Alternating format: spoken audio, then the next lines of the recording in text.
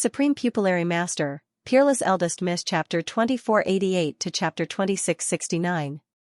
Upon hearing her voice, Luo Qingtong immediately frowned. Chu Ke'er's grandfather, the third elder of the third branch, Luo Qingtong frowned as she watched the other party rush over. What's going on?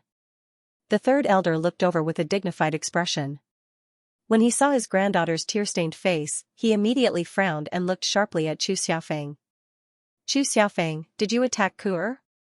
His voice was filled with anger. He didn't even ask for the reason and just pinned the crime on Chu Xiaofeng. The aura around him was about to suppress Chu Xiaofeng. The other elders behind him were one step behind and could not stop him at all. If the third elder were to suppress Chu Xiaofeng with his aura, he would immediately suffer internal injuries. In this way, when Chu Xiaofeng entered the abandoned continent, it would be difficult for him to move an inch due to his internal injuries. It would be good enough if he could preserve his life there, let alone fight for the Sky Luo grass. At that time, Luo Qingtong and the others would not be able to act wantonly because of him. This was definitely not the result that Luo Qingtong wanted. With that thought, Luo Qingtong's eyes turned and she suddenly pounced in Chu Xiaofeng's direction. Her movements were extremely ingenious as she avoided Chu Xiaofeng's subconscious counterattack and pushed him back a few steps to the left. The two of them coincidentally avoided the third elder's oppressive aura. Seeing this scene, Xianxia's eyes suddenly narrowed. Right at this moment, the third elder's furious voice resounded. Bastard, you!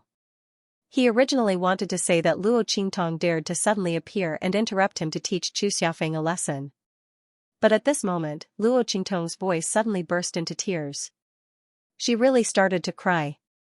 She hugged Chu Xiaofeng's thigh and cried loudly, "Woo woo woo, I'm sorry. Young Master Xiaofeng. We didn't know what was good for us and implicated you.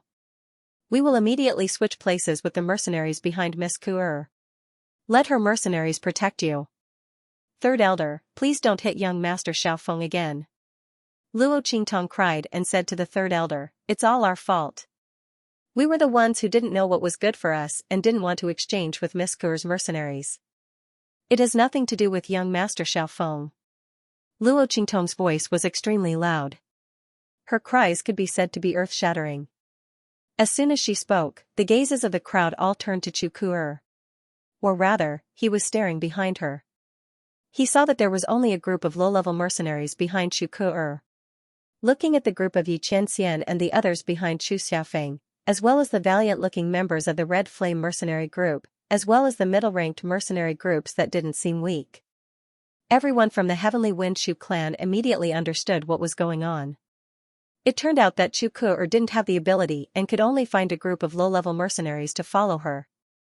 In the end, she wasn't satisfied and set her sights on Chu Xiaofeng. She wanted him to give his mercenaries to her and exchange with her. What a joke. She didn't have the ability and actually wanted to snatch someone else's guards. Not only that, she didn't manage to snatch them and even complained to the elders, and the third elder was actually biased towards Chu Ke'er. It seemed that the third elder's family was indeed very indignant about losing their status as a direct descendant. Otherwise, why would the third elder lay his hands on a junior of the family? Everyone in the Tianfeng Chu family thought so and immediately looked at the third elder with different gazes.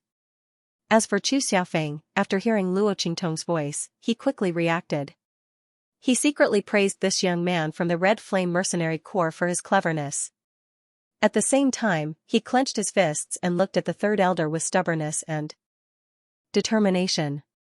He said loudly, "Third elder, why did you attack me? Is it right for Chu Ke'er to want to snatch my mercenary? Is there such a rule in the family? If there is, please enlighten me, third elder. Otherwise, the people in the eighth elder's line will never yield." Well said. When Chu Xiaofeng's voice sounded, another dignified voice also spoke at this time. Then, with a boom, a violent and vast power pressure pressed down on the third elder. In an instant, he was forced to take 2 steps back and his face flushed red. It was obvious that he had just suffered a great blow. "Granduncle." Chu Xiaofeng looked at the old man who appeared in front of him with a surprised and excited expression. The old man raised his hand and patted him on the shoulder. He praised, "You're very good. You didn't embarrass the eighth elder's line." At this point, he suddenly raised his hand and a strong wind blasted in Chu Ke'er's direction. With a smack, Chu Ku'er's face was slapped hard. In an instant, she was sent flying by the slap. Humph. You're not strong enough and have no one to follow you. Instead of reflecting on yourself, you actually want to snatch the mercenary of your own family? How shameless of you. The people in the third elder's line don't teach their disciples well. The people in the eighth elder's line will teach them a lesson for you. The eighth elder's expression was sullen. The scene of the third elder attacking Chu Xiaofeng just now really angered him. If the fault was on the eighth elder's line, then so be it. However, it was clearly Chu Ku'er who was rude and unreasonable and wanted to snatch the mercenary of their line's younger generation. The third elder did not distinguish between right and wrong and actually wanted to attack a younger generation. How could he tolerate such humiliation? The other party was so shameless, so why should he care about his status? This palm wind did not seriously injure Chu Ku'er, which was already the last bit of face he left for the family.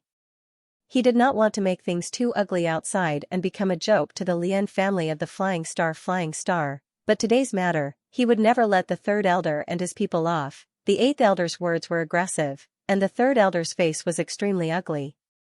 He did not expect things to turn out like this. Chu Ku'er had actually complained to him because she had failed to snatch Chu Xiaofeng's mercenaries. Bastard, that vile spawn, how dare he? Chu Xiaofeng's line, he subconsciously, Xiaofeng's choose Chu Xiaofeng. And subconsciously, he thought for Xiaofeng. Xiaofeng. Xiaofeng elder Chu Xiaofeng's line, that vile spawn had made him lose face. Faced with the eighth elder's scolding and the various gazes of the Tianfeng Chu family, the third elder's face suddenly turned purple. He wished he could give Chu Ku'er another slap and kill her. That would be better than making a fool of himself. Just as he was glaring fiercely at Chu Ku'er, Chu Yufei finally came to her senses from the turn of events. No, third elder, it's not like that. In her panic, she couldn't explain the situation clearly. At this moment, Luo Qingtong's pitiful voice sounded again. That's right, it's all our fault. Miss Yufei, don't say any more. I know that we didn't know what was good for us. Miss Ku'er wanted us to go over to her side, so we should have gone over. She sniffed and continued, it's us who didn't know what was good for us. Miss Ku'er clearly said that her bloodline would inherit the Chu family sooner or later. We didn't want to break our promise to young Master Xiaofeng, so we didn't go over. If we knew this would happen, we would have gone over directly. It's our fault. Otherwise, this wouldn't have happened. The moment Luo Qingtong's words came out, there was a moment of silence. The veins on third elder's face almost popped out. Scoundrel, you're talking nonsense. Ku'er would never say that. Third elder said, but there was some uncertainty on his face. Because he knew his granddaughter's temperament too well. She was arrogant and despotic, and always talked about her identity as a direct descendant. If she had been provoked by Chu Xiaofeng in a fit of anger because she had failed to get the mercenaries, she would have scolded him without thinking. He would still believe her. Evil creature, if he had known that this evil creature was so capable, he would have broken her legs at home, he would have made it impossible for her to participate in this operation. Third elder's expression was malevolent, and he was extremely regretful. When Luo Qingtong heard his words, she seemed to have thought of something, and her face turned pale in an instant. She nodded forcefully, and shrank back as she said, yes, I didn't. Miss Ku'er didn't say.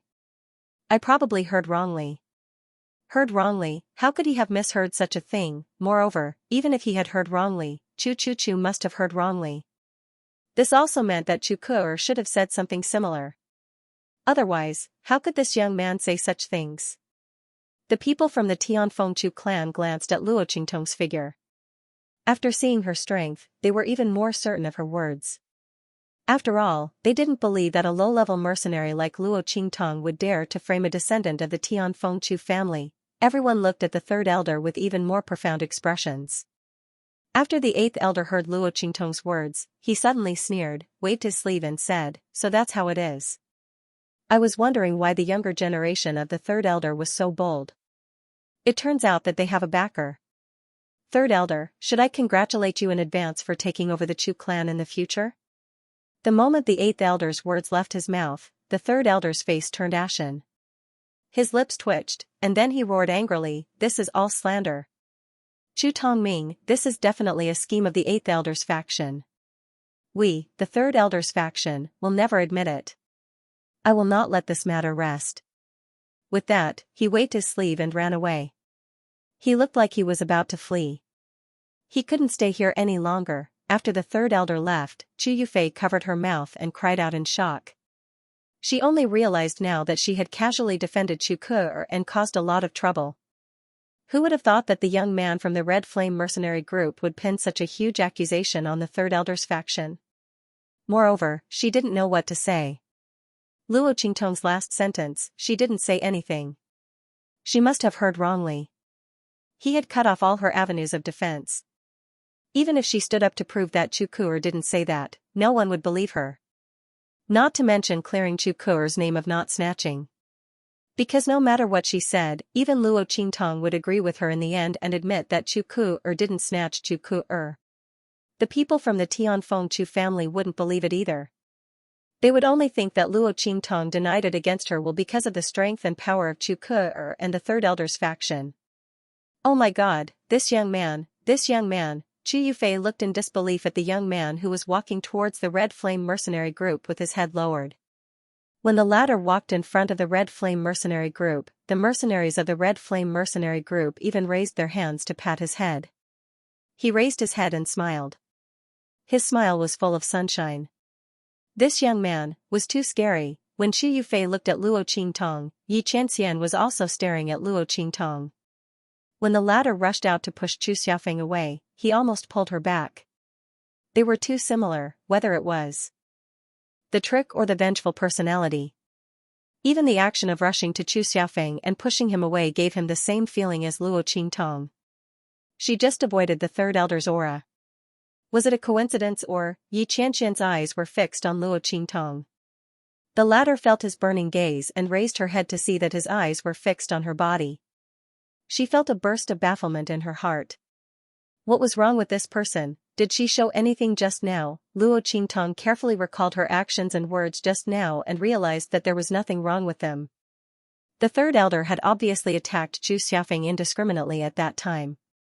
So, it was impossible to reason with him at that time. If he were to make a move on Chu Xiaofeng, even if the situation was explained later, he would not admit to it. The biggest possibility was that they would push the blame onto the mercenaries, saying that they had instigated Chu Xiaofeng to turn their clansmen against each other. Under such circumstances, and with Chu Ke adding fuel to the fire, it was very likely that all of them would be in trouble. Luo Qingtong felt that there was nothing wrong with what she had done. Moreover, he did not reveal his strength or ability. Why was this person staring at her? Could it be that he saw something? Luo Qingtong's eyes were alert. She instantly raised her guard against Xianxia. She hadn't forgotten that the other party had come for her identity as Luo Qingtong. If the other party really found clues about her relationship with Luo Qingtong, it would be very disadvantageous for her and the Trucebill continent. Luo Qingtong's thoughts turned. She did not avoid Xianxia's gaze. Instead, she walked towards him. How is it? Brother, aren't I very powerful? Shouldn't you thank me? She smiled as she approached Xianxia and whispered. At the same time, she raised her hand and slapped towards Xianxia's arm. There was no other way. She couldn't reach his shoulder, but his waist. The other party did not allow her to slap him. His arm should be fine now, right? Luo Qingtong's movements were very bold. Thank you for what? His voice was cold. Even though he was wearing a mask and his voice was obstructed, she could still hear the bone-chilling coldness in his voice. He had never been stingy with his gentleness to anyone other than Luo Qingtong. In other words, no one other than Luo Qingtong could enjoy his gentleness. Thank you for solving a big problem for you, Luo Qingtong said with a smile. She approached him and pulled his sleeve tightly. She looked as if she was afraid that someone would hear her. She whispered in his ear, if I hadn't solved the big problem of Chu Ke for you, you might have been ordered to follow Chu Ke by that old man, third elder. After all, her side is so pitiful. She only has a few low-level mercenary corps with her. How could third elder bear to do that? She must think that our young master Xiaofeng bullied her. Then she will cry and ask you to go over. Ah, then you will be in trouble. Luo Qingtong sighed and shook her head as she spoke. Is that so? Yi Qianxian listened to her excellent performance and felt that even her ability to lie through her teeth was exactly the same as that woman. Thinking of this, he was about to raise his hand and push Luo Qingtong away because she was too close to him. Then he looked at her coldly and said, "Didn't you say that she wanted us to go over together? Why am I the only one now?" He reminded her of what she said before. It was not for him alone. I was just saying that on purpose to fool the heavenly Winshu clan. Luo Qingtong's eyes darted around. She admitted without hesitation that she had been fooling around. You see, that woman Chu Ke's eyes never left you. Even a blind person would know that she was coveting you. In short, I saved your beauty. Ahem, no, your chastity. Ahem, that's still not right. In short, I saved you from the abyss of suffering. So, brother, let's sever our previous apology. No, we're even, right? As Luo Qingtong spoke, Yi Qianxian's expression darkened. And it was getting darker and darker. He looked at the young man whose words were as irritating as the woman's, and his thin lips curved into a cold arc under the mask. Beauty, chastity, cut him in half. Yi Qianxian was so angry that he laughed. So, you came here just to tell me this? Even? Yeah. Luo Qingtong nodded without hesitation. Nonsense, if it wasn't for this, why did she suddenly run over to talk to him? Of course, it was also to dispel his suspicions. After all, he had already looked at her with such a gaze, but she didn't avoid it. Instead, she purposely moved closer to him.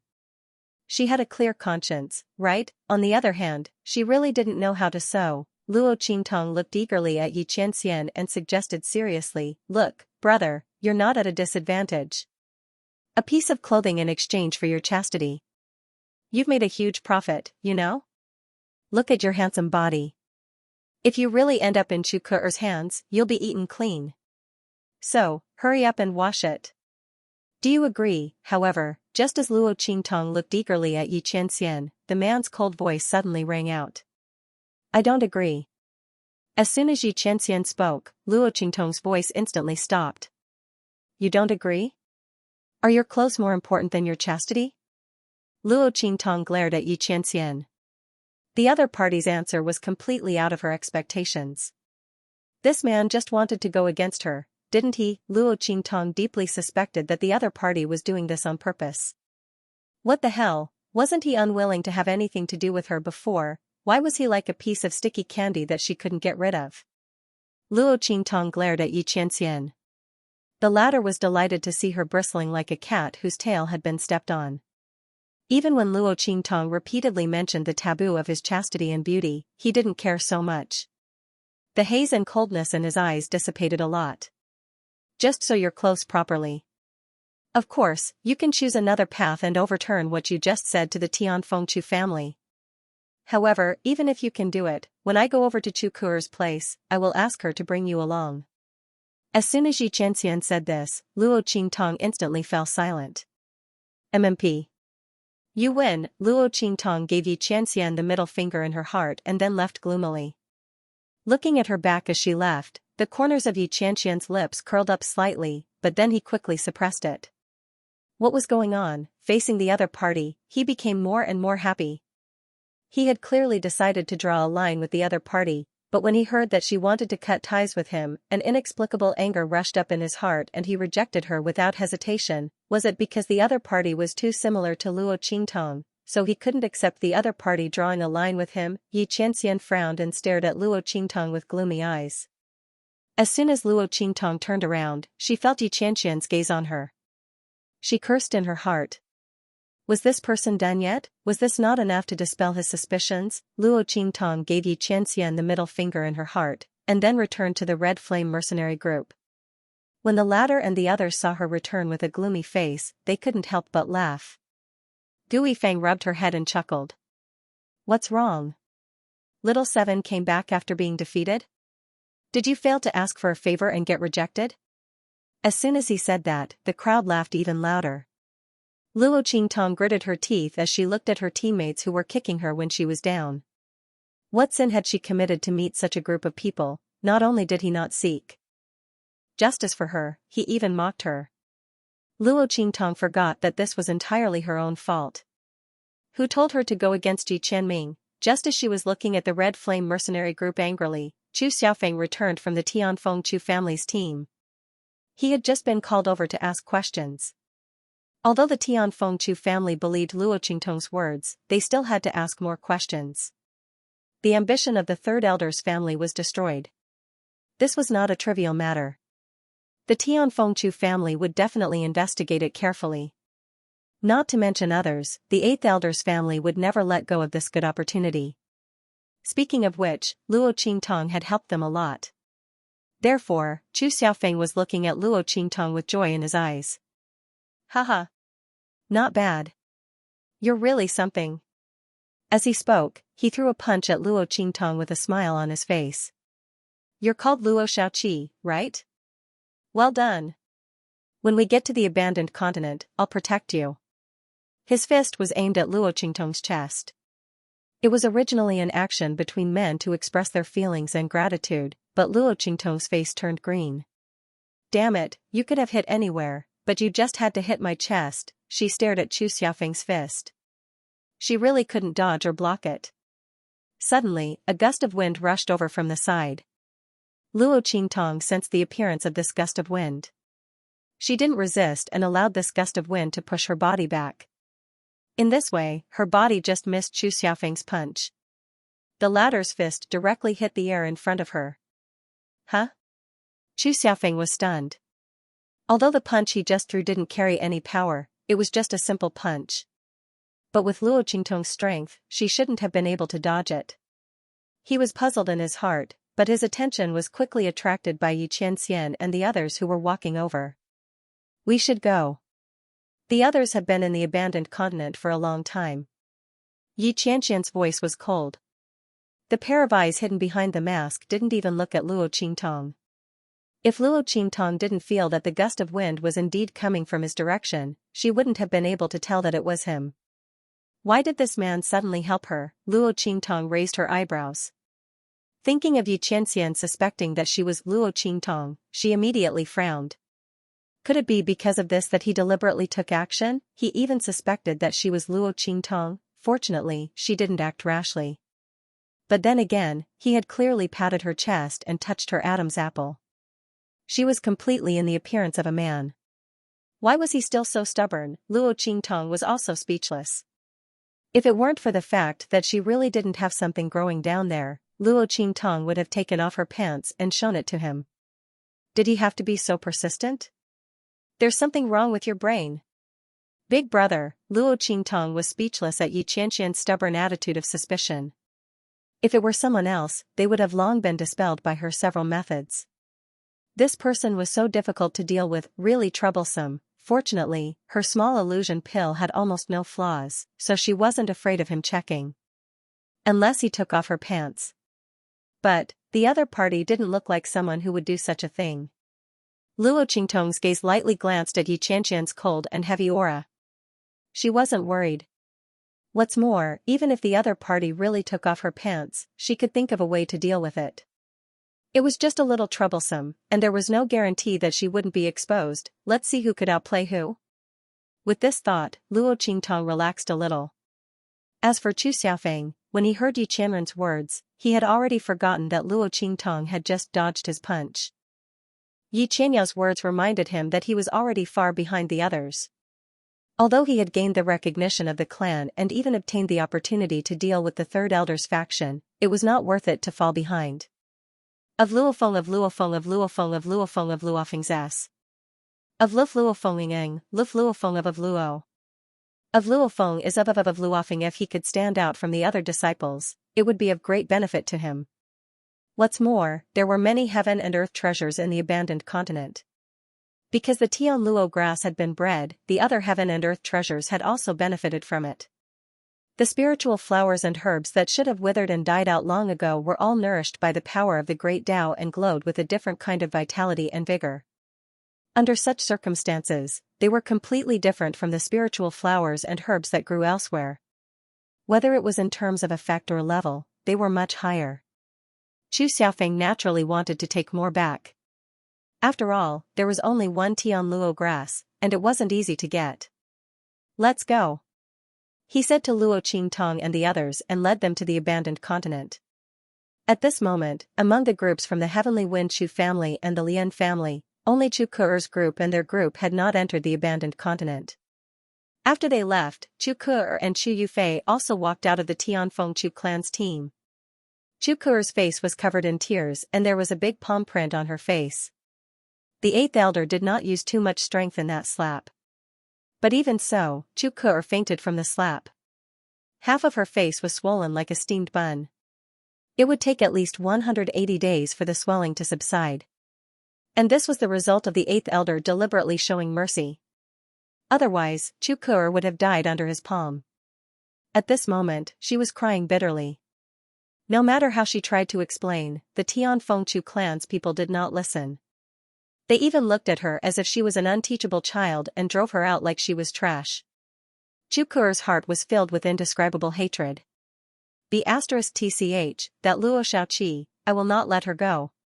Chu Ke'er did not expect that she just wanted to trample on Chu Xiaofeng's arrogance, but in the end, she caused such a big trouble. God knew that when she woke up and learned what had happened to her clan, she almost went crazy. She had never said anything that would harm her bloodline, but everyone felt that she had said it. Chu Xiaofeng's testimony made her unable to defend herself, and all of this was because of Luo Xiaoqi.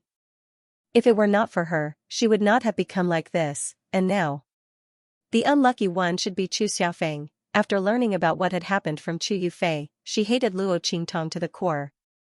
Luo Xiaoqi, just you wait, she would definitely die a horrible death. Chu Ke'er's face was gloomy. She would be despised by the entire Third Elder's clan. If she continued to stay in the Tianfeng Chu clan's team, she might be beaten to death by the Third Elder who rushed back in exasperation. Under such circumstances, not to mention being injured, even if she was seriously injured, she would crawl to the abandoned continent. That was her only chance to turn things around. If she could stand out among the disciples of the Tianfeng Chu clan, not only would she be able to obtain the Tian Luo grass, but she would also be able to obtain countless other treasures.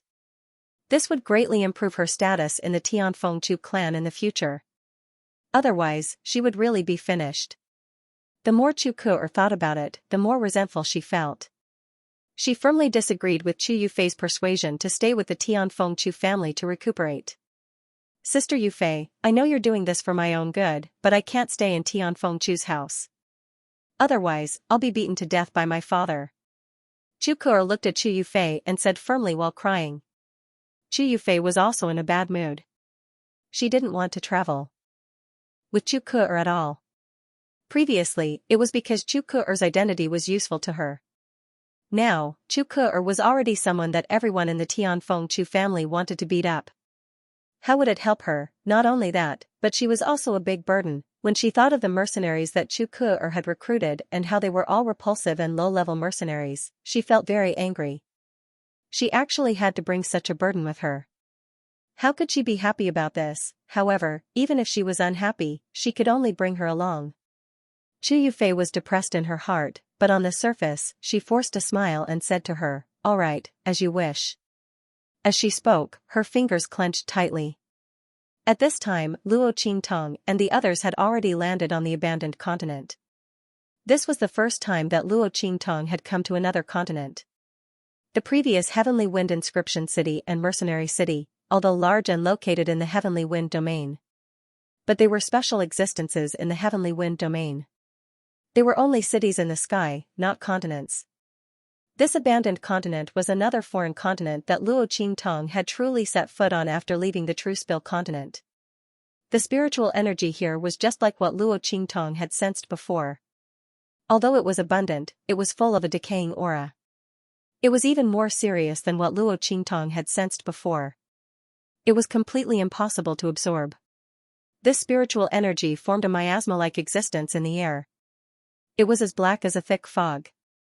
If this spiritual energy was absorbed into the body, not only would it not enhance one's strength, but it would also block their meridians, making it impossible for them to display their strength normally.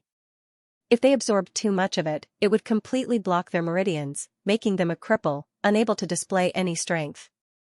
This meant that the people who entered this abandoned continent could no longer use the spiritual qi to replenish their strength. But the strength in their body would eventually be exhausted one day. Under such circumstances, how could they replenish their strength? Could it be that they would have to fight hand to hand? Wasn't that too ridiculous? Luo Qingtong raised her eyebrows. The others also showed a look of surprise. On the contrary, Chu Xiaofeng's face didn't show much surprise. Obviously, he had already expected such a situation. This abandoned continent has been abandoned for a long time. The spiritual energy here can no longer be used. But the spiritual herbs here can be used. I don't know why, but the heart of this dead continent suddenly condensed heavenly net grass. Under such circumstances, the spiritual herbs and precious herbs here have all recovered. The power of the qi of the Great Way contained in them is enough for us to replenish our strength. However, those spiritual herbs and precious herbs are extremely hard to come by. The places where they are located are all guarded by magical beasts and demonic plants that have been contaminated by the waste spiritual qi. All of you have to be careful and don't recklessly use the power within your body. Once the energy in one's body is exhausted, one will be no different from a cripple in this abandoned continent. Chu Xiaofeng instructed everyone.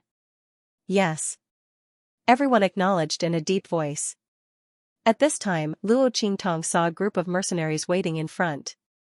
Or rather, they were the representatives of the mercenary groups that came in before them.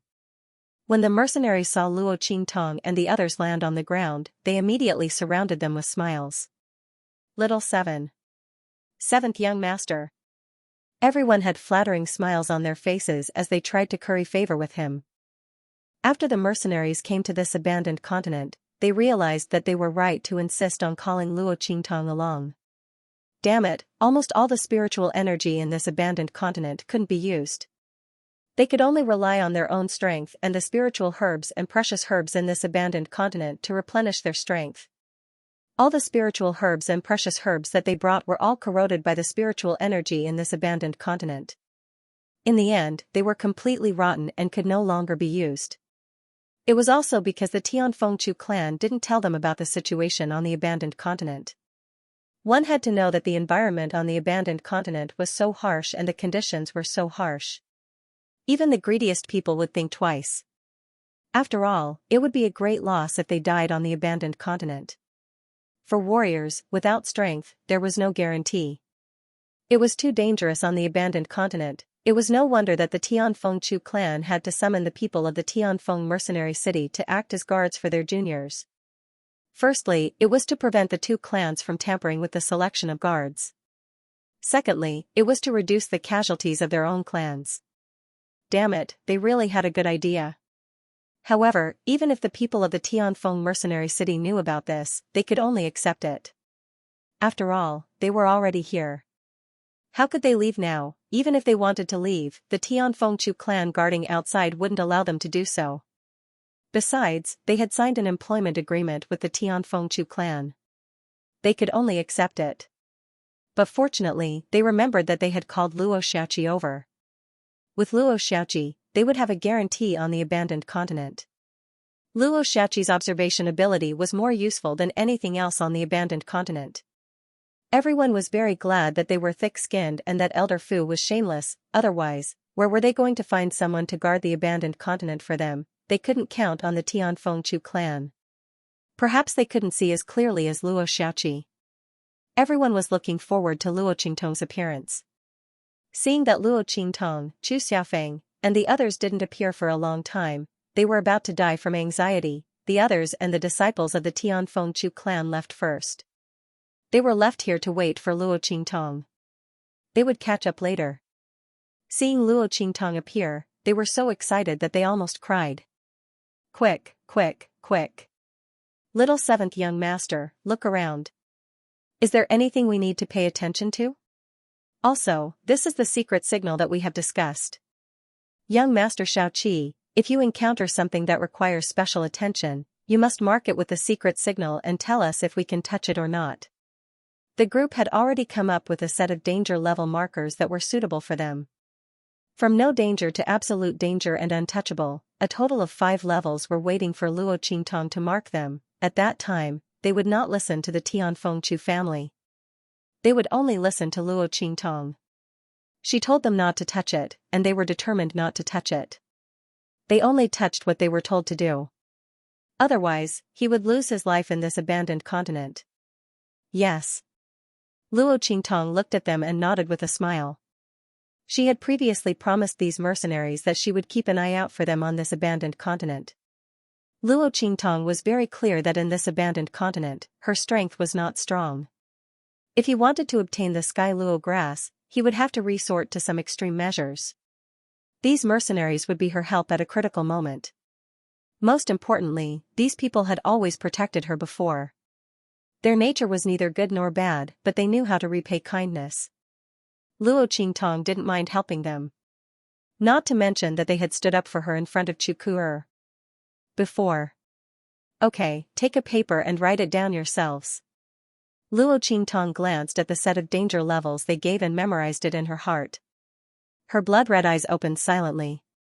With just a glance, she was able to see through the camouflage of many spiritual flowers and spiritual herbs. There were also some demonic plants and geographical conveniences. Luo Qingtong's explanation explained everything.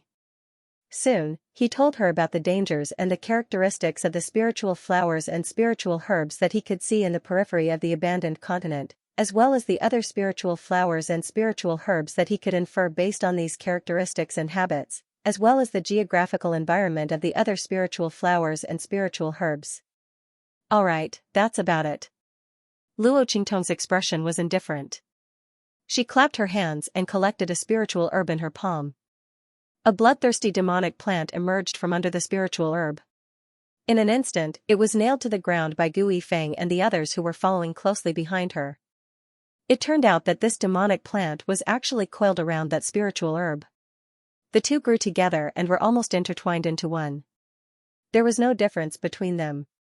Only by choosing the right spiritual herb and grasping its heart meridian, when pulling it out, would the demonic plant not be brought out. At the same time, one would not be attacked by the demonic plant during the plucking process. Otherwise, if one was stung by the bloodthirsty demonic plant, the wound would continue to bleed. If they could not find a way to treat it, they would bleed to death. Not only that, the demonic plant could expand and contract freely. It was as thin as a strand of hair. Once it succeeded, it would immediately wrap around and turn into a cocoon-like thing, wrapping the human or beast. Its roots would penetrate deeply into the other party's body until the other party's blood was sucked dry. Only then would it fall off. It was simply an invisible killer. Everyone watched as Luo Qingtong pulled out the spiritual herb without any hesitation.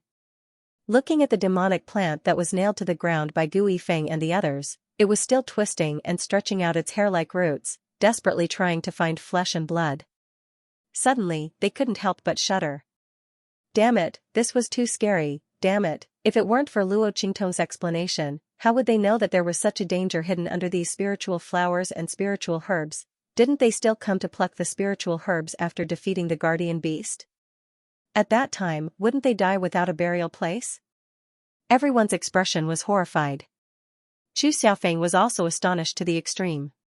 Previously, when the group of mercenaries appeared, he was especially vigilant.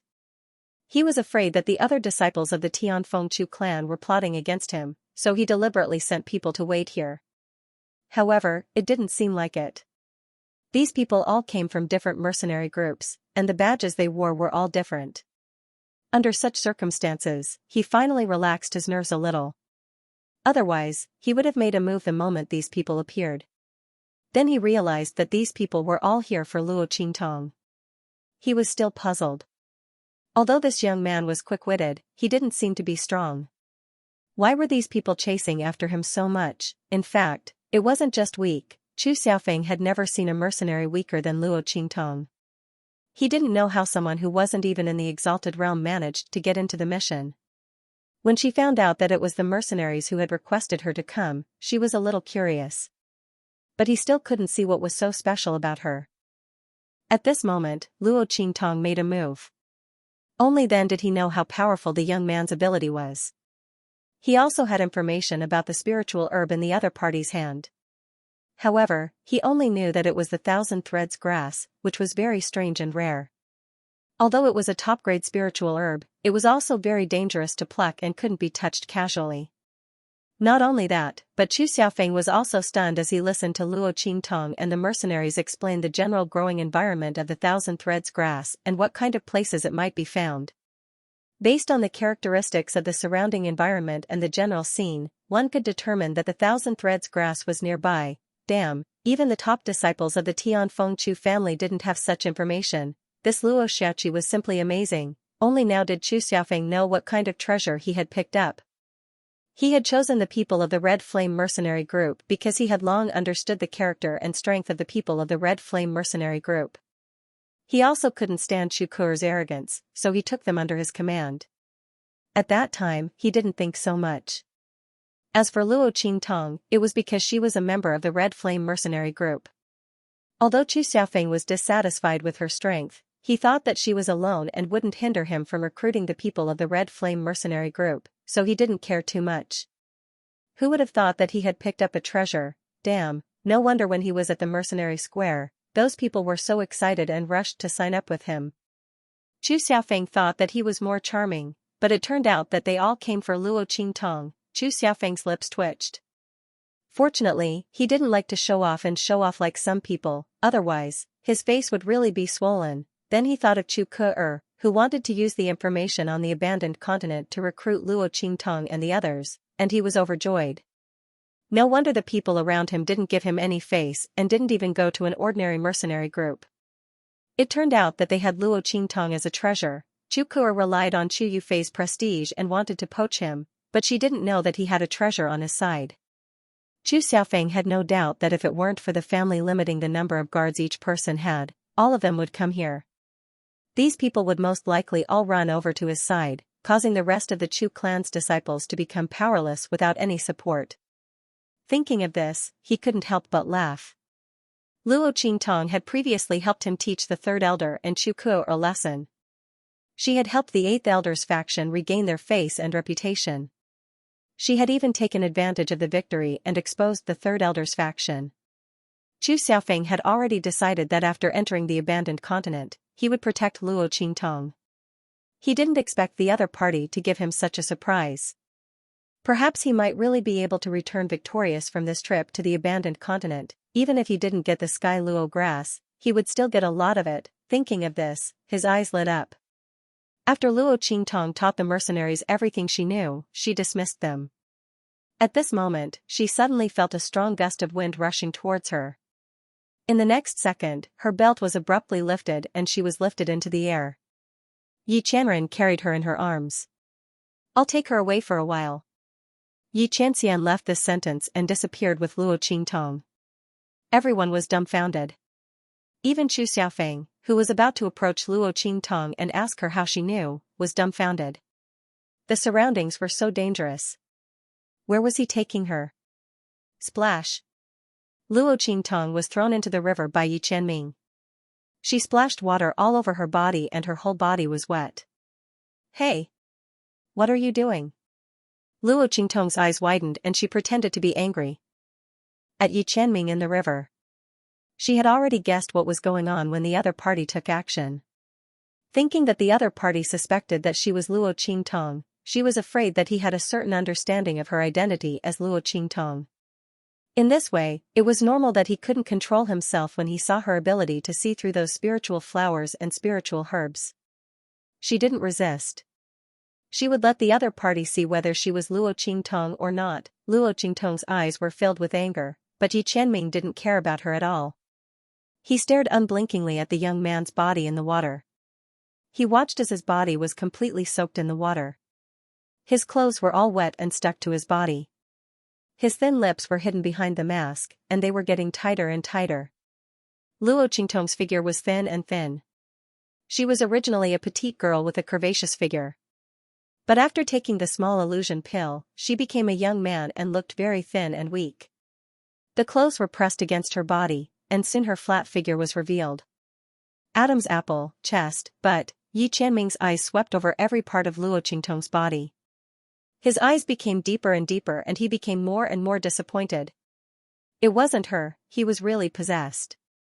Once again, he suspected that Luo Xiaoqi was a woman. Luo Qingtong, But the other party was clearly a man. Yi Qianming stared at Luo Qingtong's chest without saying a word. The latter simply took off her robe, leaving only a thin undergarment, which outlined her outline and clearly revealed her flat chest. She raised her eyebrows at Yi Qianming and said, "How is it? Have you seen enough? Am I a man or a woman? Am I the Luo Qingtong you mentioned? Do you want to take off my clothes and see?" Luo Qingtong's heart was filled with hatred. She didn't know what was going on with this person. He was fixated on her identity as Luo Qingtong. This was a good opportunity for him to see clearly, so as to avoid any future troubles. She walked out of the water and ran her fingers through her hair. She let down her wet hair. Her whole body was wet.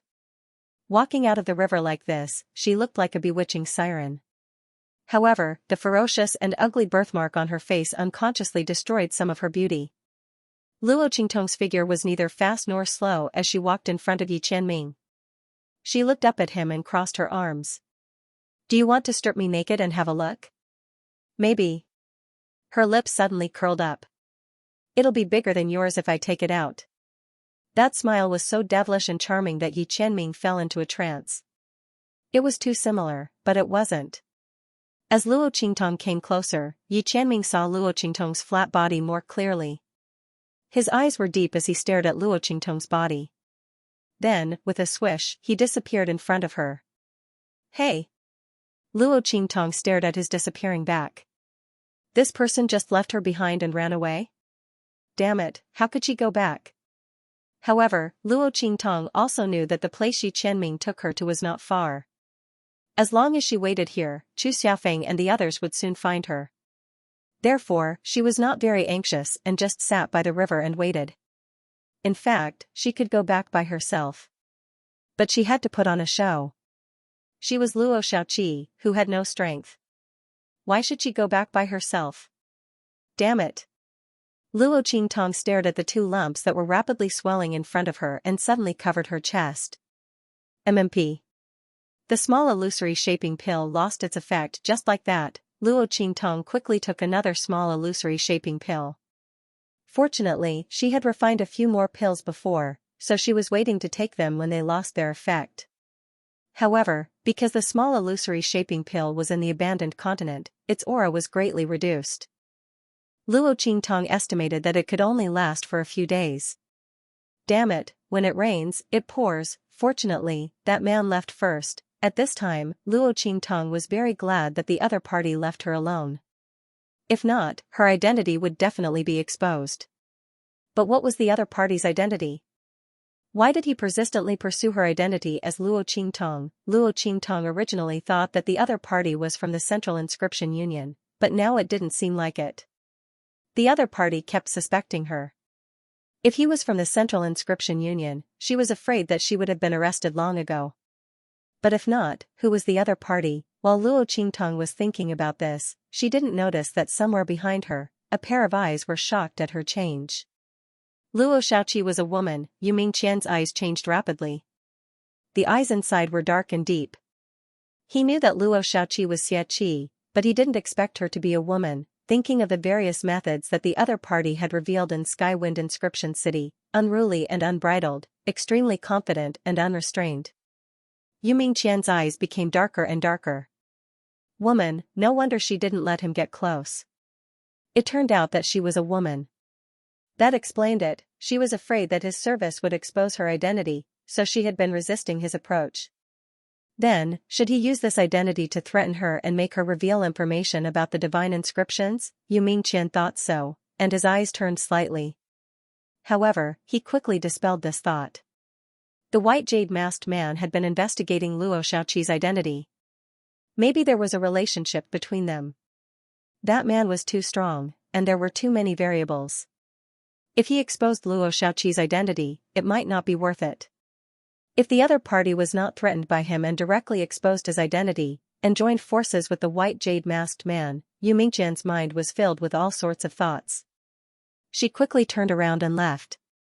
After he left, Chu Xiaofeng and the others quickly came looking for him. Little Seven, are you all right?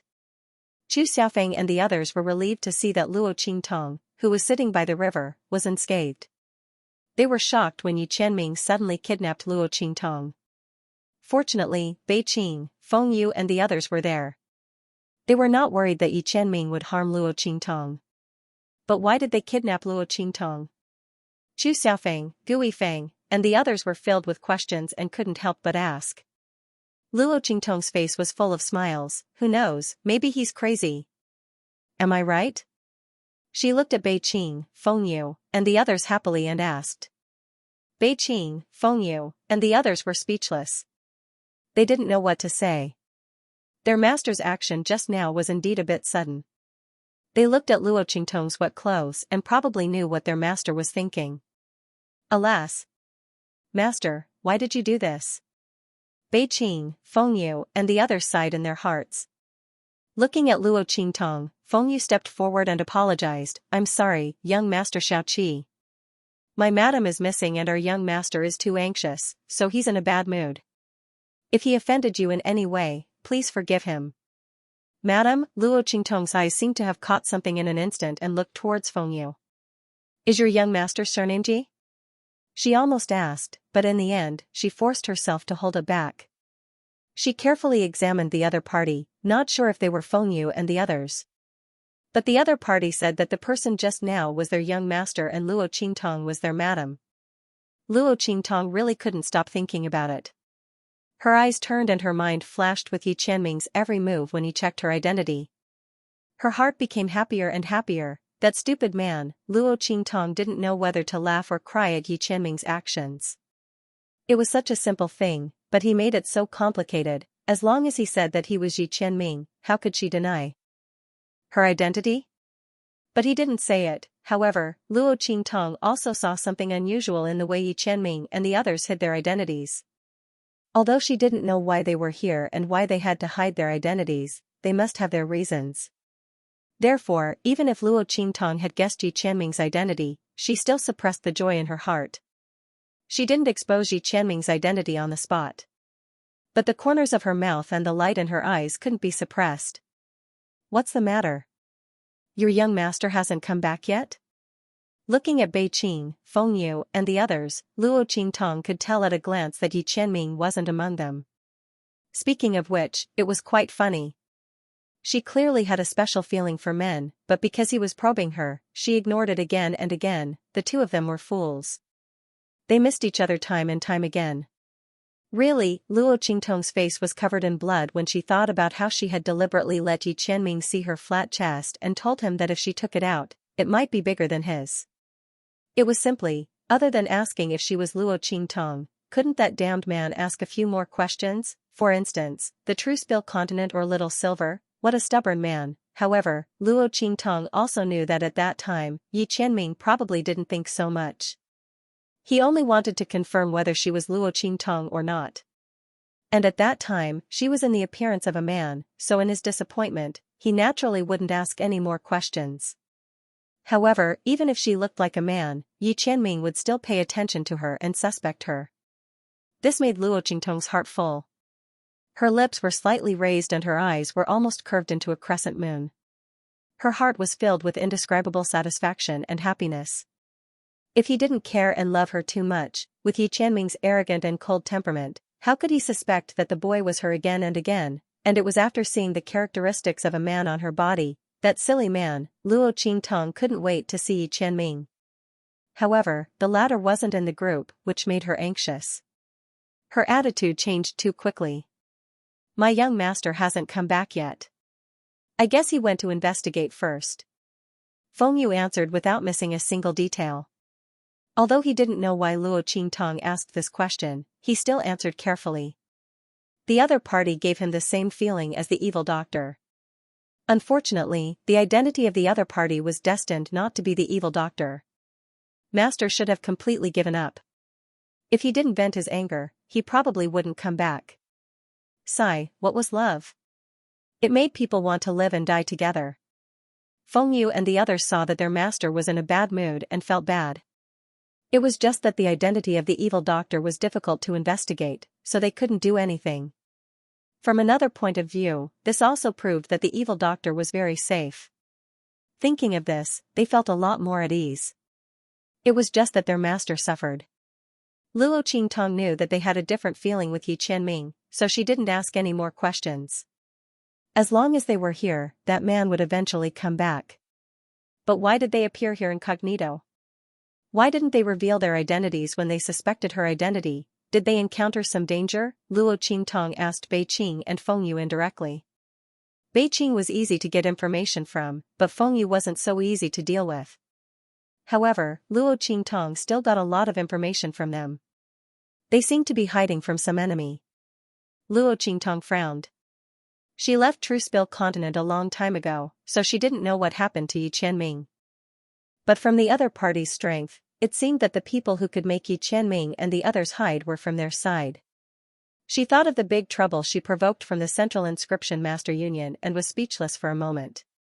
Were the two of them a match made in heaven? Both of them had provoked a great enemy of each other, but this enemy of hers was much more troublesome than Yi Qianming's side. Yi Qianming's people wouldn't do anything to him, but if he met the people from the Central Inscription Master Union, Luo Qingtong frowned and decided to hide her identity for the time being.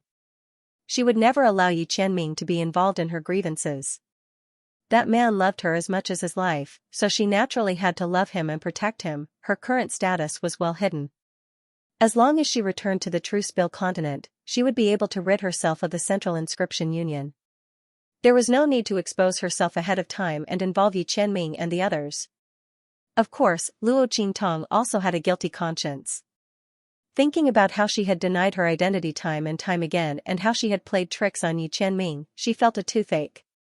She would wait until she left this abandoned continent and prepared to return to the Truespill continent. Then, she would tell this man who she was. By then, his anger would definitely dissipate. Luo Qingtong thought and took out Yi Qianming's clothes for the first time. She carefully studied how to insert the needle. She didn't know how to needlework and hadn't planned to sew the dress. She was only thinking about how to get away with it. Now that she knew that the other party was Yi Qianming, how could she still have such thoughts? Try your best to make amends. She hoped that when her identity was exposed, that man would forgive her on account of all the hard work she had put in. Luo Qingtong thought and felt a burst of bitterness in her heart.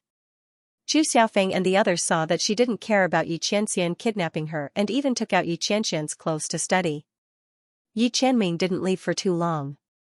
He was extremely self-restrained.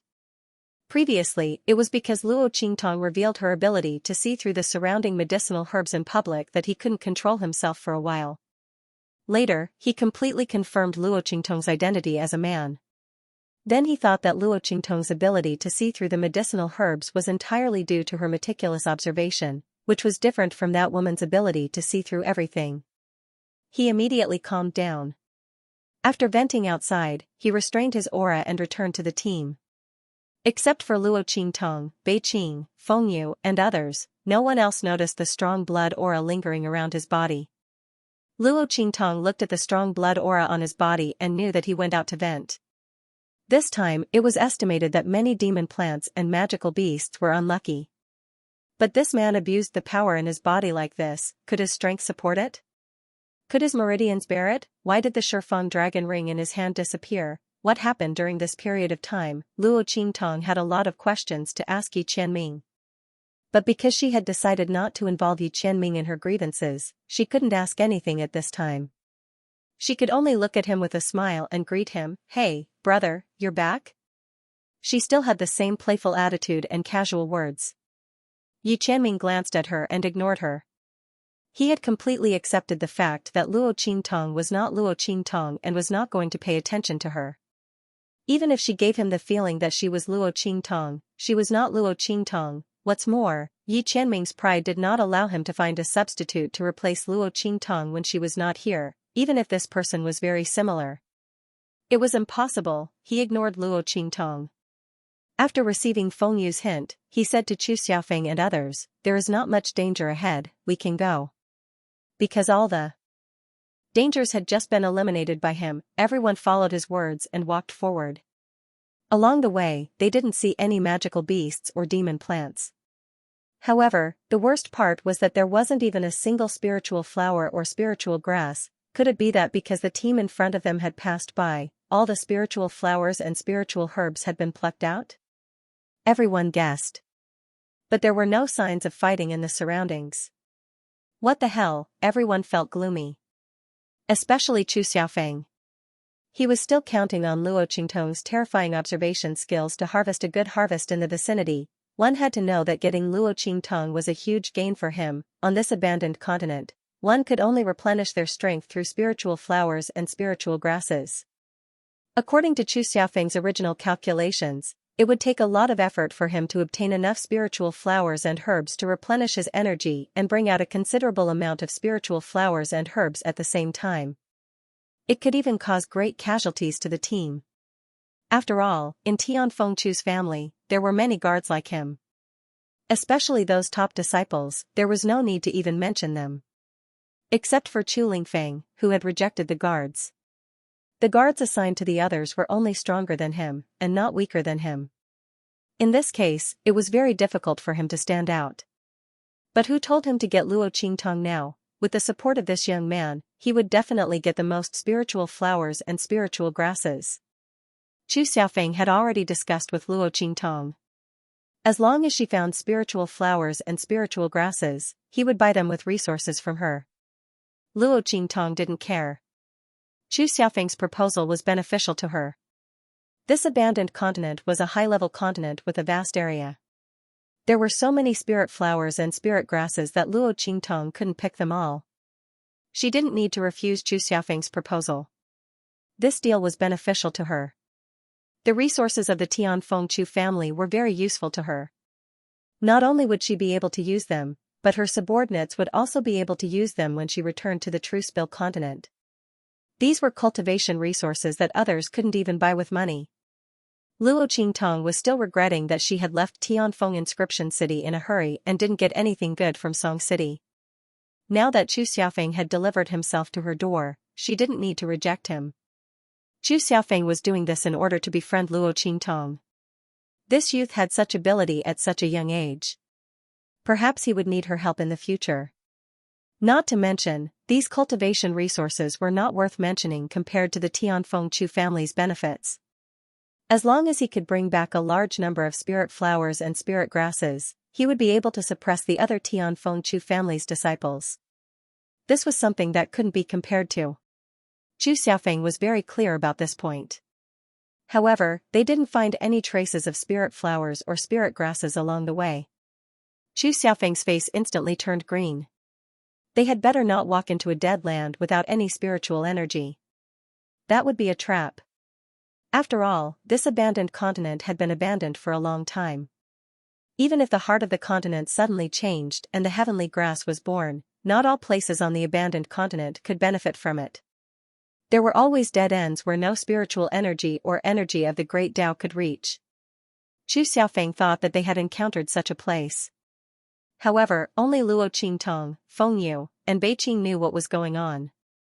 Oh my god, this wastrel. Luo Qingtong's eyes looked at the dissipating spiritual energy and the power of demon beasts and plants. The corners of her mouth twitched. How was this a dead land? It was clearly the result of a man venting his anger. Should she be glad that no matter how depressed or angry this man was, he didn't do anything to her? Luo Qingtong was embarrassed and unconsciously looked at Yi Qianming. The latter no longer stared at her from time to time and probed her like before. But Luo Qingtong hoped that he would look at her like before.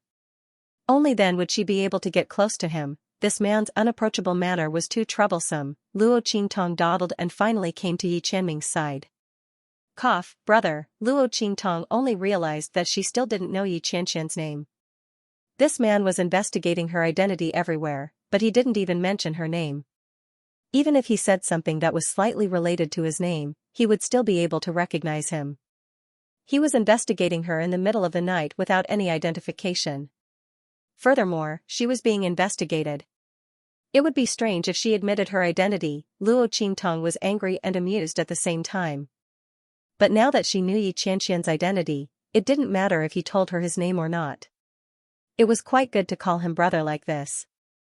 Luo Qingtong thought so, and her lips curled up slightly. She immediately continued to harass Yi Qianxian.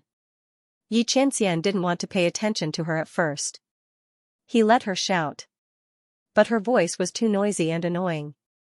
He endured and endured, but in the end, he couldn't stand it anymore. What the hell do you want? He looked at the young man in front of him coldly. It's about your wife. Hearing Luo Qingtong's words, Xianxia's eyes darkened. My wife? He narrowed his eyes and looked at Luo Qingtong. Yes. He said it. Your wife. You're the one who suspects me to be her. Luo Qingtong pointed at Fengyu and sold him out without hesitation. Xianxia looked at Fengyu expressionlessly. Mas. Young master, Fengyu looked at the pair of cold eyes behind her master's mask. She was about to cry because of Luo Qingtong's miraculous move. Why was Luo Xiaoqi as unpredictable as the evil doctor? He was clearly trying to explain his master's sudden actions to her, so why did it sound like he had nothing better to do and was gossiping with her? Fengyu was about to cry because of his master's eyes. Master, I didn't mean to leak it. Fortunately, Xianxia knew his character and knew that he was not a gossipy person. Beiqing might be tricked by Luo Xiaoqi, but it was impossible for Fengyu. Therefore, after staring at him for a while, she looked away and didn't say anything. Why do you ask about her? Xianxia stared at Luo Qingtong. He had just vented his anger and now his mood had calmed down. But this time, because of Luo Qingtong's question, it stirred up waves of ripples. She had originally intended to ignore Luo Qingtong, but she still asked this question out of curiosity. Oh, ask what kind of person she is. I can't believe you care about me so much. I am a man. How can you mistake me for her? Are we really that alike? Luo Qingtong asked with interest. She just wanted to find a topic to get close to Xianxia. But given the man's unapproachable aura, if it was not a topic he was interested in, he would never talk to her. Therefore, Luo Qingtong used her identity as an opening remark. However, at this moment, her interest was piqued. She also wanted to know why this person was so obsessed with her. He was a man now, and there was a huge birthmark on his face. His appearance and gender had changed. Why did he think that she was Luo Qingtong, and he checked her again and again. Luo Qingtong's face was full of excitement. Yi Qianren looked at the excited expression on her face and the bright light in her eyes. She unconsciously closed her eyes and looked away. Even her curious expression made him feel that it was so similar. But no matter how similar. It was not her. Thinking of the scene he saw by the river before, Yi Qianxian's eyes turned cold. My wife has a peerless appearance, unparalleled beauty, and is the most cunning and domineering. The reason why I mistook you for her is because your name and ability are similar to hers. It has nothing to do with you. She was a man. She could not be Luo Qingtong. Luo Qingtong did not know whether to be angry or laugh at Yi Qianxian's words. This man, she gritted her teeth. Wasn't he telling her not to think too highly of herself and that his wife was not similar to her at all? It really made her want to hit him, but thinking that the wife he was praising was her, Luo Qingtong felt sweet in her heart. This man was too much. He had always been stingy with his sweet words to her, but he said them so smoothly to others. Oh. So that's how it is. Luo Qingtong said with a smile, I thought your wife looked very similar to me. That's why you kept mistaking me for someone else. Since we've cleared up the misunderstanding, then don't keep me at arm's length. If there's any danger later, you have to protect me well. After all, no matter how different your wife and I are, at least in terms of ability, we're still a little similar. How about this? I'll provide you with spiritual flowers and spiritual herbs for free, and you protect me. Luo Qingtong looked at Yi Qianming, who looked at her coldly. You don't lack protection. She was now in high demand in Chu Xiaofeng's eyes. The other people in Mercenary City would also protect her, so she wouldn't encounter too much danger here. Nonsense, Luo Qingtong heard his words and cursed in her heart. Of course I don't lack protection. But I don't lack protection. What's more, the spiritual energy in this abandoned continent was completely useless. Luo Qingtong didn't know if Yi Qianming and the others came here for her or the Tianluo grass. But since Yi Qianming came to check her identity in the middle of the night and found out that she was a man, she guessed that they should be here for the Tianluo grass. Otherwise, they would have given up and left at that time. Luo Qingtong thought about it and felt quite lucky. Tianfeng Chu's mission came at the right time. Otherwise, Yi Qianming and the others would have left long ago. How would she know their identity? Not only that, Yi Qianming left True Spill continent and hid from his enemies. When she left Tianfeng region in the future, they would really miss each other. Thinking of this, Luo Qingtong naturally wanted to tie Yi Qianming and the others to her side. She just clarified her identity as a woman by the river. Yi Qianming could see clearly that he would never pester her again. And he came for the Tianluo grass. Luo Qingtong thought about it and was still worried that Yi Qianming and the others would leave. After all, with their strength, there was no need for them to follow Chu Xiaofeng and the others. After coming here, they would definitely leave immediately. The reason why they didn't leave before was most likely because they still doubted her identity. However, this would remove all his suspicions, so why would he stay? Luo Qingtong was worried about his health. At the same time, she finally knew that he was her man. How could she let him go? Of course, he had to think of a way to make him stay, Luo Qingtong thought and suddenly sighed. Even if that's the case, who doesn't leave a few more paths for themselves? Look at my small and frail body. If Chu Xiaofeng goes back on his word, the other mercenaries may not be able to protect me. What's more, this is Tianfeng Chu family's territory. Once we're outside, what if my secret is accidentally leaked and the Tianfeng Chu family wants to take advantage of it? At that time, won't I be captured by them and imprisoned day and night just to help them identify those medicinal herbs and tools? Luo Qingtong exaggerated the story. In fact, since she dared to expose herself, she wasn't afraid that the Tianfeng Chu family would covet her. She naturally had a way to escape, but she couldn't say that in front of Yi Qianming. He had to make it sound as miserable as possible, otherwise, how could she blame them? Sure enough, after hearing her words, Yi Qianming fell silent. After a while, he said coldly, then it doesn't have to be us. Yi Qianming indeed had the intention to leave. Most importantly, he didn't want to see Luo Qingtong again. He didn't want her to disturb his mood. He was just thinking about leaving, but he didn't expect Luo Qingtong to make such a request. The words spoken by the other party caused his heart to skip a beat.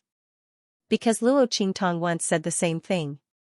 When she was in the True Spill continent, she said that once her ability was exposed, she would get into endless trouble. Although Luo Xiaoqi's ability was not as good as hers, if the Tianfeng Chu family or the Flying Star Lian family really had evil intentions, she really couldn't escape. Thinking of this, Yi Qianming felt uncomfortable. Even if he knew that Luo Xiaoqi was not Luo Qingtong, he didn't need to care about her. But when he thought that she might be imprisoned and oppressed by others, he couldn't help but feel a burst of anger in his heart. It was probably because Luo Xiaoqi's ability was similar to Luo Qingtong's, but even if she had such concerns, why did she choose them? Wasn't she afraid that they would sell her out? Yi Qianming looked at Luo Qingtong coldly. The latter had already thought of an excuse and immediately said, because only you are worthy of my trust. You see, you are outsiders. You don't have to be afraid of the Tianfeng Chu family and can easily leave. Most importantly, your wife's ability is similar to mine, or even more powerful than mine. In this case, why do you still need to covet my ability? So, of course I choose you. When Luo Qingtong said this, Yi Qianming had to admit that she was right. In this case, they would stay first. Enough spiritual flowers and spiritual herbs were indeed beneficial for them to compete for the Tianluo grass later. Although Yi Qianming and the others were strong. But at the same time, it consumed a lot of energy to attack. If Luo Xiaoqi could provide them with enough spiritual flowers and spiritual herbs, it would indeed save them a lot of trouble. Of course, the most important reason was that Yi Qianming subconsciously didn't want anything to happen to Luo Qingtong. After hearing her frightening words, he gave up on the idea of leaving.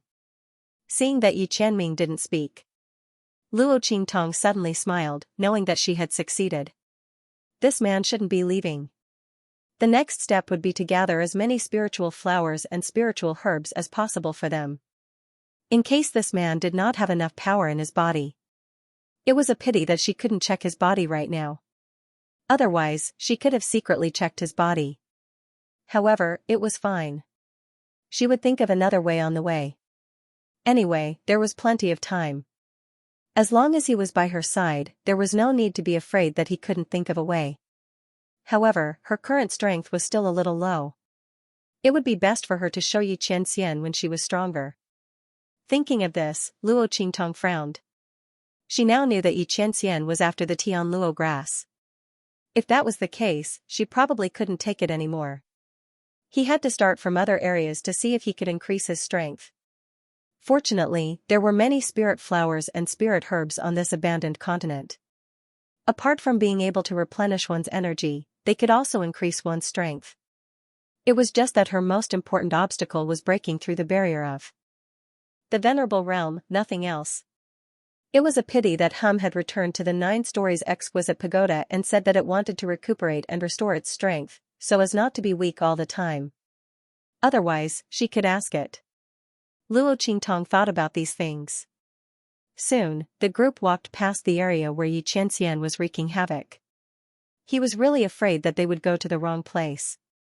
If they really went to a place where the spirit qi was cut off, where even the great Dao Qi nurtured by the Tianluo grass did not visit, they would be in trouble. They would have to go back and find another direction. He did not know how much time they would waste. The Tianluo grass on this abandoned continent was nurtured in the heart of the continent. The disciples of the Tianfengchu clan and the Flying Star Lian clan did not know the exact location. This was because the heart of the continent was located in a different place on each continent. Not only that, but it would also constantly move around the continent as time passed. The Tianfengchu clan and the Flying Star Lian clan had discovered the existence of the Tianluo grass. However, because the two clans kept each other in check, no one was able to obtain the Tianluo grass. By the time they sent their disciples here, the location of the heart of the continent would have changed. They had to continue searching in this abandoned continent. At the same time, this was also a training for the disciples of the clans. However, the Flying Star Lian clan and the Tianfengchu clan would not let their disciples wander aimlessly in this abandoned continent. Although they had sealed off the news on this abandoned continent, it did not mean that they could completely hide the truth from the masses. The longer they delayed, the more disadvantageous it would be for them. Therefore, they had calculated the time and brought their disciples here this time. The heart of the continent would erupt with a spirit qi tide every year. At that time, it would reveal its location. This time, the Tianfengchu clan and the Flying Star Lian clan had sent their disciples here just in the vicinity of this time. It was estimated that in a few days, the spirit qi tide would erupt. At that time, the heart of the continent would be revealed. The Tianluo grass would also be revealed. Therefore, Chu Xiaofeng did not want to waste too much time. Fortunately, this proved that the direction they were heading in was not a dead end. He immediately felt relieved and quickly threw himself into the battle against the demonic beasts and monster plants. The living creatures on this abandoned continent were very strange. Because all the humans had left, the demonic beasts and monster plants that remained did not have the ability to survive. They could only take root here. However, in order to adapt to life here, they had completely mutated. They fed on the decaying spirit qi and carried corrosive spirit qi all over their bodies. As soon as the spirit qi came into contact with the attacks of Chu Xiaofeng and the others, it would be eliminated and weakened. Even if Chu Xiaofeng was at the same level of strength, he would be suppressed to less than half of his strength. Not only that, but their spiritual energy consumption was also not on the same level as these magical beasts and demonic plants. The more they used it, the less energy they had. Those demonic beasts and demonic plants were completely different. They could absorb the decaying spirit qi in the air to replenish themselves, so their strength was not affected at all.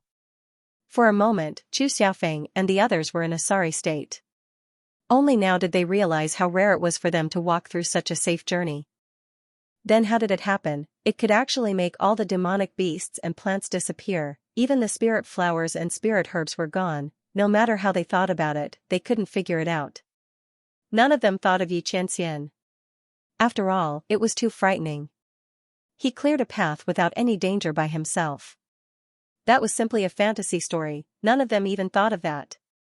Yi Qianxian and the others stood beside her, not intending to make a move. But their reason was to protect Luo Qingtong. Chu Xiaofeng and the others had no opinion. Only Luo Qingtong knew that Yi Qianxian and the others actually disdained to make a move. Especially Yi Qianxian, if he made a move, the surrounding magical beasts and monster plants would all be gone. Luo Qingtong also agreed that Yi Qianxian and the others should not make a move. First, Xianxia's meridians had problems. If they could not make a move, then they should not make a move. After all, this was not a low-level continent like the Truespill continent. These magical beasts and monster plants were not easy to deal with. If they made a move too much, what would they do if Xianxia's meridians were injured? Second, these magical beasts and monster plants were very suitable for gaining experience. If they were all killed by Xianxia and the others, Luo Qingtong and the others would not be able to gain experience. Therefore, she was inclined to not let Xianxia and the others make a move. If they made a move, she would also stop them. Fortunately, the latter and the others did not have the idea of exposing their strength. When Chu Xiaofeng and the others were forced to retreat by the magical beasts and monster plants in front of them, Luo Qingtong had already investigated the nearby terrain. She already had a way to deal with it. Everything had its nemesis, especially these magical beasts and monster plants. Because they lived in the same place for a long time, their natural enemies were almost always nearby. Luo Qingtong's eyes scanned the area and soon found some useful things in the surroundings. Big Brother Gu, you guys retreat. Except for the rest of the Red Flame Mercenary Corps, spread out to the side. Do you see that small slope? Run over there. Then lead those magical beasts and monster plants there. Luo Qingtong and the others encountered a group of magical beasts and monster plants. These magical beasts and monster plants each guarded a piece of spiritual grass behind them. It seemed that there were about a dozen of them. At this moment, under Luo Qingtong's command, the group of mercenaries only stared blankly for a moment before running towards the hollow she mentioned. They had long been used to listening to Luo Qingtong. After all, in Mercenary City, Luo Qingtong's words were always accurate. It didn't matter if it was a mission plan or something else. Chu Xiaofeng, on the other hand, stood there in a daze. He was originally prepared to rush over with Gu Yifeng and the others. However, Gu Yifeng and the others listened to Luo Qingtong's words and retreated. He faced the demonic beasts and monster plants alone and cursed in his heart. These people were simply crazy. Who was the employer here? If it was before he had seen Luo Qingtong's ability, he would have cursed and even used the agreement to punish Gu Yifeng and the others. But at this moment, she knew that Luo Qingtong would not speak carelessly. He suppressed his temper and didn't say anything. But shouldn't he at least give him some orders? How could she forget about him alone? Luo Xiaoqi, you can't be so biased, right? Did she want him to fight against these magical beasts and monster plants alone? Chu Xiaofeng's face turned green. Just as he was about to run with Gu Yifeng and the others, Luo Qingtong's voice rang in his ears at this moment. Don't move. Don't move your ass. Those magical beasts and monster plants were about to rush over. If he went against them like this, he would definitely die without a complete corpse. Chu Xiaofeng's face didn't even turn green. It was completely blue, okay? Damn it. Let's fight. He gritted his teeth fiercely and stood there motionless. He was going to bet that Luo Xiaoqi wouldn't kill him. When Luo Qingtong spoke, seeing that Chu Xiaofeng was about to run, Xianxia suddenly moved his hands in his sleeves to stop him. Xianxia didn't know why he did this. When Luo Xiaoqi spoke, he naturally wanted to cooperate with her actions. Just like in the past, he and Luo Qingtong cooperated with each other, but the one standing in front of him now was not Luo Qingtong, but Luo Xiaoqi. Yi Qianming's eyes were complicated. He looked at Chu Xiaofeng, who had already stood in front of him, and withdrew the power lingering around his fingertips. But his heart couldn't calm down. Luo Qingtong didn't know this at all. Her eyes were fixed on Chu Xiaofeng. 1, 2, 3. Luo Qingtong counted silently in her heart.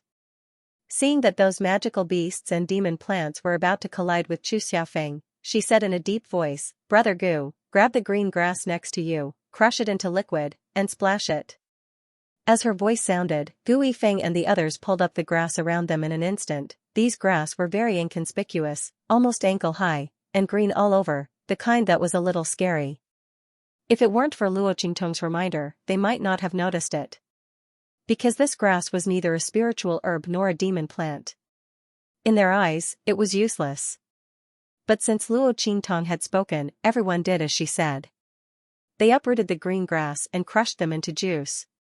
Then, they raised their hands and scattered the juice. Bang!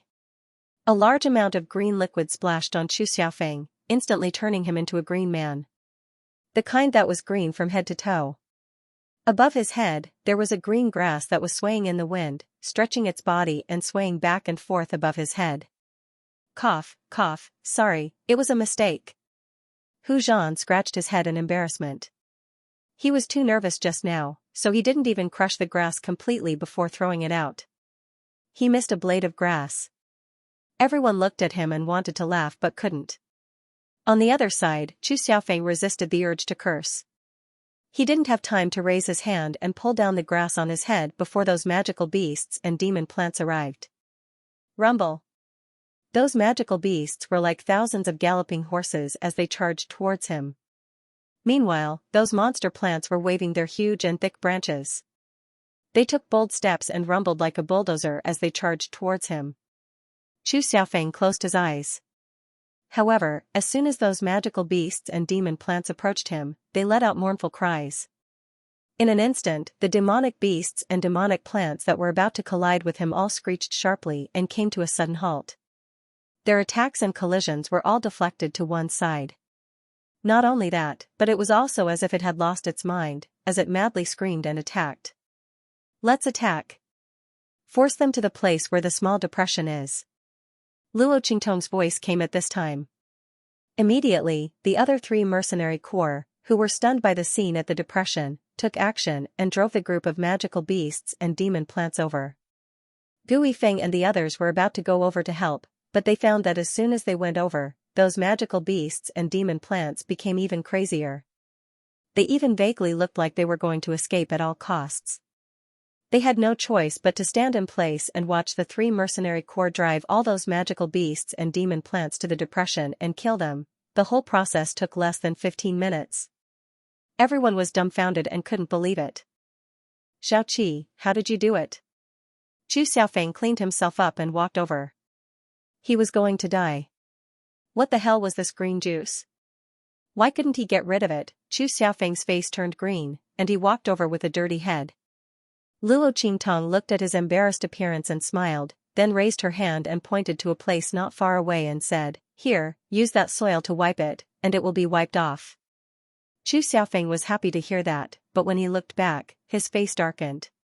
Not for anything else, but the mucus and dirt left by those magical beasts and monster plants were everywhere on the soil.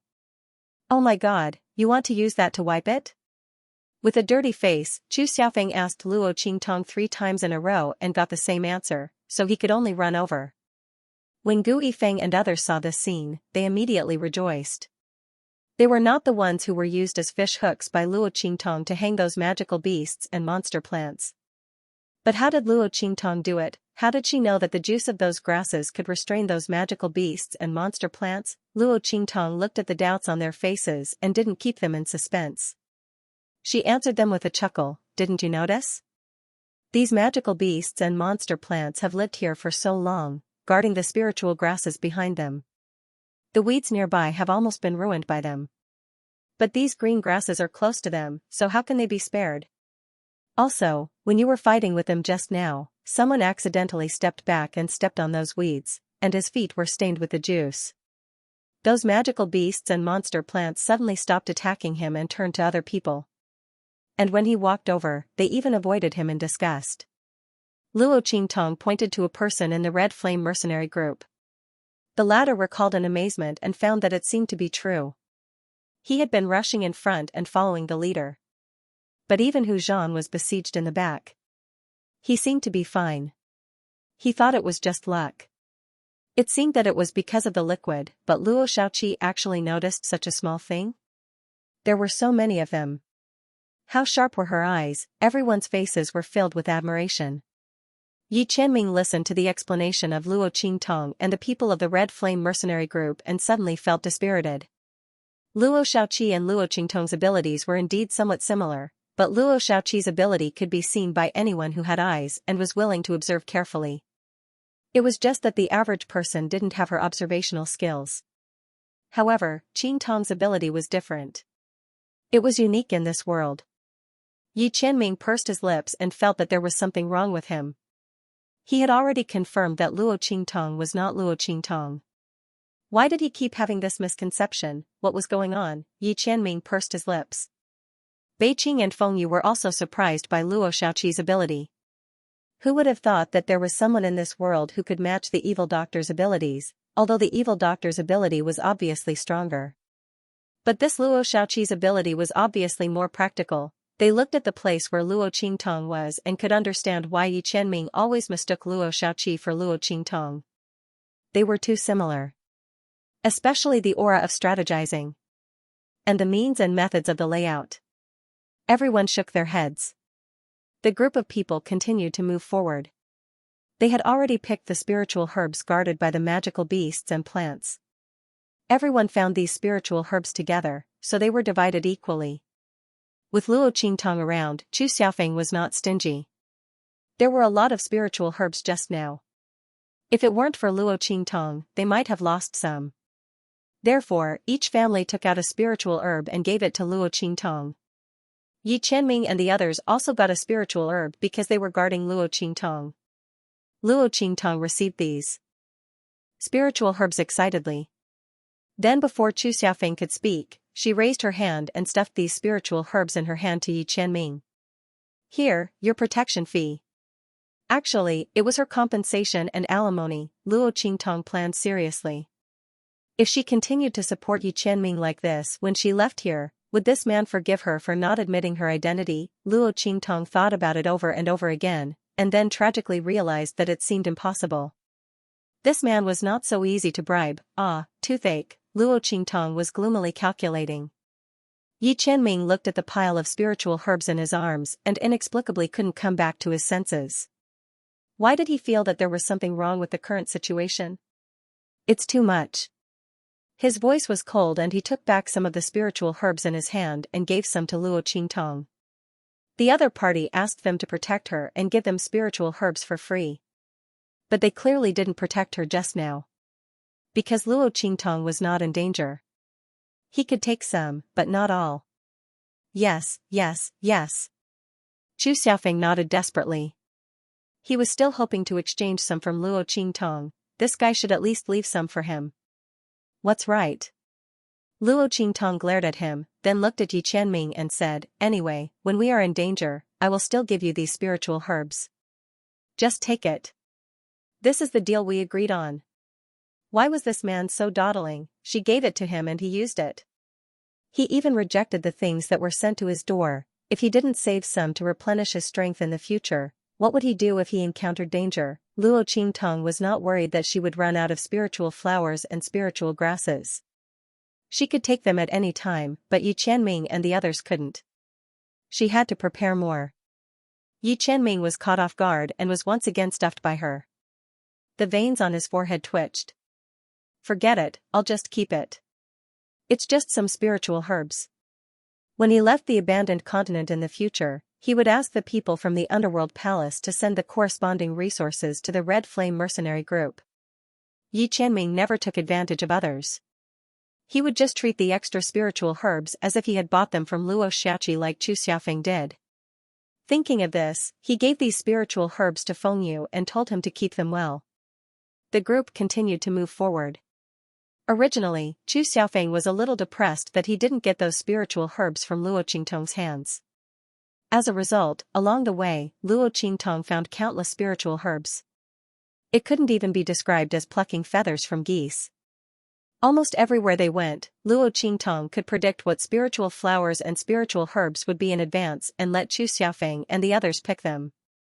When encountering magical beasts and demon plants, Chu Xiaofeng and the others would deal with them alone or in small numbers. When encountering more magical beasts and demon plants, Luo Qingtong's observation skills came in handy. She was always able to meticulously discover every single flaw in the battlefield. With her around, Chu Xiaofeng and the others were no longer restrained when facing those magical beasts and monster plants. And the advantage of those magical beasts and monster plants was not as strong as before.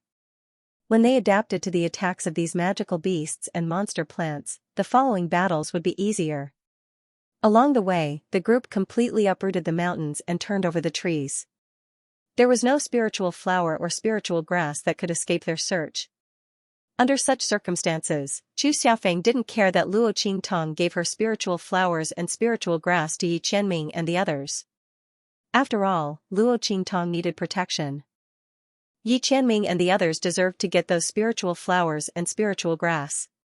And Chu Xiaofeng didn't expect that Luo Qingtong's ability was so powerful that she could lead them to find so many spiritual flowers and spiritual grass. Although Luo Qingtong didn't give him those spiritual flowers and spiritual grass, he still gave her the corresponding resources according to the frequency that Luo Qingtong found those spiritual flowers and spiritual grass. After all, the frequency that Luo Qingtong found those spiritual flowers and spiritual grass was too high. If it weren't for Luo Qingtong, they wouldn't have been able to get so many spiritual flowers and spiritual grass. In fact, if it weren't for Luo Qingtong's lack of strength, those spiritual flowers and spiritual grass she found should have been hers. Thinking so, Chu Xiaofeng was willing to give these resources. And because Yi Qianming and the others had the spiritual flowers and spiritual grass that Luo Qingtong gave them, they didn't have to fight along the way but still got a lot of harvest. Bei Qing, Feng Yu, and the others calculated and found that even if they left and searched on their own, the spiritual flowers and spiritual grass they got would not be as much as what Luo Qingtong gave them. And this was under the condition that they were strong and not afraid of those magical beasts and monster plants. The young man's ability was too powerful. In this abandoned continent, he was simply like a fish in water. And what made Bei Qing, Feng Yu, and the others even more embarrassed was that they were inexplicably living off of a woman. They didn't do anything and got a lot of things. Well, if not for the previous battle where a monster plant suddenly went berserk and almost kidnapped Luo Xiaoqi and was then killed by them, they really could be considered to have done nothing. Everyone's hearts were filled with a sense of helplessness. They felt like they had been taken care of by someone. At this moment, the sky ahead had already turned dark. Night fell. At night, the demonic beasts and demonic plants would become even more violent. Moreover, many of those spiritual flowers and spiritual herbs would also hide at night. There was no need to rush at night. Chu Xiaofeng and the others had already gained a lot during the day. Everyone was very tired now. Seeing that the sky had darkened, they stopped and began to set up camp. Luo Qingtong chose a good place for everyone to rest. The terrain there was dangerous, easy to defend and hard to attack, so there was no fear of being ambushed at night. In addition, Luo Qingtong also used the corpses of the magical beasts and demonic plants to mix with the weeds to make a powder that could cover everyone's scent, and sprinkled it around the camp. This powder could prevent most of the magical beasts and demonic plants from coming to the door. At the same time, it could also prevent snakes, insects, rats, and ants. After doing this, Luo Qingtong got into her tent. However, as soon as she got into the tent, she saw a figure sitting in her tent. Oh my god, the moment she saw this figure, Luo Qingtong's eyes widened and the corners of her mouth twitched violently. How could she have forgotten about this person? It's over, it's over. Luo Qingtong's face was full of grief. Xiaoqi, you're back? Yu Xian's voice was gentle, but Luo Qingtong's lips twitched even more when she heard it. Cough, Yu Xian, why are you in my tent? As she asked, the villain in her heart was rolling on the ground and wailing. This was troublesome. How could she forget Yu Xian? If she had known that she would meet Yi Qianming, she would have sent Yu Xian away early. How was she going to explain to Yi Qianming that she had taken in a boy toy when she was pretending to be Luo Xiaoqi? Luo Qingtong's villain scratched the wall desperately. She could already imagine how angry Yi Qianming would be when he knew her identity in the future. Damn, fortunately, she had the foresight not to expose her identity to that man immediately. Otherwise, what would happen? It would definitely be a mess soon. However, she was forced to do it. She didn't want to take in a boy toy at all. Luo Qingtong had a headache, thinking about how to explain it to Yi Qianming in the future. Yu Mingqian looked at her and his eyes flashed slightly. He lowered his head and said softly, Xiaoqi, I'm here to sleep with you. You know, I can't bear to be with them. Xiaoqi, just think of it as helping me, okay? Yu Mingqian's eyes were strange, but his face was full of unspeakable fear and confusion. His words were full of helplessness, as if only Luo Qingtong could help him. In fact, this was the case. Yu Mingqian, who was now playing the role of Yu Xian, was a person who was once imprisoned as a boy toy. He was very dependent on Luo Qingtong, who saved him. Except for her, no one else could get close to him, not to mention that because of his past trauma, he couldn't get close to any man at all. In the entire Red Flame mercenary group, except for Luo Qingtong, only Ouyang Yingyu could be close to him. But Ouyang Yingyu would become a different person at night, and he couldn't get close to her at all. Even the people in the Red Flame mercenary group couldn't get close to her. Therefore, no matter how he thought about it, Yu Mingqian could only share a tent with Luo Qingtong. This was also the reason why he was here. If she didn't know that Yi Qianming was the white jade masked man, perhaps Luo Qingtong wouldn't care that Yu Mingqian lived here. After all, it was normal for the mercenaries to sleep together when they were sleeping outside. But this was different. Damn, Yi Qianming was in this group, she was living with a boy toy, and the other party was obviously interested in her and admired her very much. Luo Qingtong trembled as she thought about it. She felt that if Yi Qianming found out about this, the consequences would be very, very serious. Most importantly, Luo Qingtong didn't want to hurt Yi Qianming's heart. That man valued her so much that she lived with another man right in front of him. Even if Luo Qingtong had never been in a relationship and had no experience in love, she would not do such a stupid thing. Putting herself in his shoes, even if she had no relationship with Yu Xian and only had the relationship of a savior, in Yi Qianming's eyes, it was different. Thinking about it, if she saw Yi Qianming living with a woman, even if the other party said that they had nothing to do with each other, would she tolerate it? Luo Qingtong couldn't accept it just thinking about it, let alone Yi Qianming. They both had the same pride and couldn't tolerate sand in their eyes. She couldn't tolerate it, so why should Yi Qianming tolerate it? But it was already late at night. It was too late to build another tent. And if they made too much noise, it would inevitably attract the magical beasts and plants that were active at night. Aya. She was really stupid. If Yu Xian came to stay with her, she could have stayed with Yi Qianming. Speaking of which, Yu Xian also gave her a very good reason to get close to Yi Qianming. Why didn't she think of staying with him? Yi Qianxian and the others were her hired bodyguards. These bodyguards naturally included her safety at night. Luo Qingtong thought of this and her face instantly lit up with joy. She had already thought of what to do. Okay. She agreed readily. Yu Xian, you can stay here. It's okay. Luo Qingtong said and went out happily. Yu Mingqian looked at her back and was stunned. Then he frowned and asked, Little Seven, where are you going? Why was this a little different from what he thought? Since the other party allowed him to stay here, shouldn't she also stay here to rest? Yu Mingqian looked at the night outside. In this case, it was impossible to build another tent outside. Where was Luo Qingtong going? I naturally have a place to go. It's okay, you can have a good rest. Luo Qingtong's words were filled with joy. In the end, she didn't forget to comfort Yu Mingqian. Oh, by the way, you don't have to worry about staying here. I will let them guard here and not let anyone come in to disturb your rest. You also don't have to be afraid that someone will come in the middle of the night and scare you. Luo Qingtong said and immediately left happily. Only Yu Mingqian was left sitting in the same place, looking at her disappearing figure with a strange look. Yu Mingqian's face was ugly. This time, he came to Luo Qingtong's tent to have a chance to silently expose the other party's identity. In this way, he didn't need to alarm the white jade-masked man. Secondly, he saw through Luo Qingtong's secret and he promised to keep it a secret for her. In this way, the other party would trust him very much and even rely on him. In this way, he could slowly and easily extract the information he wanted from her mouth. After all, in this world, what could bring the trust between two people better than having one of them keep a secret? This kind of spiritual closeness would definitely make the other party lower their guard against him. However, Luo Qingtong didn't even give him this opportunity. Yu Mingqian's eyes were cold. She raised her hand and grabbed the handle of the rattan chair she was sitting on. She almost lost control of her temper and shattered the rattan chair into pieces. At this time, Luo Qingtong hugged her bedding and ran to Yi Qianxian's tent. Just like her, Yi Qianxian had a tent to himself. Luo Qingtong stuck her head out and looked around. Yi Qianxian sat in the tent and seemed to feel something. He immediately looked in her direction and coldly shouted, "Who is it?" He raised his hand and prepared to send out a gust of wind. But at this time, Luo Qingtong walked in with a smile while hugging a bedding. "It's me." Brother Luo Qingtong's last call was unusually loud. She ran in front of Xianxia with a smile and put the bedding in her hands on the bed next to Xianxia.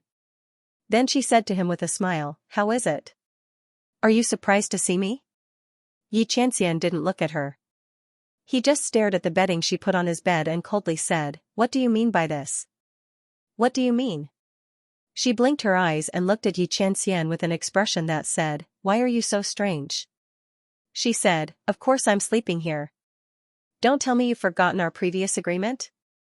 "What agreement do we have?"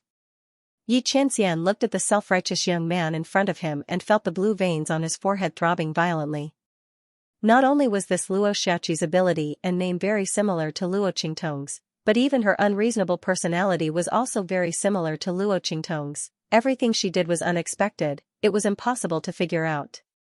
Yi Chanren didn't expect that she would bring a blanket over and want to sleep with her. She even said that it was an agreement between her and him. Why didn't he know that he had such an agreement with her before? Did he have amnesia at such a young age? His heavenly pulse body had a problem with his meridians, not his brain. Xianxia was about to throw Luo Qingtong's quilt away with a poker face, but Luo Qingtong held him down. She pressed her whole body on the quilt and said to Xianxia pitifully, "Brother, please take pity on me. My tent has been slept in by someone else. If you kick me out, I can only sleep outside in the wilderness. Are you willing to do that?" Luo Qingtong swallowed the words that were about to come out of her mouth. She looked at Xianxia with a pitiful face and said, "Brother, don't forget that you promised to protect me. What if I sleep outside and something happens to me? You can't just take advantage of me and not admit it." Since he took her protection fee, he was her man. Of course, he was her man even if he didn't take her, but didn't she need a legitimate reason now? Xianxia looked at the shameless young man in front of him and the blue veins on his forehead throbbed even more violently. "Who is sleeping in your tent?" His voice was cold. The Red Flame mercenary group cherished Luo Xiaoqi very much, so they built a tent for her alone. No one would snatch it from her, not to mention the other mercenary groups and Chu Xiaofeng. Xianxia didn't quite believe Luo Qingtong's words.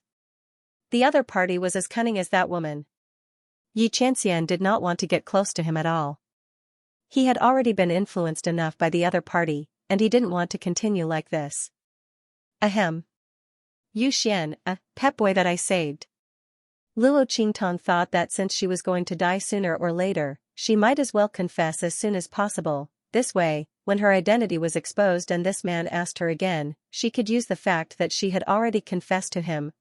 She really is a genius. This was simply perfect. As for Xianxia, after hearing her words, his hand suddenly tightened and he grabbed her arm. "Pet boy?" His eyes narrowed slightly, and the anger within them seemed to be about to pounce out from behind the white jade mask. "You even brought a pet boy here. You really know how to enjoy life." Xianxia's voice was cold and filled with anger. He didn't know where this anger came from, but it couldn't be extinguished no matter how hard he tried. "In that case, why are you still here? Get out of here," he said and was about to throw Luo Qingtong out.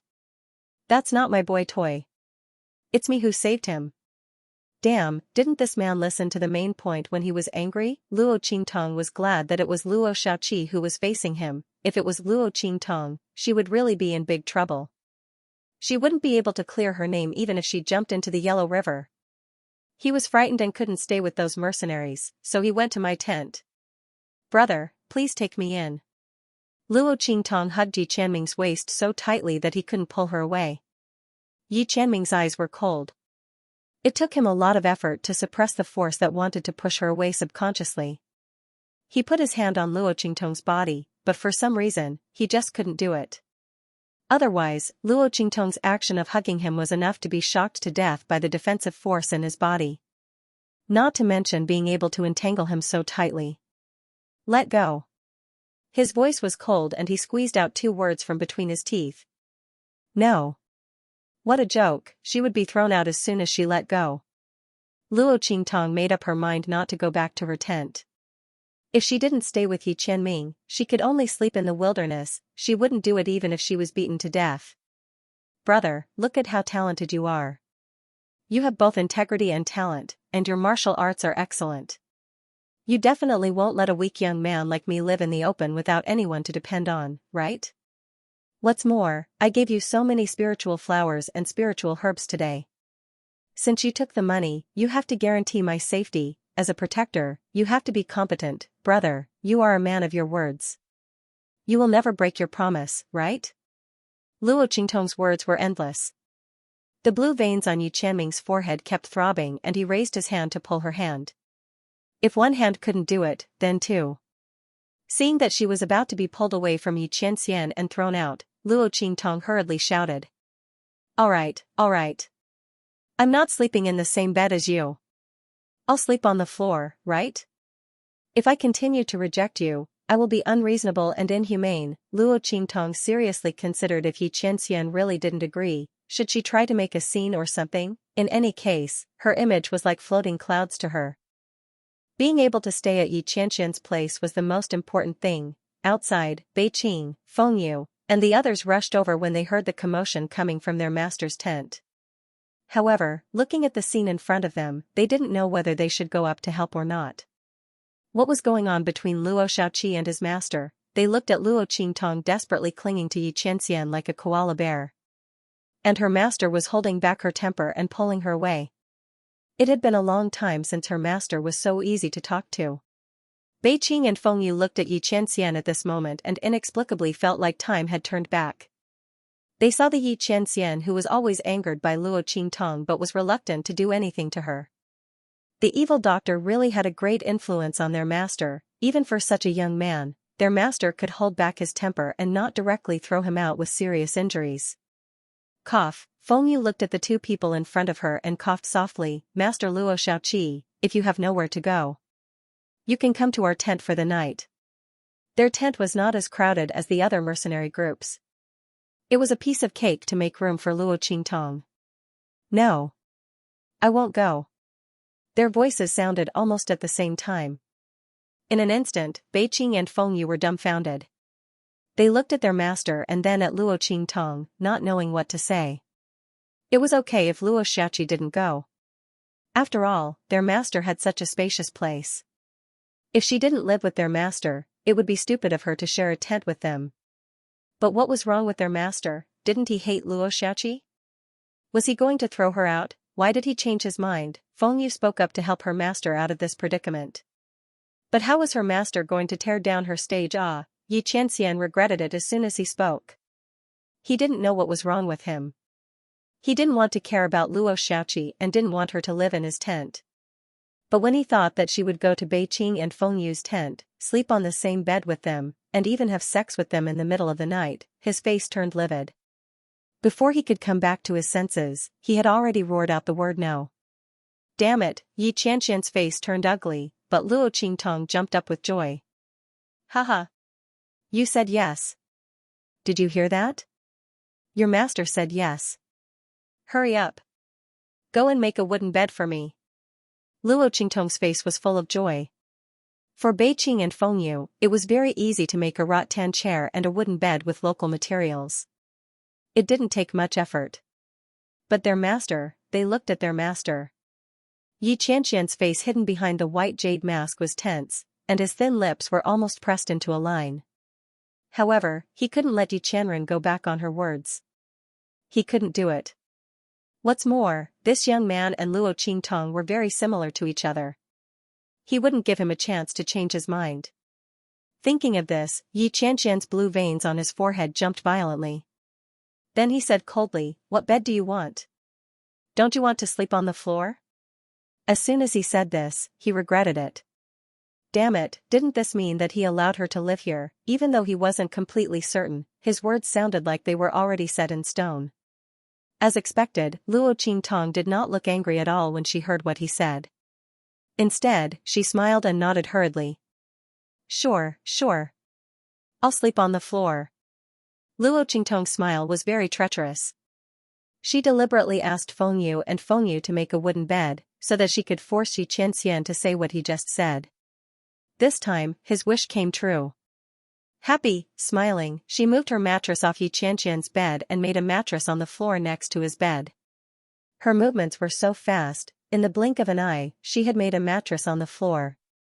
Yi Qianxian looked at her, and the blue veins on his forehead jumped again. he said coldly, sleep over there. He raised his hand and pointed at the entrance of the tent. That place was the furthest away from Xianxia's bed. Luo Qingtong looked and shook her head decisively, no. It's so far away. How can you protect me? It's safer here. You. Xianxia was so angry that he almost laughed. Did she have the right to bargain with him? He raised his hand and was about to carry Luo Qingtong over. But inexplicably, when he saw Luo Qingtong wrapped in a cocoon, he thought of the tricks that Luo Qingtong played with him in bed. At that time, that woman was also wrapped in the quilt like a silkworm and refused to come out. She looked cunning and cute, full of all kinds of spiritual aura. She was not as fierce and domineering as she was outside at all. When that woman was cold, she was like Azura, cruel and heartless. When she was gentle, she was like a cunning fox, a mysterious woman in the world. Beautiful, arrogant, wild, cunning and wanton, she was all because of her. Xianxia's hand stopped in the air. He didn't throw Luo Xiaoqi over. The scene of her being wrapped in a cocoon touched his heartstrings, so he didn't continue to move. Well, you can go first. Taking a deep breath, Xianxia decided not to argue with Luo Xiaoqi. It was just one night. If she wanted to sleep with him, he would sleep with her. His voice was cold. Beiqing and Fengyu left as ordered. They were just a little surprised by Xianxia's indulgence of Luo Xiaoqi. But Luo Qingtong was so similar to the evil doctor. It was true that Master sometimes couldn't do anything to her. Alas, they just hoped that they could find the evil doctor as soon as possible. With that thought in mind, they immediately left. After they left, Xianxia went straight to his bed. Because Luo Qingtong occupied the empty space in front of his bed, he had to go around to the end of the bed to get on the bed. Not wanting to be entangled with Luo Qingtong anymore, Xianxia directly lay on the bed and turned off the light. In an instant, the tent was dark. Luo Qingtong moved in the cocoon and then slowly showed her head. She looked at Xianxia lying on her side with her back facing her and a smile appeared on her face. This man didn't bring her to the door. Luo Qingtong just thought that Xianxia would throw her to him. She didn't expect that he acquiesced to her sleeping here. Sure enough, he had a special feeling for her. Luo Qingtong had been thinking very clearly recently. From the first time Xianxia tried to find out his identity, to every time she interacted with him. This man was both impatient and didn't hurt her. Obviously, even if she had changed her appearance and gender after she took the small illusion elixir, the man still recognized her. But this recognition was just a feeling. Also, because she had turned into a man, he felt that his recognition was an illusion. But even so, Xianxia subconsciously didn't want to hurt her. Otherwise, based on the fact that she had offended Xianxia time and time again, if it was someone else, they would have been dealt with badly by Xianxia. There was absolutely no chance for her to get close to him. But at this moment, this man retreated step by step as she approached him again and again. Luo Qingtong's heart was filled with sweetness. She looked at Xianxia's back, which seemed to be asleep but was actually tense. She chuckled and then fell asleep peacefully. That's right, she fell asleep. Luo Qingtong didn't just want to sleep here for one night. She wanted to sleep here every night in the future. So this night, she wouldn't do anything. And because Xianxia was sleeping not far from her, she slept very soundly. And on the bed beside her, Xianxia also woke up with a terrible expression. He actually fell asleep last night. Xianxia couldn't believe it himself. He had always hated being approached by others, let alone sleeping in the same room with others. He thought he would be sleepless last night. But inexplicably, he fell asleep. He didn't even know when he fell asleep. Luo Xiaoqi was just lying on the bed not far away from him. When did he start to be so unguarded towards people? Xianxia gritted his teeth, his expression very bad. But Luo Qingtong was completely unaware. She slept very well last night. After coming to the outer realm for so long, she slept the most deeply and soundly this time. At other times, she maintained the habit of sleeping lightly. Only by Xianxia's side would she let herself relax. This was also one of the habits that the man had made her develop for so long. Except for Xianxia's side, Luo Qingtong couldn't completely relax anywhere else. In this world, she was only willing to rely on Xianxia. In front of him, she let down all her defenses and let him see her weakness and softness. No one else could. "Good morning, brother." Luo Qingtong yawned and greeted Xianxia with a smile. She had spent a lot of effort to suppress the two words Qianren, and she had almost revealed a flaw. Xianxia ignored her with a cold face. He only got up and washed up before walking out. Luo Qingtong didn't care. She had seen the man's sullen face many times. It was harmless. She wasn't afraid. She stretched lazily and got up to wash up.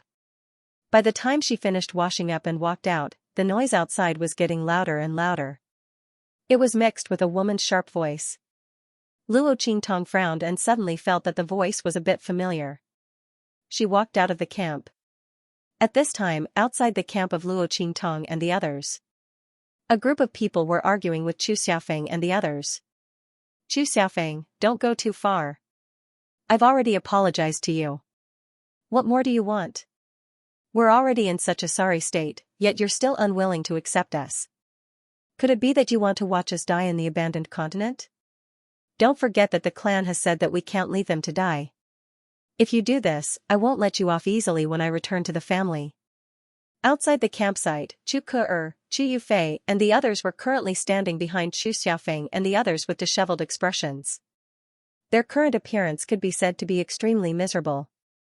Not only were Chu Ke and Chu Yufei's gorgeous makeup smudged, but their clothes were also tattered. Even the mercenary groups behind them suffered heavy losses. This was especially true for Chu Yufei. The mercenary groups behind her, especially the high-ranking mercenary groups, had almost all of their members left. The middle-ranking mercenary groups had also suffered heavy losses. On the contrary, the low-ranking mercenary groups behind Chu Ke had most of their members left. At this time, Chu Ke had her hands on her hips and was scolding Chu Xiaofeng arrogantly. Luo Qingtong frowned and asked a mercenary next to her, "What's going on? Little seventh young master?" Seeing that it was Luo Qingtong, the mercenary who was questioned had a very respectful expression. He looked at Chu Ke opposite him and said with an angry and relieved expression, "It's all because of this woman." It turned out that Chu Ke and the others were here to seek refuge with Chu Xiaofeng. Coincidentally, Chu Ke and the others found Luo Qingtong's camp in the wee hours of the morning and ran over to ask Chu Xiaofeng to take them in. At this moment, both sides were arguing. Chu Xiaofeng didn't want to take Chu Ke and the others in. What a joke. If it was someone from the Tianfeng Chu family, it would make sense. But Chu Ke and the others, forget it. Chu Ke and the others had obviously just been attacked and were still in shock. Moreover, they had no one to rely on other than Chu Xiaofeng. Who knew when they would find another disciple from the Tianfeng Chu family? Did they have a grudge against them? Moreover, with their current strength, they wouldn't be able to casually walk around the abandoned continent anymore. It would be strange if they were not eaten by those magical beasts and demonic plants. Therefore, even if Chu Ke was extremely unwilling, she was still pushed out by Chu Yufei to apologize to Chu Xiaofeng and seek protection. However, her personality was arrogant and domineering.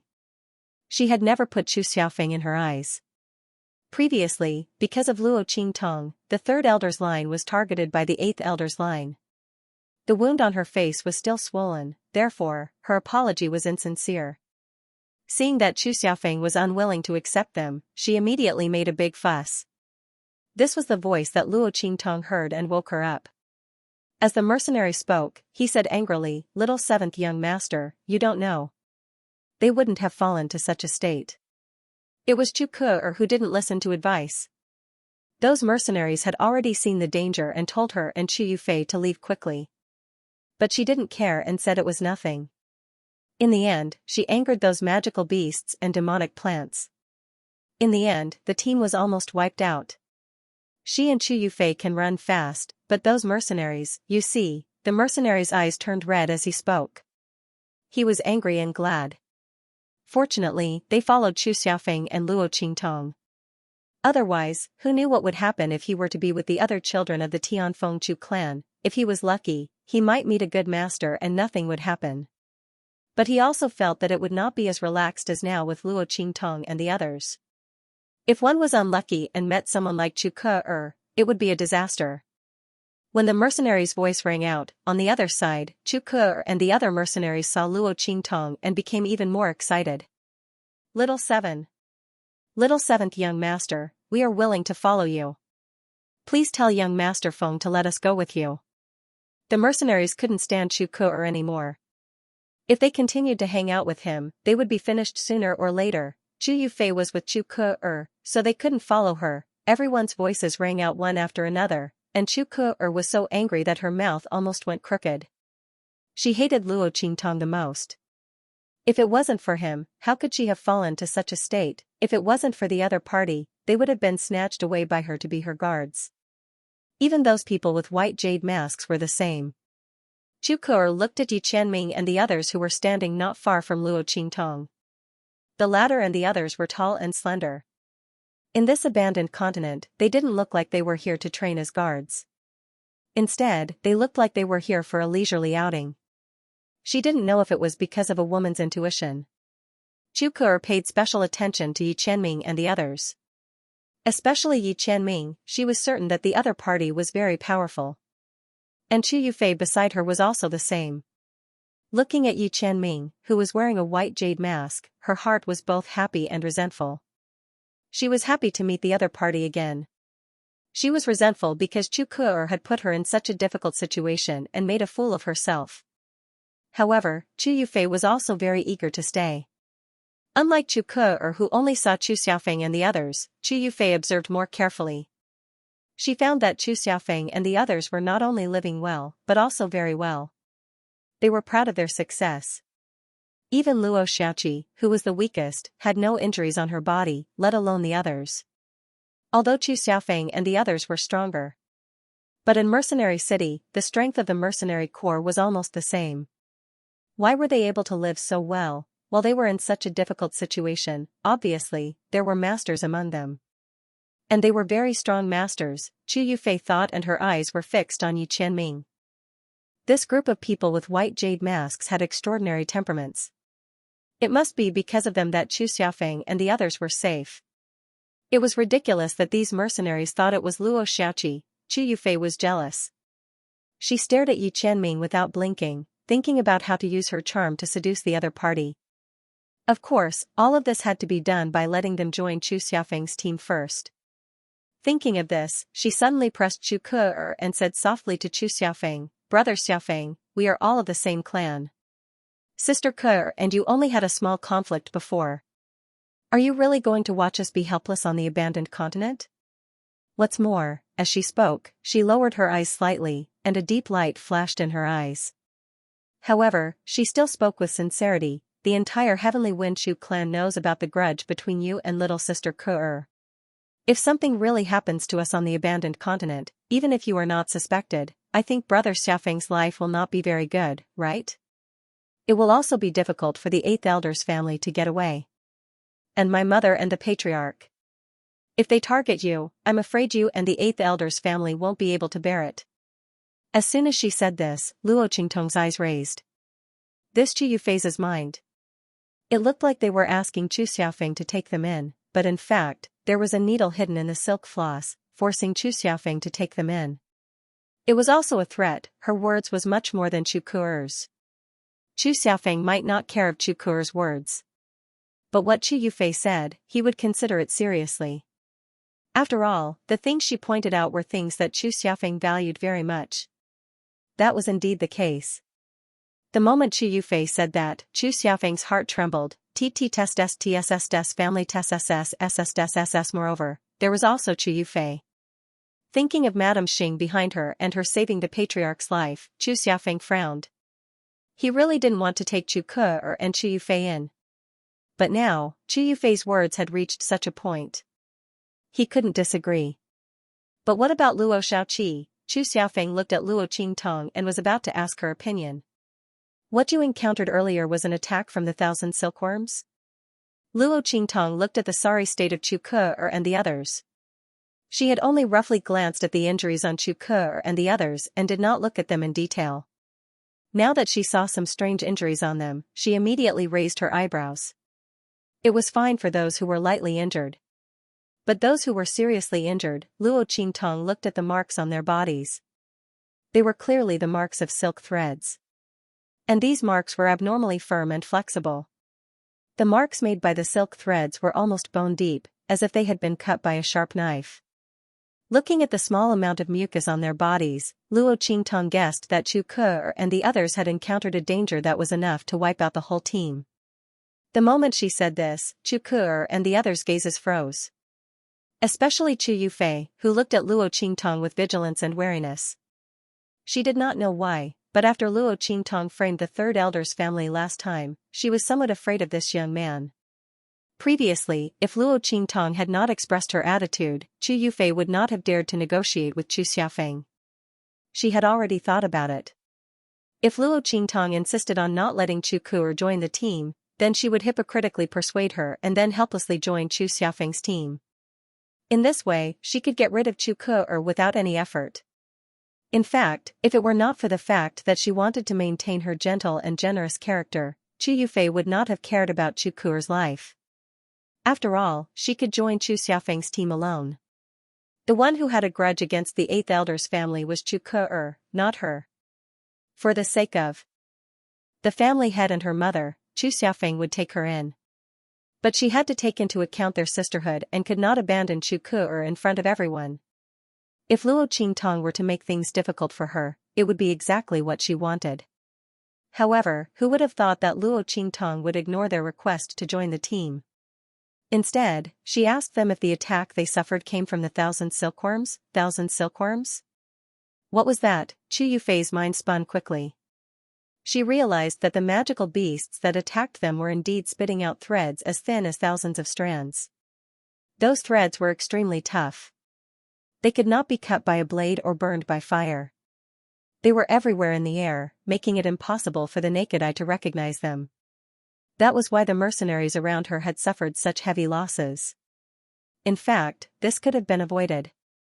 The mercenaries around her had already told her that there might be danger ahead and asked her to stop Chu Ke's stubbornness. However, she didn't think much of it. There was a wide expanse in front of her, so what danger could there be? She smiled and agreed. She had no way of stopping Chu Ke. But in reality, she didn't tell Chu Ke at all. Otherwise, this wouldn't have happened. However, Chu Yufei would not let anyone know about this. She would only push the blame to Chu Ke and make everyone hate her. That would make her seem exceptionally innocent and magnanimous. Now that she heard Luo Qingtong ask about the thousand silkworms, her heart suddenly jumped. She looked at the young man, not knowing if she had seen through something. Why do you ask, seventh young master? The magical beasts that attacked us did indeed spit out threads. Even if she denied it now, the mercenaries behind her would tell Luo Qingtong the truth. She might as well say it herself and see what Luo Qingtong wanted to do. Could it be that there was something mysterious about the thousand silkworms? It was said that Luo Xiaoqi's eyes were extremely sharp. But no matter how sharp she was, it was impossible for her to see the situation at that time from the injuries on these people, right? Besides, even if she saw it, so what? At that time, she was just careless. The one who really caused the big trouble was Chu Ke. When the time came, she would cry pitifully and repent.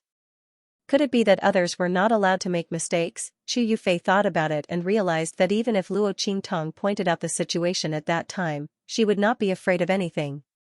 Suddenly, she was not so nervous. She looked at Luo Qingtong, wanting to see what she wanted to do. Luo Qingtong's gaze swept past her with a faint smile. This Chu Yufei was so good at scheming and was extraordinary. She didn't believe that she couldn't stop Chu Ke's stubbornness when she knew that she was in danger. The reason why this group of mercenaries ended up like this was not only because Chu Ke acted recklessly, but also because Chu Yufei tacitly allowed it. It was just that Chu Ke was the only one who took the blame. These two people, one was a white lotus, and the other was a green tea bitch. They were brainless and did not even know that they were being played in circles. Luo Qingtong was happy to watch the show.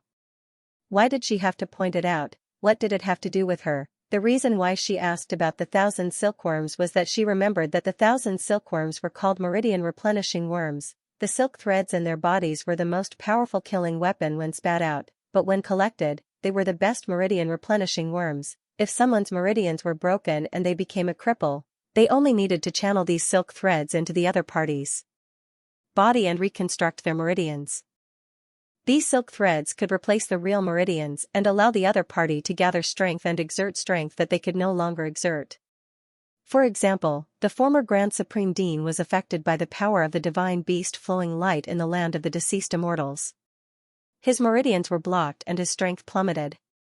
He had strength but could not use it. In fact, his strength was even regressing. However, with the 1,000 silkworm's threads, even if Luo Qingtong's strength at that time was not enough to expel the power from his body, she could use these threads to rearrange the meridians in his body. This would allow his strength to flow through the meridians that she had set up and not have to pass through his original meridians to block the path. In this way, the Supreme Dean's strength would not be restricted. Even if Luo Qingtong could not heal his injuries, his strength would not be affected in the slightest. However, this was not the only benefit of the 1,000 silkworms. It was said that once the 1,000 silkworms gathered into a group, the insect king's body would produce an insect treasure. This insect treasure had the ability to regenerate indefinitely. To put it simply, the silk threads of the 1,000 silkworms were consumables. Once it exceeded the limit of what it could withstand, it might break, and a new one would have to be replaced. However, the threads in this insect treasure could be regenerated after being broken. The 1,000 filaments worm was an unremarkable existence in the outer realm. Although their function was special, no one paid special attention to them. After all, for things like reconnecting broken meridians, other than Luo Qingtong, who had a pair of bloody eyes that could see through the human body and accurately fit every meridian without the slightest error, there was no one else. Translator, Henyi Translations Editor, Henyi Translations. Therefore, no one paid much attention to the 1,000 filaments worm, even though it was known as the meridian replenishing worm. Not to mention that they were extremely rare and hard to find. Therefore, Chu Yufei and the others were stunned when they heard Luo Qingtong mention the 1,000 filaments worm. They did not know what it was. On the contrary, Beiqing and Fengyu's eyes lit up. 1,000 filaments worm, meridian replenishing worm? They had wanted to find the meridian replenishing worm so that Luo Qingtong could replenish Yi Qianxian's meridians. In this way, Yi Qianxian would be able to use his new meridians to exert his strength. Although his strength would still be limited, in this way, even if his meridians were to be broken, he would not hurt himself. This was a great protection for Yi Qianxian's meridians.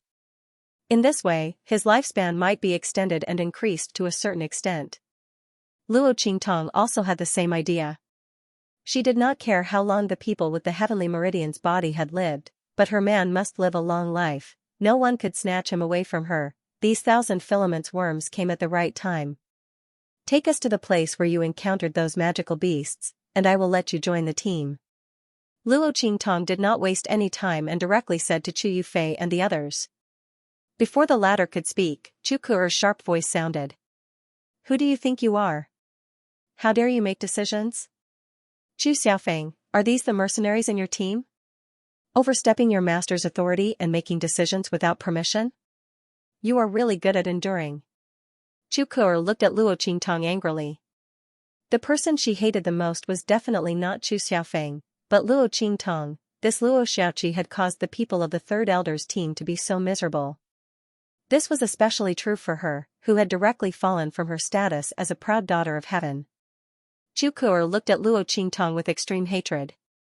Luo Qingtong did not even bother to look at her.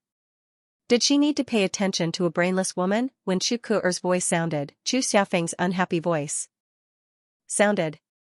Chu Ku'er, if you don't want to die, then shut your mouth. What's wrong with her? She's the one who can make the decision. Who do you think you are? How dare you order the people in my team? If you dare to say another word, then you will die. During this period of time, Chu Xiaofeng had observed Luo Qingtong's behavior and treated her like a god of wealth. Everyone in this team, Chu Xiaofeng. In the end, Chu Ku'er was blind and wanted others to be blind with her. Luo Qingtong's a thing. She a mention, she herself a lot, Chu Xiaofeng's a lot more. As attention to mention to attention to Luo to Chu to team. Now that Luo Qingtong had spoken, Chu Ku'er came out to court death. If she wanted to die, he would fulfill her wish. Chu Xiaofeng's eyes were mocking and cold. Chu Ku'er was stung by his words and almost went crazy. She was the third miss of the Tianfeng Chu family. Although she was no longer a direct descendant, she was not someone a small mercenary from Tianfeng City could compare to. Chu Xiaofeng actually mocked her for such a b*tch. You! She screamed and was about to rush forward, but Chu Yufei held her back. Chu Yufei really wanted to strangle Chu Ku'er to death. Chu Xiaofeng didn't want to accept them into the team. She tried her best to persuade him, but he finally showed signs of wavering. Now, Luo Xiaoqi also said that they could enter. But now, she was courting death. If he were to lose this only chance, could it be that he would have to fend for himself with her in this abandoned continent? Idiot, she was really stupid, he was just a teenager, he had some prestige among the mercenaries in Tianfeng Mercenary City with his little ability. After they entered the team, they could deal with him however they wanted. Why did she have to make trouble at this juncture? Chu Yufei was furious, but she couldn't ignore Chu Ku'er. Otherwise, how could she act as a gentle, generous, kind, and innocent girl? She had no choice but to clench her teeth and persuade Chu Ku'er. However, a murderous aura flashed through his heart one after another. If she had known that Chu Ku'er was such a burden, she would have killed her on the way, so that she wouldn't drag her down. What an idiot! After she finished scolding and comforting Chu Ku'er, she looked at Luo Qingtong and said with a smile, "Young Master Xiaoqi, I'm sorry. Sister Ku'er is used to being arrogant since she was young. Naturally, she makes mistakes easily. She didn't mean it. Please don't be calculated with her. I'll take you to the place where the 1,000 silkworms are. Please take us with you." The mercenaries behind her couldn't wait. Even if they insisted on not saying where the 1,000 silkworms were, these mercenaries would rush to say it. At that time, they would be harmed. Without Luo Xiaoqi's promise, they would definitely not be able to enter the team after offending her. At that time, who would care about their lives? Only an idiot like Chu Ku'er would offend Luo Xiaoqi at this time. Therefore, when Chu Yufei spoke, she didn't mention any conditions. Not only that, but she also told them all the methods of the 1,000 silkworms. Through the eyes of the mercenaries behind her, Luo Qingtong knew that she wasn't lying. Interesting. This Chu Yufei was really smart. But smart women were the easiest to be fooled by their cleverness. She'd better not use her cleverness on herself. Otherwise, Luo Qingtong wouldn't mind tearing her face apart in front of others. Anyway, she was best at slapping people in the face. After receiving the information from Chu Yufei, Luo Qingtong turned to Chu Xiaofeng and said, "Young Master Feng, do me a favor. I want those 1,000 silkworms. They belong to me. If those 1,000 silkworms are guarding the spiritual flowers and spiritual herbs, how about they belong to you?" According to Chu Yufei and the others' descriptions, the 1,000 silkworms they encountered were a large group of over 100. Usually, the 1,000 silkworms would appear alone or in small groups. For such a large group with more than 100 of them, the spiritual flowers and spiritual herbs they were guarding must be very precious or in large quantities. Under such circumstances, Chu Xiaofeng naturally agreed readily. The other mercenary groups also had no objections. Even the mercenaries behind Chu Ku'er and Chu Yufei were promised rewards by Luo Qingtong. The 1,000 silkworms were too rare. In contrast, she didn't care about those spiritual flowers and spiritual herbs. Moreover, if the 1,000 silkworms gathered in a group and gave birth to a king worm, there might already be a bug treasure in the king worm's stomach. She was very happy at the thought of being able to forge meridians for Xianxia that wouldn't break. While Luo Qingtong and Chu Xiaofeng were talking, Bei Qing, Feng Yu, and the others glanced at their master and came up. They coughed softly and said, "Young Master Xiaoqi." They followed the way the mercenaries addressed Luo Xiaoqi. Firstly, it showed their closeness. Secondly, it was because the other party was similar to Luo Qingtong, so they unconsciously addressed him respectfully. They felt that this young man named Luo Xiaoqi was not an ordinary person. Ahem. Feng Yu said, "Young Master Xiaoqi, I wonder if you can give us some of the 1,000 silkworms?" They were discussing with Luo Qingtong, but they were very embarrassed. Because they also knew that it was a bit difficult. After all, Luo Qingtong was the one who wanted these 1,000 silkworms first. It was really wishful thinking for them to want other people's things just by saying hello. In fact, if the person who wanted the 1,000 silkworms was not Luo Qingtong, they would not be so easy to talk to. With their strength, they could just snatch the 1,000 silkworms when they wanted them. Anyway, these things did not belong to Luo Qingtong yet, so they would rely on their own abilities. But in this way, they would have a falling out with Luo Qingtong. If it were someone else, they would have a falling out. They would just leave the team directly. But this person was Luo Xiaoqi. They thought that the other party gave them a similar feeling to the evil doctor, and then they thought of their master's special treatment and indulgence of the other party. They always felt that there was an inexplicable attitude of loving the house and its crow. If they hurt Luo Xiaoqi because of this, not to mention others, even their master would be furious. At that time, they would all be in trouble. Therefore, they had no choice but to discuss with Luo Qingtong. They did not dare to have the slightest idea of snatching the 1,000 silkworms. And Luo Qingtong naturally knew what they were thinking. Looking at the man beside her who was looking straight ahead, but his body was very tense and waiting for her answer, Luo Qingtong smiled and nodded, of course. Anyway, this thing was for him. Luo Qingtong was not surprised by Bei Qing and Feng Yu's actions. In fact, if Xianxia wasn't willing to make a move on her, they could have taken her by force. This man, no matter what the situation was unwilling to hurt her. Even if the 1,000 silkworms threads were extremely important to him. When Xianxia heard Luo Qingtong's reply, he heaved a sigh of relief. If he could, he naturally didn't want to hurt him. However, the 1,000 silkworms threads were extremely important to him. That woman had always wanted to heal his meridians. If she could see these things, she would definitely be very happy. Moreover, his meridians were fine, which made her less worried. More importantly, he would have fewer misgivings when he attacked in the future. He would no longer need to calculate his strength before attacking. The slightest excess would result in the collapse of his meridians. Didn't those people in Tiandu rely on this to unscrupulously search for his whereabouts? Otherwise, according to his previous strength, would these people dare to appear in front of him? No matter how many came, he would be killed. He could overturn the whole Tiandu. How could he allow them to control his own life? Thinking of the good idea of the emperor of Tiandu, Xianxia snorted coldly, and his eyes reflected a cold light.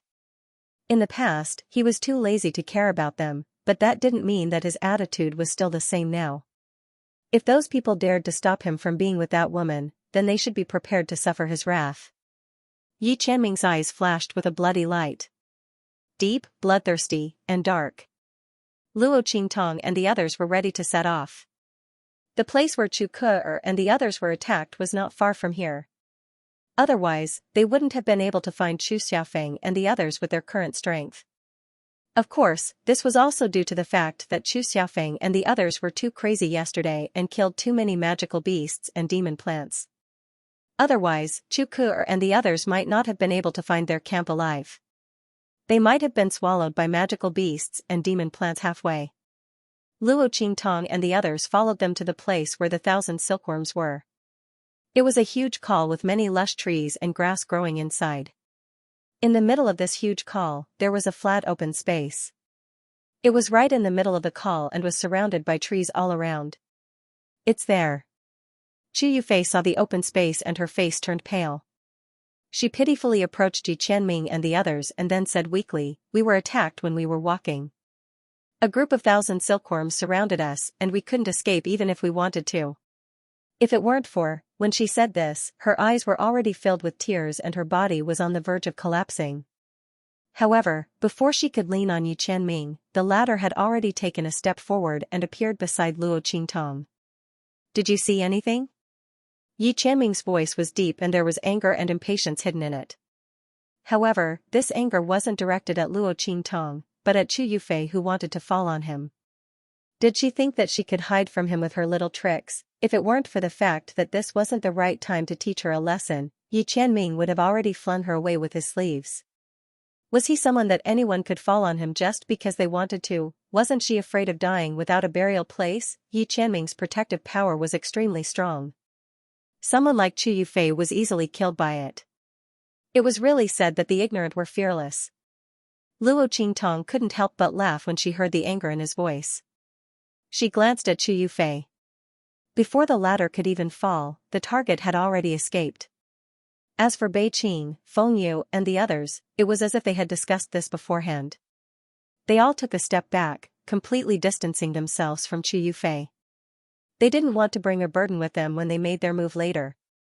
These 1,000 silkworms were of great significance to Master. Their importance might be even higher than the sky luo grass. They could not afford to lose them. They had to keep an eye on the surroundings to prevent any 1,000 silkworms from escaping. How could they have the time to deal with Chu Yufei? The latter originally wanted to stay in Yi Qianming's arms and let him protect her. That way, she wouldn't be in danger. She could even get close to him and use her charm to confuse him. Who would have thought that Yi Qianming would run away without even looking at her? As for Bei Qing, Feng Yu, and the others, they avoided her like she was a snake or scorpion. Chu Yufei gritted her teeth. Her body swayed, and she stood still with a pitiful look on her face. It was as if it was an illusion that she was about to fall. Her acting skills were really not bad. Luo Qingtong almost laughed out loud. But soon, her attention was attracted by Yi Qianming's movement in front of her. He was too close. Luo Qingtong stared at the face of the man who appeared in front of her. He suddenly approached Luo Qingtong. The tips of their noses were almost touching, and their lips seemed to be inches away from each other. Luo Qingtong could feel his breath lingering around his nose. What was going on? This person wasn't the type to show his emotions. Luo Qingtong frowned. She remembered Yi Qianxian's temperament. He wouldn't be so close to her. What did he see? Luo Qingtong raised her hand to touch her face. Xiao Tuanzi had helped her change her appearance from her previous life. The birthmark on her face couldn't be more real. He shouldn't be able to see anything wrong with it. Luo Qingtong just thought of this. Suddenly, she seemed to think of something. Her eyes suddenly opened, and she quickly stepped back. She remembered, *T, even with the birthmark on her face, it was still her appearance from her previous life, and those appearances were exactly the same as her current appearance. Damn it, Luo Qingtong remembered that every time she went out, she would deliberately outline the birthmark and dye it almost covered her entire face. She had deliberately enlarged the birthmark in those outlines and blurs. In this way, no one would pay special attention to her appearance under the half-truth. This was also to prepare for her return to the True Spill continent in the future. After all, if someone found out her identity and suspected that she was related to Xie Qi, they wouldn't be able to find out that she was Luo Qingtong. As a result, she slept in the same tent as Yi Qianxian last night. She woke up in a hurry today and forgot to deepen and widen the birthmark on her face. In other words, the small part of her face without the birthmark was completely exposed to Yi Qianxian at such a close distance. He didn't discover something, did he? Yi Qianxian did feel that Luo Qingtong's face was a little strange. With his eyesight, he knew that the birthmark that covered Luo Qingtong's face had been purposely deepened. But he didn't care too much. Because Luo Qingtong's birthmark was real. But now, seeing the small part of Luo Qingtong's face that wasn't covered by the birthmark, his heart suddenly moved. Why did this small part of her face give him a very familiar feeling? Luo Qingtong's huge birthmark was too confusing. Even if Luo Qingtong didn't deliberately deepen and widen it, it almost covered most of Luo Qingtong's face. With such a huge birthmark covering it, even if Yi Qianxian vaguely felt that Luo Qingtong's face was a little familiar, he couldn't match it with Luo Qingtong's face for a while. But at this moment, he saw Luo Qingtong's figure quickly retreat. He subconsciously grabbed her chin and shrouded her with his breath and strength, fixing her on the spot. He raised his hand and touched the birthmark on Luo Qingtong's face. The birthmark felt real and bumpy. It was definitely not fake. But where did this increasingly familiar feeling come from? Yi Qianxian touched the birthmark on Luo Qingtong's face inch by inch.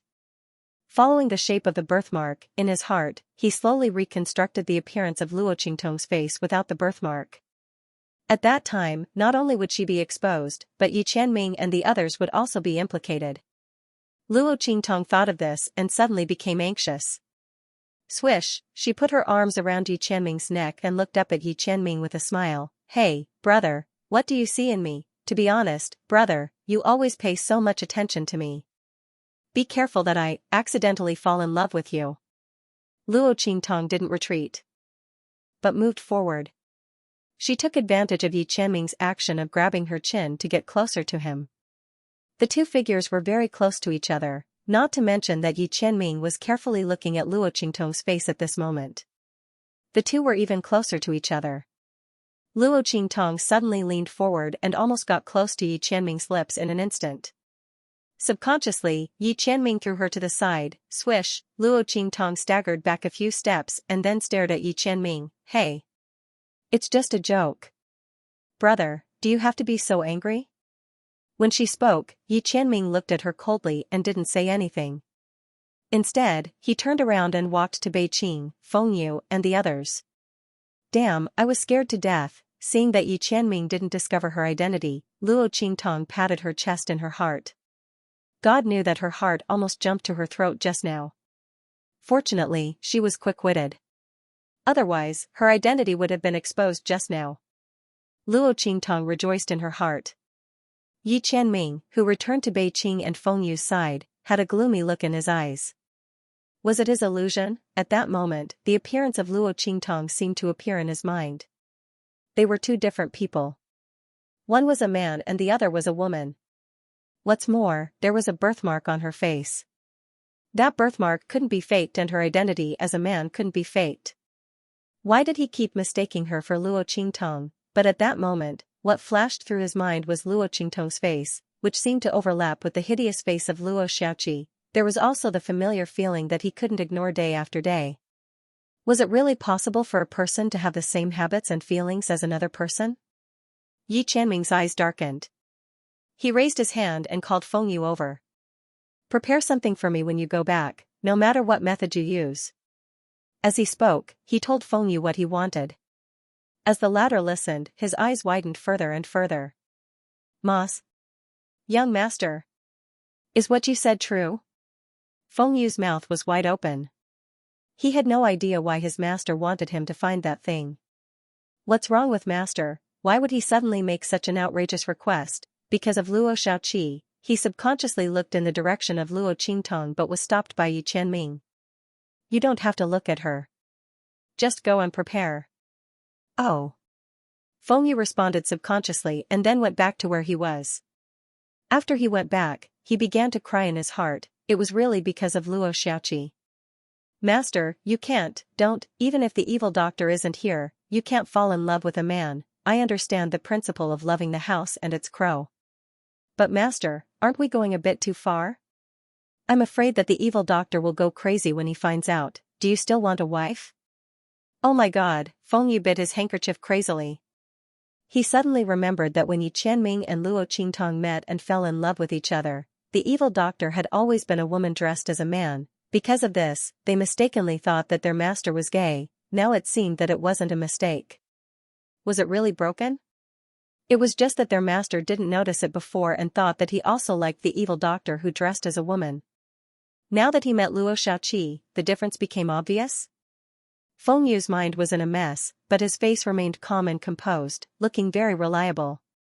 In fact, his inner thoughts had already flooded the screen. Just when he couldn't bear this blow, there was movement in the valley below. Swish. Swish, swish. A slight sound came from the dense forest. A group of people appeared in front of Luo Qingtong and the others. It's the 6th Eldest people. Looking at the 6th Eldest people, Chu Xiaofeng frowned slightly. They also took a fancy to the place where the 1,000 silkworms were. Several Tianfeng Chu family members gathered together at the moment. They looked at the open space in front of them and said to a mercenary, Here? You mean the place where Chu Ke and the others were attacked? Yes. These mercenaries were separated from Chu Ke and the others when they were escaping. In a panic, they ran in another direction, and met with a few disciples of the Chu clan from the 6th Elders faction. They told them about the danger they were in and the group immediately rushed over. However, they didn't come to save Chu Ke and the others. They came to get the spiritual herbs here. Brother Ming, there is a group of magical beasts here. There must be a lot of spiritual herbs inside. Otherwise, the spiritual herbs here are very precious. How about this, we can get the spiritual herbs here together. If there is a lot, we can share it equally. If there is a small amount, we can exchange it for resources. Whoever takes it will exchange it with resources of equal value. How about it? A Tianfeng Chu family member said. Okay. The Tianfeng Chu family member called Brother Ming was the strongest among the Tianfeng Chu family members. His strength was close to that of a core disciple. So when he heard this, he immediately nodded with a proud expression. On the other hand, the mercenaries beside him were looking around worriedly. Young masters, I'm afraid this place is not simple. Let's leave as soon as possible. The group of mercenaries had been on many missions and were very sensitive to danger. The sense of danger in their hearts told them that this was not the territory of ordinary magical beasts. If they weren't careful, they might be completely annihilated. Everyone came here to make a fortune and didn't want to lose their lives for nothing. However, just like Chukur, the disciples of the Heavenly Wind Shu clan didn't care at all. When they were on their way here, they didn't see any traces of magical beasts. Not to mention that Chukur and the other mercenaries who had fled were not that strong. How could they believe their words? The mercenaries they brought with them were all extremely powerful.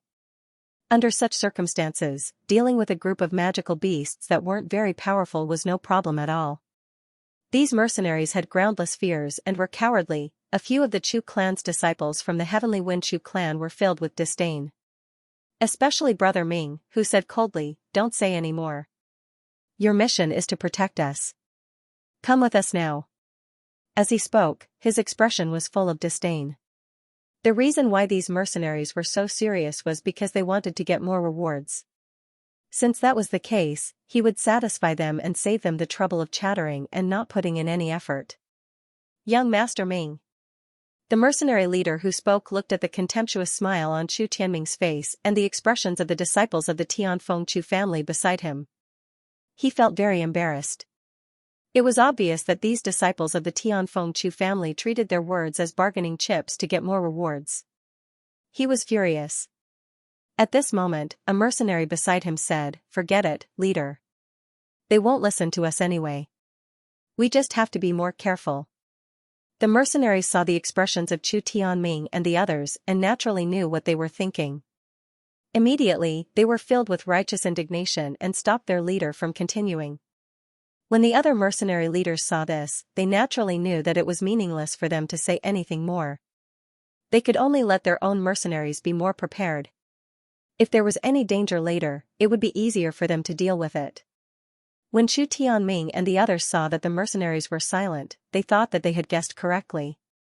These people had deliberately made this place sound so dangerous for the sake of rewards. Lowly people were indeed lowly people. No matter where they went, they would never forget their greedy nature. They snorted with disdain and led the way to the open space. "You guys follow me. Just protect us. We will deal with the rest ourselves." They could use the strength of this magical beast group to train themselves. If they could save Chu Ku and the others, they might be able to get some benefits from the third elder and Madame Xing.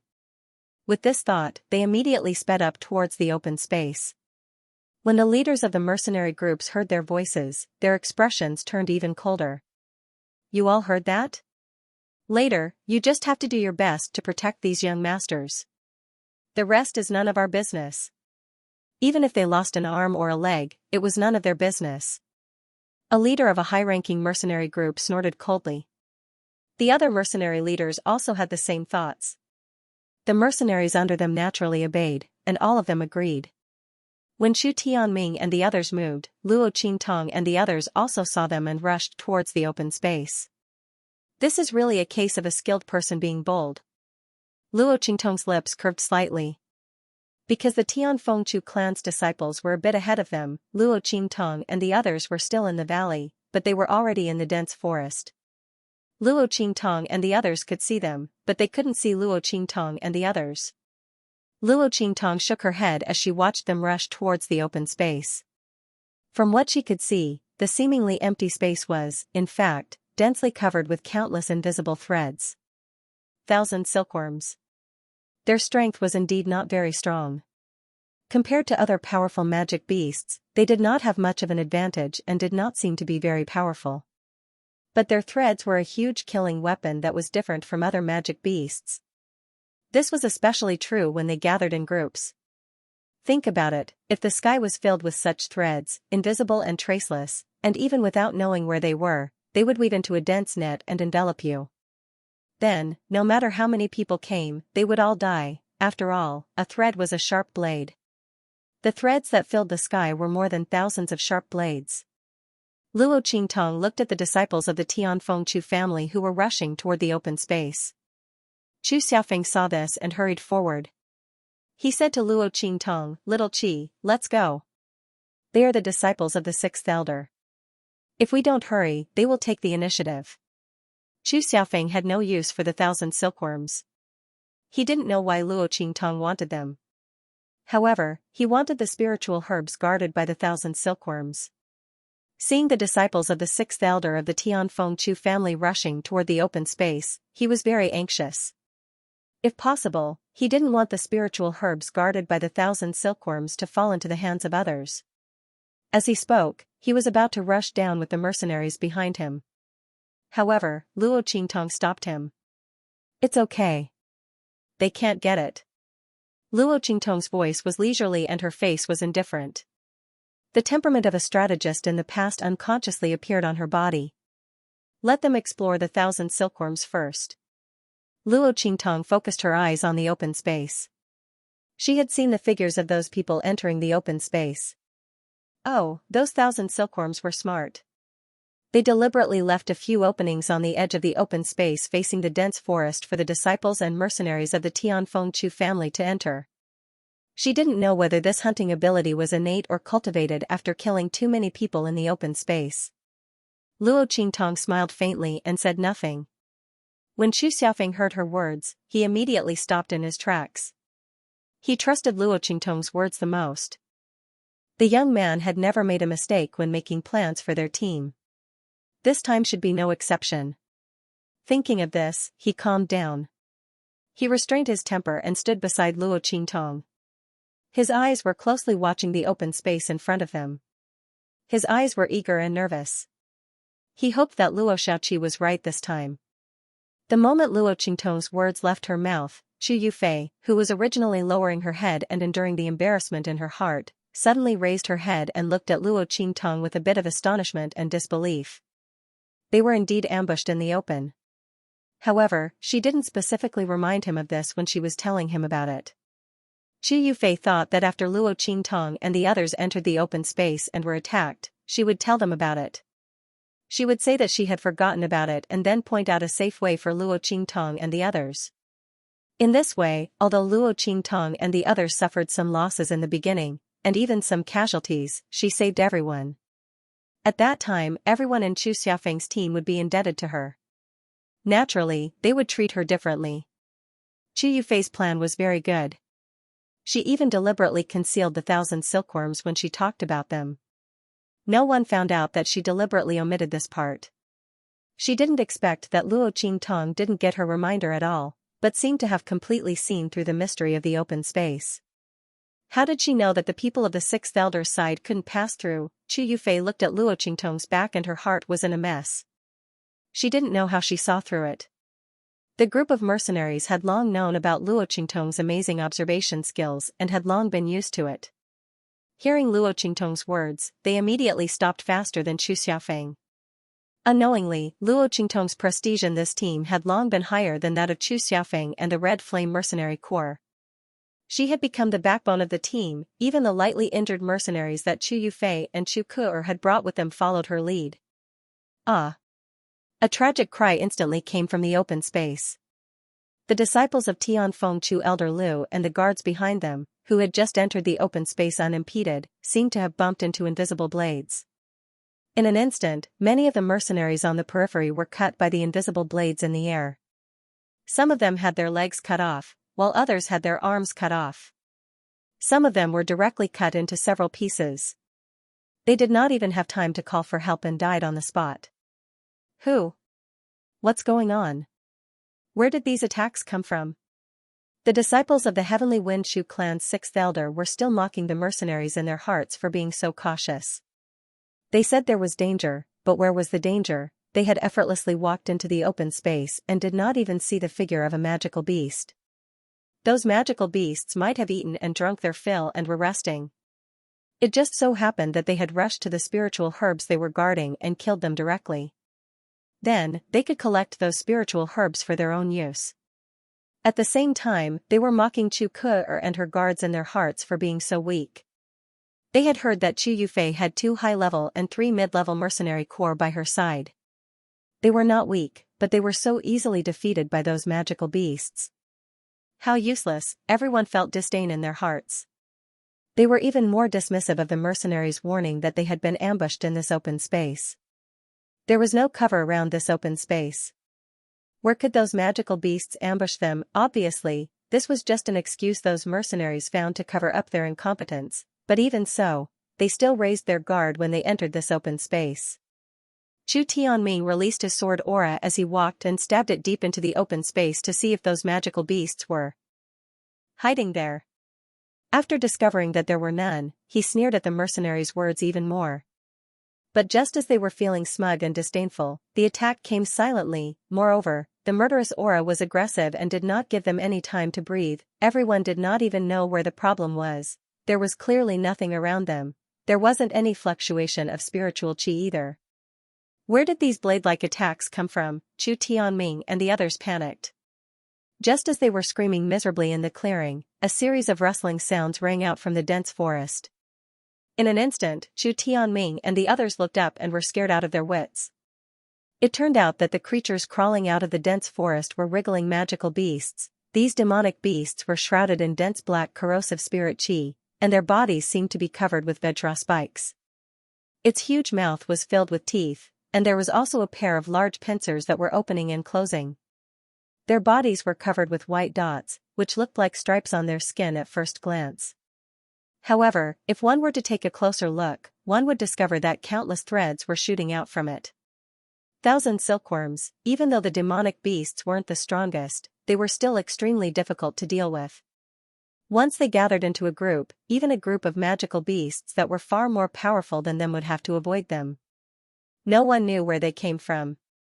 They had just walked through the dense forest, and there was nothing hiding there. But at this moment, the swarm of 1,000 silkworms that had appeared all around them made them extremely terrified. When they thought about how these things might have been hiding above or below their feet when they passed through the dense forest, their legs turned to jelly. These 1,000 silkworms were extremely terrifying. They did not attack in such a situation, but waited for them to enter the open space before they started to surround them. His scheming was not inferior to humans at all. Among them, there must be some that have gained sentience. They were king worms. Indeed, just as they thought about it, they saw a huge golden kingworm wriggling towards them under the protection of a group of 1,000 silkworms that were much larger than ordinary 1,000 silkworms. Its gaze was fixed on the few disciples of the Tianfengchu clan, and its saliva kept flowing out of its mouth. These people were very powerful, and their bodies contained a vast amount of spirit energy. In the eyes of the 1,000 silkworm king, they were the best nourishing food that could help it evolve. It was no wonder that these disciples of the Tianfengchu clan grew up in the Tianfengchu clan. They were given the best resources in terms of food, clothing, housing, and transportation. Even his flesh and blood had been nurtured and tempered by countless spiritual medicines and spiritual items. In the eyes of the 1,000 silkworm king, they were walking spiritual herbs in human form. It was upset that it let 2 of Chu Yufei escape in the morning, and now 4 more came. The 1,000 silkworm king was overjoyed. If it had not ordered the 1,000 silkworms to stop, Chu Tianming and the rest would not have been able to walk to the center of the open space unscathed. Humans wanted to hunt them, but they did not know that they wanted to hunt them too. The 1,000 silkworm king looked at Chu Tianming and the rest greedily, but it did not look at the rest of the mercenaries. Instead, the other 1,000 silkworms were eyeing them covetously. This was because Chu Tianming and the rest with the best potential were the prey of the king. However, although the rest of them lacked spirit energy and their flesh and blood were not as delicious as Chu Tianming and the rest, they were still meat no matter how small a mosquito's leg was. They didn't mind at all. A group of 1,000 silkworms surged out of the dense forest. The countless spots on their bodies spurted out thousands of threads, reinforcing the net they had already set up in the open space. At that moment, Chu Tianming and the others finally knew what they had just encountered. It turned out to be the threads spat out by these magical beasts. After knowing the reason, they hurriedly used their swords and sabers to cut the threads around them. They wanted to cut off the threads that were entangled in the open space. They wanted to cut a bloody path out. However, as soon as they did so, they realized that they could only barely cut a single thread with their swords. Even if those mercenary group leaders who were at or above the 6th level of the human martial realm, they would only be able to split a dozen of them, compared to the reinforcing threads that the 1,000 silkworms spat out. It was not even worth mentioning. 1,000 silkworms, every time they spat out silk, they could spit out at least 1,000 strands.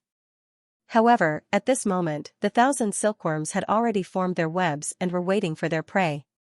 Chu Tianming and the rest were like mosquitoes that had fallen into a spider's web. They struggled to break free but were unable to do so. Speaking of which, they were unlucky. Previously, Chu Ke and the rest were attacked as soon as they entered the open space. In the end, they were lucky enough to escape. The 1,000 silkworm kingworm was very depressed. This time it deliberately let Chu Tianming and the rest enter before attacking. Therefore, Chu Tianming and the rest were like trapped in a spider's web. They could not escape at all. Layers upon layers of silk had sealed off their escape routes from all directions. The 1,000 silkworms also wriggled and spread out under the kingworm's command. They surrounded all 4 directions of the open space, ensuring that even if they were lucky enough to escape from the open space, they would not be able to run away. The surroundings of the dense forest were spat into huge cocoons, sealing off all escape routes for Chu Tianming and the rest. Under the attack of the 1,000 silkworms, they were constantly compressed and gathered. In the end, they were all trapped in the open space. When the 1,000 silkworms approached, their fate would be 10,000 times worse than Chu Ke and the rest. Everyone would be devoured by the 1,000 silkworms and turned into fertilizer in their stomachs to nourish their bodies and spiritual energy. At the thought of this, the group of mercenaries fell into despair. F***CKU. Chu Tianming. We told you that there was danger in here, but you refused to listen to us. Look at you now. All of us will be buried with you. A high-ranking mercenary group leader's eyes were red as he punched Chu Tianming. The arrogant Chu Tianming, who had looked at them with disdain, fell flat on his face. The other disciples of the Heavenly Wind Chu clan were all shocked when they saw this. Before they could react, they were beaten up by the other mercenaries. Stop. Chu Tianming's teeth were about to fall out. As their guards, these mercenaries were naturally stronger than them. Previously, because of the employment agreement, they could not attack them and could only listen to their orders. But at this moment, because they felt that they were dead for sure, they didn't have anything to worry about. Let's beat them up first. Anyway, as long as they didn't die, they didn't have to worry about being punished by the contract. Everyone wanted to kill Chu Tianming and the others. Therefore, Chu Tianming's shout did not receive any response at all. In fact, the way they beat them up became even more ferocious and ruthless. If it weren't for their stubbornness, how could they possibly be trapped in this land of death? He clearly knew that Chu Ke and the others had died in this dense forest.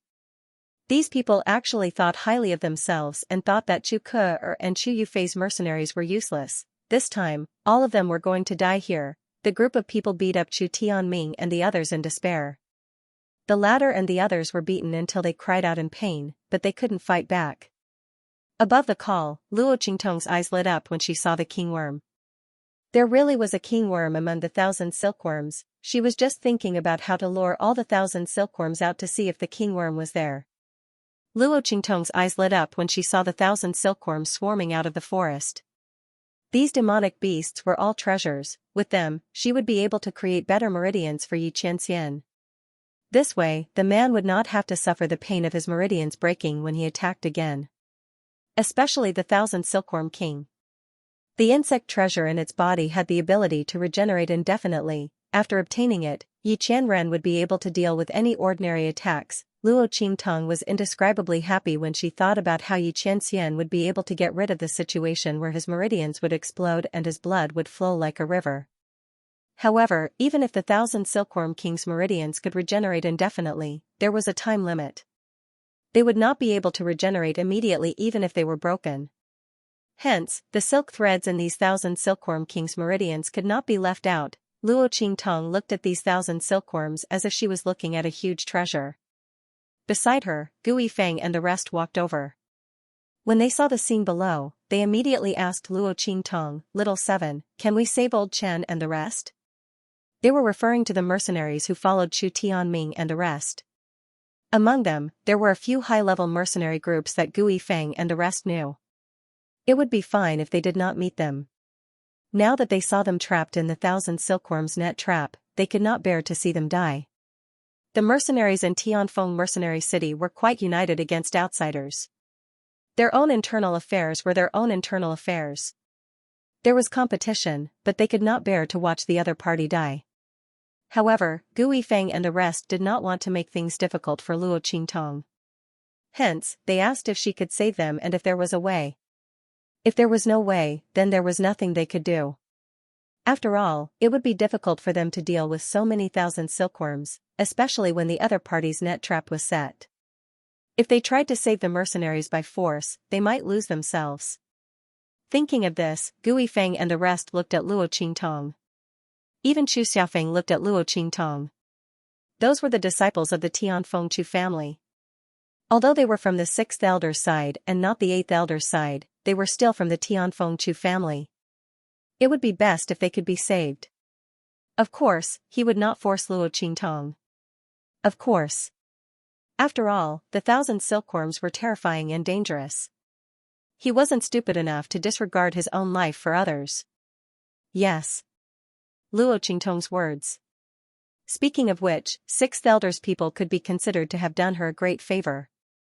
Without them, Luo Qingtong would have to spend a lot of effort to lure the 1,000 silkworms and 1,000 silkworm kingworms out. Now, the 1,000 silkworms king were all lured. Luo Qingtong's blood eyes had already found a way to deal with the 1,000 silkworms when she scanned the dense forest and the bodies of the 1,000 silkworms. Seeing that the people from the Tianfeng Chu family had lured the 1,000 silkworms and 1,000 silkworm kingworms out for her, she decided to save them. After all, if it were not for them, Chu Xiaofeng's team would have suffered some casualties.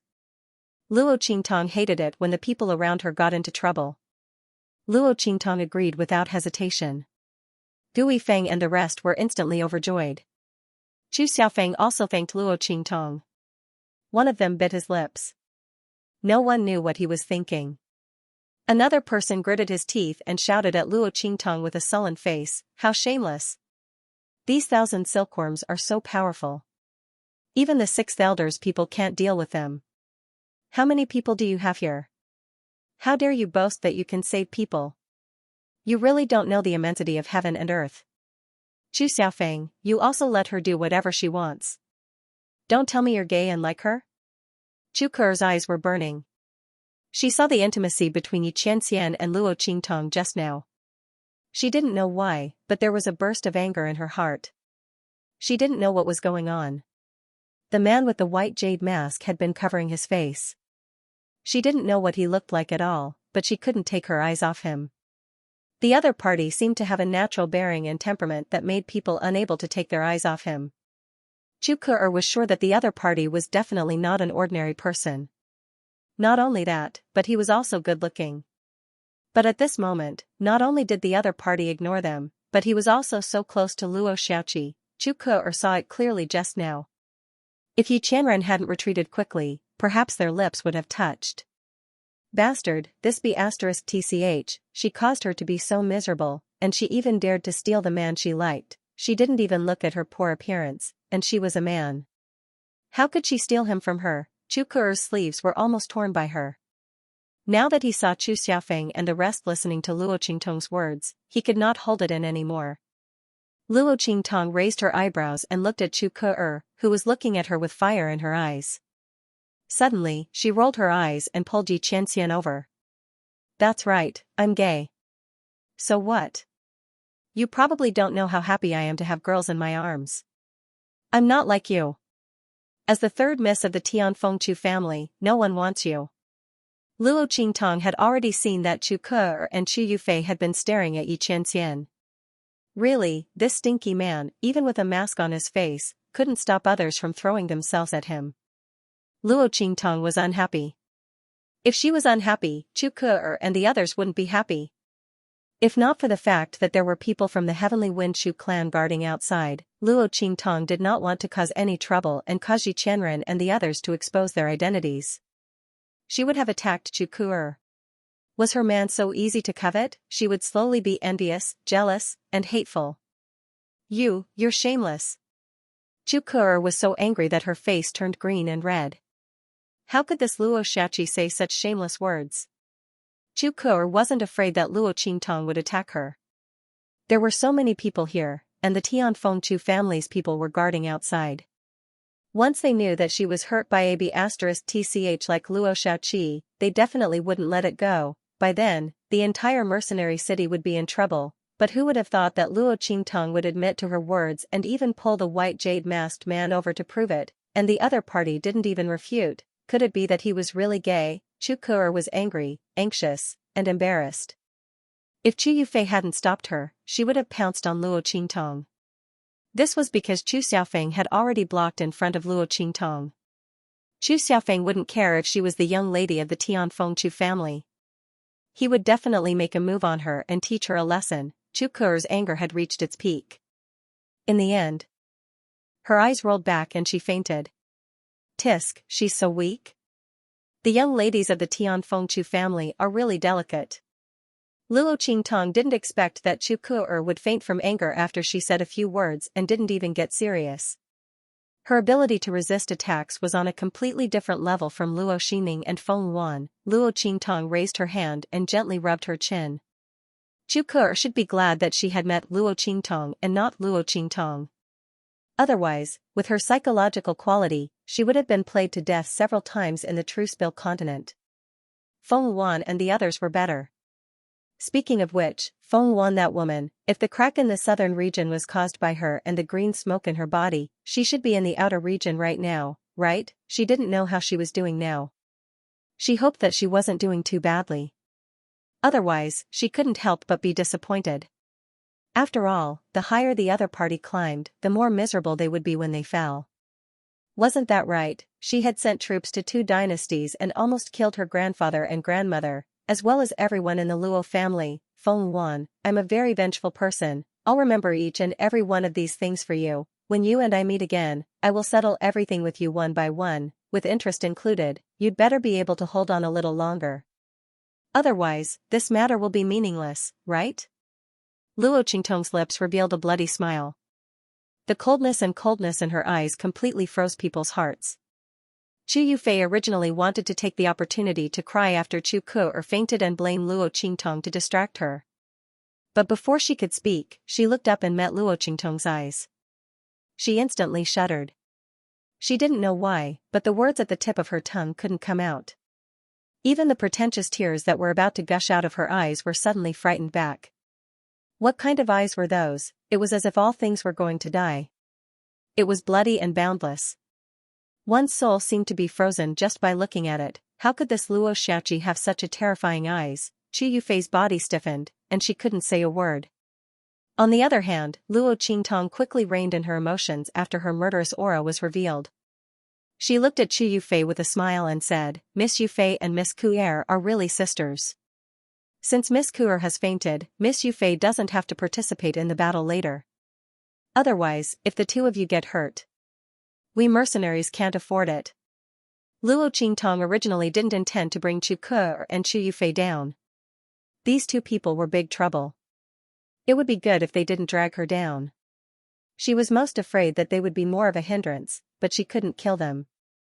At this moment, Chu Ke'er's fainting had helped her. Luo Qingtong directly asked Chu Yufei to stay, so that the other party couldn't find a reason to follow her. Didn't she want to be sisters with Chu Ke'er? Then she should stay here and take care of her. Luo Qingtong clearly saw that Chu Yufei wanted to fall on Yi Qianren's body, but the latter walked away, so she did not get what she wanted.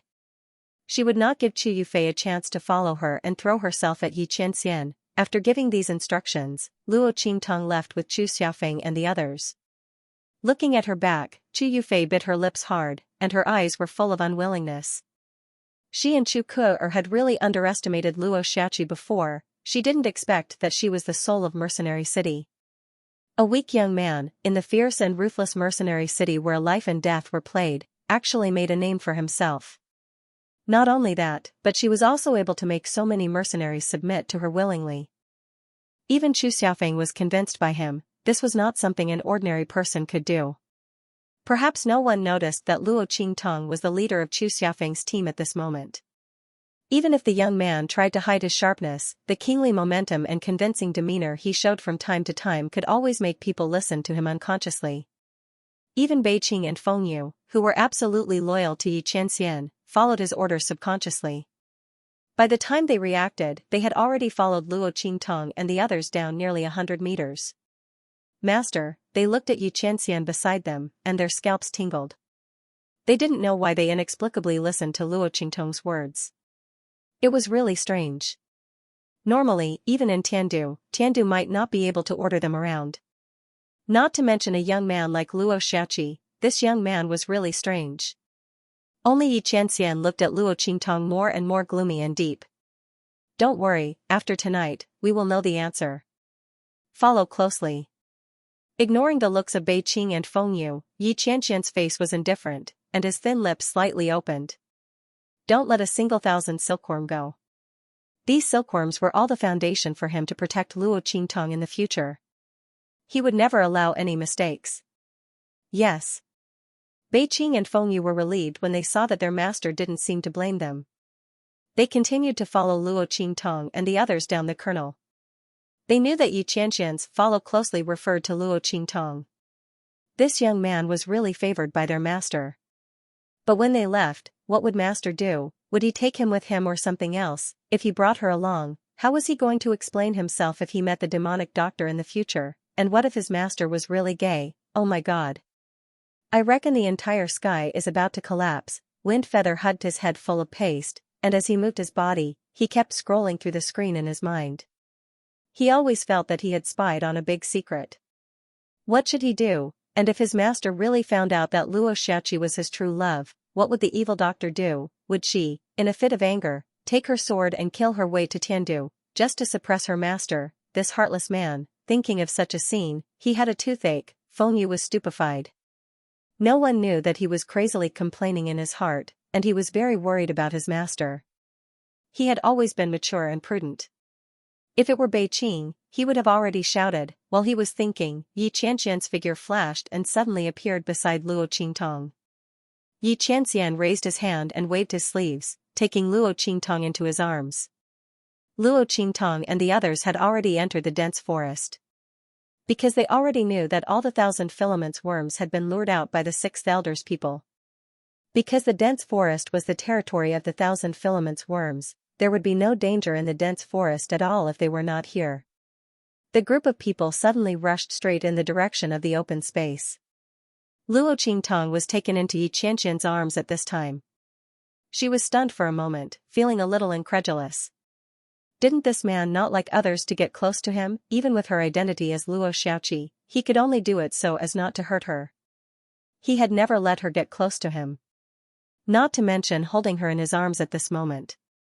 Only Luo Qingtong had done such an action when she was still in her original identity. At this moment, being held in Xianxia's arms, Luo Qingtong exerted great self-control to not subconsciously put her hands around his thin waist. The man's aura was so familiar, and his arms were so safe, hard and soft. The hard part was his muscles, and the soft part was the way he used to treat her like a pearl and a treasure. Luo Qingtong had always been calm and self-controlled, but the moment she entered Xianxia's arms, she had an impulse to hug him back and rely on him. Everything about this man had been engraved in her heart. Luo Qingtong had no doubt that if she had bumped into Xianxia's arms when he came to check her identity in the middle of the night, she would have definitely recognized him. Even if he had covered his face and changed all the decorations and aura she was familiar with. Luo Qingtong's hand quietly stroked Xianxia's left ring finger. It used to be the matching ring of the 9 Phoenix ring and the Shifang dragon ring. But this time it was empty. Her previous guess was right. Xianxia had indeed encountered something, so the Shifang dragon ring was taken off. And her 9 Phoenix ring had lost its effect because of this and could be taken off. But she didn't expect that he was hiding his identity. However, no matter how familiar and warm this embrace was, Luo Qingtong couldn't indulge in it. She couldn't let Xianxia see her identity now. At least, she couldn't before leaving this abandoned continent. Brother, it's okay. Please put me down. Luo Qingtong struggled to escape from Xianxia's arms. However, Xianxia's eyes were cold as she stared at her. Seeing her movements, he immediately raised Luo Qingtong's arms. Very much. Those 1,000 silkworms are very strong. You'd better stay by my side obediently. Yi Qianren's voice was cold. Taking someone's money, isn't it? Hearing Yi Qianxian's words, Luo Qingtong thought about it and agreed. No wonder this man took the initiative to approach her. It turned out that the money attack, the spiritual grass attack of these days had taken effect. Sure enough, one could do whatever one wanted with money. It was the same for spiritual grass. Luo Qingtong thought about it and immediately felt relieved. She was wondering why this man's actions were so strange. So it was like this. Fortunately, she had been stuffing him with spiritual herbs for the past few days and it was indeed effective. Luo Qingtong was afraid that Yi Qianxian would approach her inexplicably. This man's intuition was very sensitive. He had doubted her identity several times, causing her to not dare to approach him. Now that she knew that he was fulfilling his duty as a protector for the sake of the spiritual herbs, she immediately felt relieved. She finally had a reason to approach him openly. She was happy. Luo Qingtong's eyes were smiling. Yi Qianren looked at her crescent-shaped eyes. Her gaze swept past her and the light in her eyes became even more deep and serene. He did not say anything. He just raised his hand to protect Luo Qingtong. He was not lying when he said that he would protect Luo Qingtong. These 1,000 silkworms had average strength, but they were extremely difficult to deal with. In particular, Luo Qingtong and the others needed their silk threads, so they had to keep their corpses intact as much as possible. In this way, Yi Qianxian and the others could not use many of their strength and skills. Otherwise, they could easily damage their bodies. Because they were too strong. Yi Qianxian, in particular, was not prepared to take action. He was only prepared to protect Luo Qingtong. The latter had no intention of participating in the battle at all. With her current strength, if she participated in the battle, she would not be a match for these 1,000 silkworms unless she used her blood eye and life and death sword. She had better not join in the fun. She would continue to be a weak young man. Moreover, she really missed Yi Qianxian's embrace. Based on this man's arrogant and cold temperament, after today, he would definitely not act like this again. Luo Qingtong felt that she really could not miss out on this opportunity. She had better enjoy it. With this thought in mind, Luo Qingtong immediately leaned in Yi Qianxian's arms and let him lead her to the open space. Swoosh! Luo Qingtong and the others approached the open space silently. At the same time, the 1,000 silkworms also rushed over to Chu Tianming and the others while drooling. The latter and the others were completely trapped in the center of the open space. With the reinforcement of the 1,000 silkworms, traces of the invisible net in the open space were all revealed. It was a sea of threads. Other than the small area where they were standing, there was no other place for them to step on at a glance. The 1,000 silkworms wriggled quickly and approached Chu Tianming and the others. Everyone's faces turned pale when they saw the huge mouth and pincers. There were even some people who burst into tears. The mercenaries weren't afraid of death, but if they were swallowed like this and turned into fertilizer for the 1,000 silkworms, or even excreted as feces, they found it hard to accept. There wasn't even a decent way to die. Could it be that they were going to die here today? Everyone felt despair in their hearts. At this time, Luo Qingtong and the others had already closed in on the open space. If they rushed out again, they would reveal themselves in the dense forest. Little 7? Chu Xiaofeng and the others looked at Luo Qingtong, not knowing how she was going to deal with these 1,000 silkworms. Especially their threads, they were too difficult to deal with. Not to mention that they had already gathered into a net. If Chu Xiaofeng and the others were careless, not to mention saving Chu Tianming and the others, they might even lose their lives. Everyone looked at Luo Qingtong. Do you see those things? Luo Qingtong raised her hand and pointed to the place where the 1,000 silkworms had just been. There was something shiny there. It looked like the mucus that flowed down from the 1,000 silkworms. Rub all of those things on your weapons. Luo Qingtong said. Then she raised her hand and pointed to several big trees not far away. Peel off the bark of those big trees and take out the white mucus inside. When you move, pour it on those 1,000 silkworms. Okay. Everyone heard her order and immediately responded in unison. Even Chu Xiaofeng couldn't help but agree with the group of mercenaries. By the time he realized that he was not Luo Qingtong's subordinate, the words had already left his mouth. He touched his nose and didn't particularly resist. He just felt a little strange. Luo Xiaoqi seemed to have an aura that made it easy for people to obey her orders. He had never seen this kind of aura even on the patriarch. Was the other party really just a weak youth? He glanced at Luo Qingtong. He saw her snuggling comfortably in Yi Qianren's arms, as if she was on a leisurely trip. Her eyes were slightly narrowed and in an instant, the corner of his lips twitched violently. He suppressed the questions that surged out from the bottom of his heart. Looking at the other party's appearance, he should be a weak youth. What kind of strong person would be hugged by another person like her and enjoy the other party's protection? Luo Qingtong didn't know Chu Xiaofeng's thoughts at all. Of course, even if she knew, she wouldn't care. What's wrong with her relying on her man? Did she eat your rice? She was willing. Luo Qingtong had always done things her own way. No one could force her to do things she didn't want to do. But if she wanted to do something, no one could stop her. As for the rumors that might spread about her short-sleeved clothes, Luo Qingtong indicated that when she and Yi Qianren were at Trucebill Continent, it wasn't as if they hadn't talked about it before. There was no pressure at all to be involved in a scandal with her man, okay? Therefore, she couldn't be bothered to care about the opinions of Chu Xiaofeng and the others. Of course, other than Chu Xiaofeng, the others quickly rushed toward those two places after answering. Some of them were responsible for collecting the mucus left on the ground by the worms. The other group of people were quietly scraping tree bark and collecting resin. They didn't notice Luo Qingtong and Yi Qianxian at all. As for the latter, after Luo Qingtong snuggled into his embrace, his expression became increasingly tense. The light in his eyes became increasingly dark and indescribable. His hands, which were hidden under his sleeves, loosened and tightened. In the end, he didn't do anything.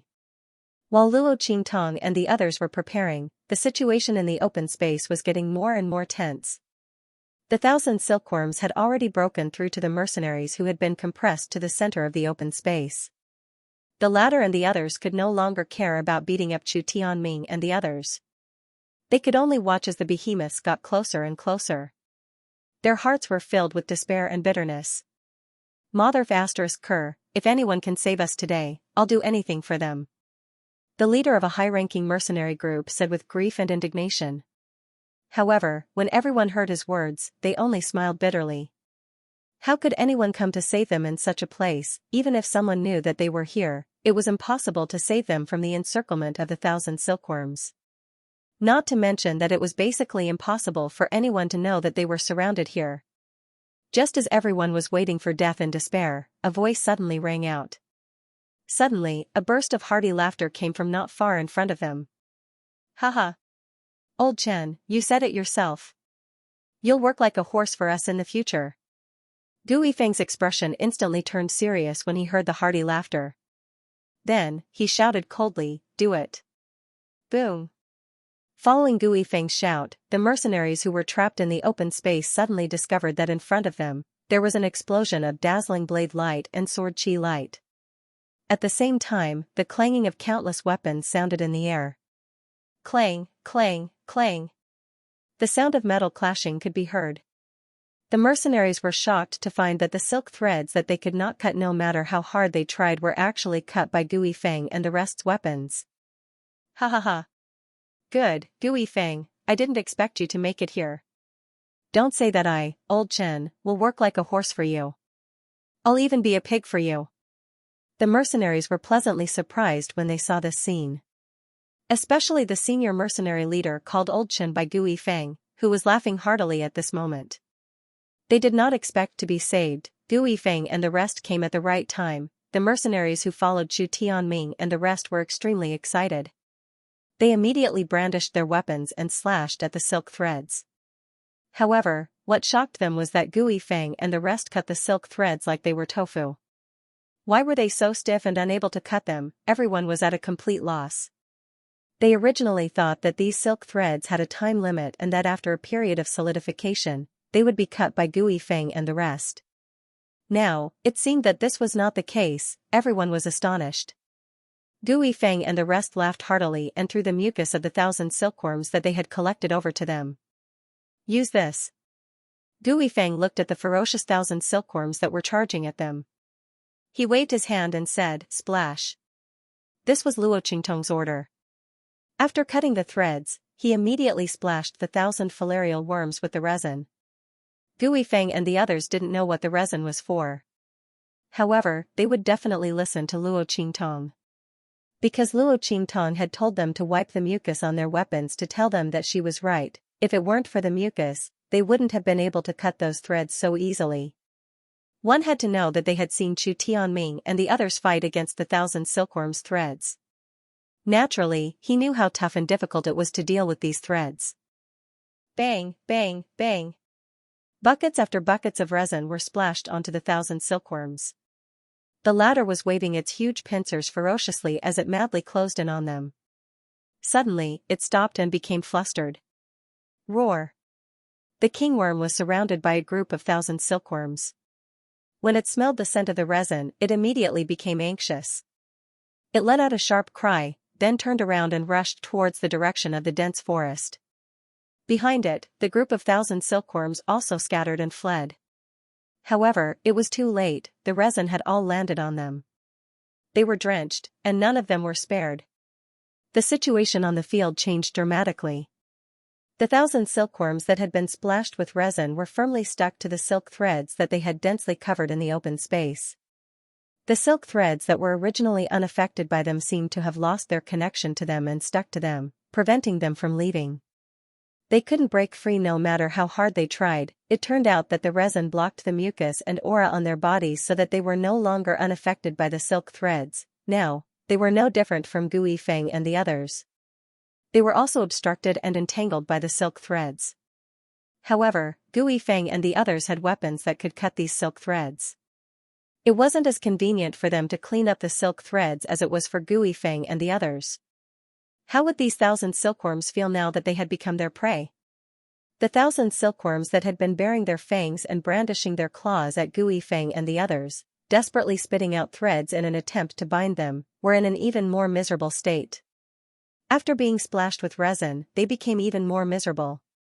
In an instant, the silk threads that had been spitting at Gui Feng and the others all wrapped around them, turning them into large cocoons.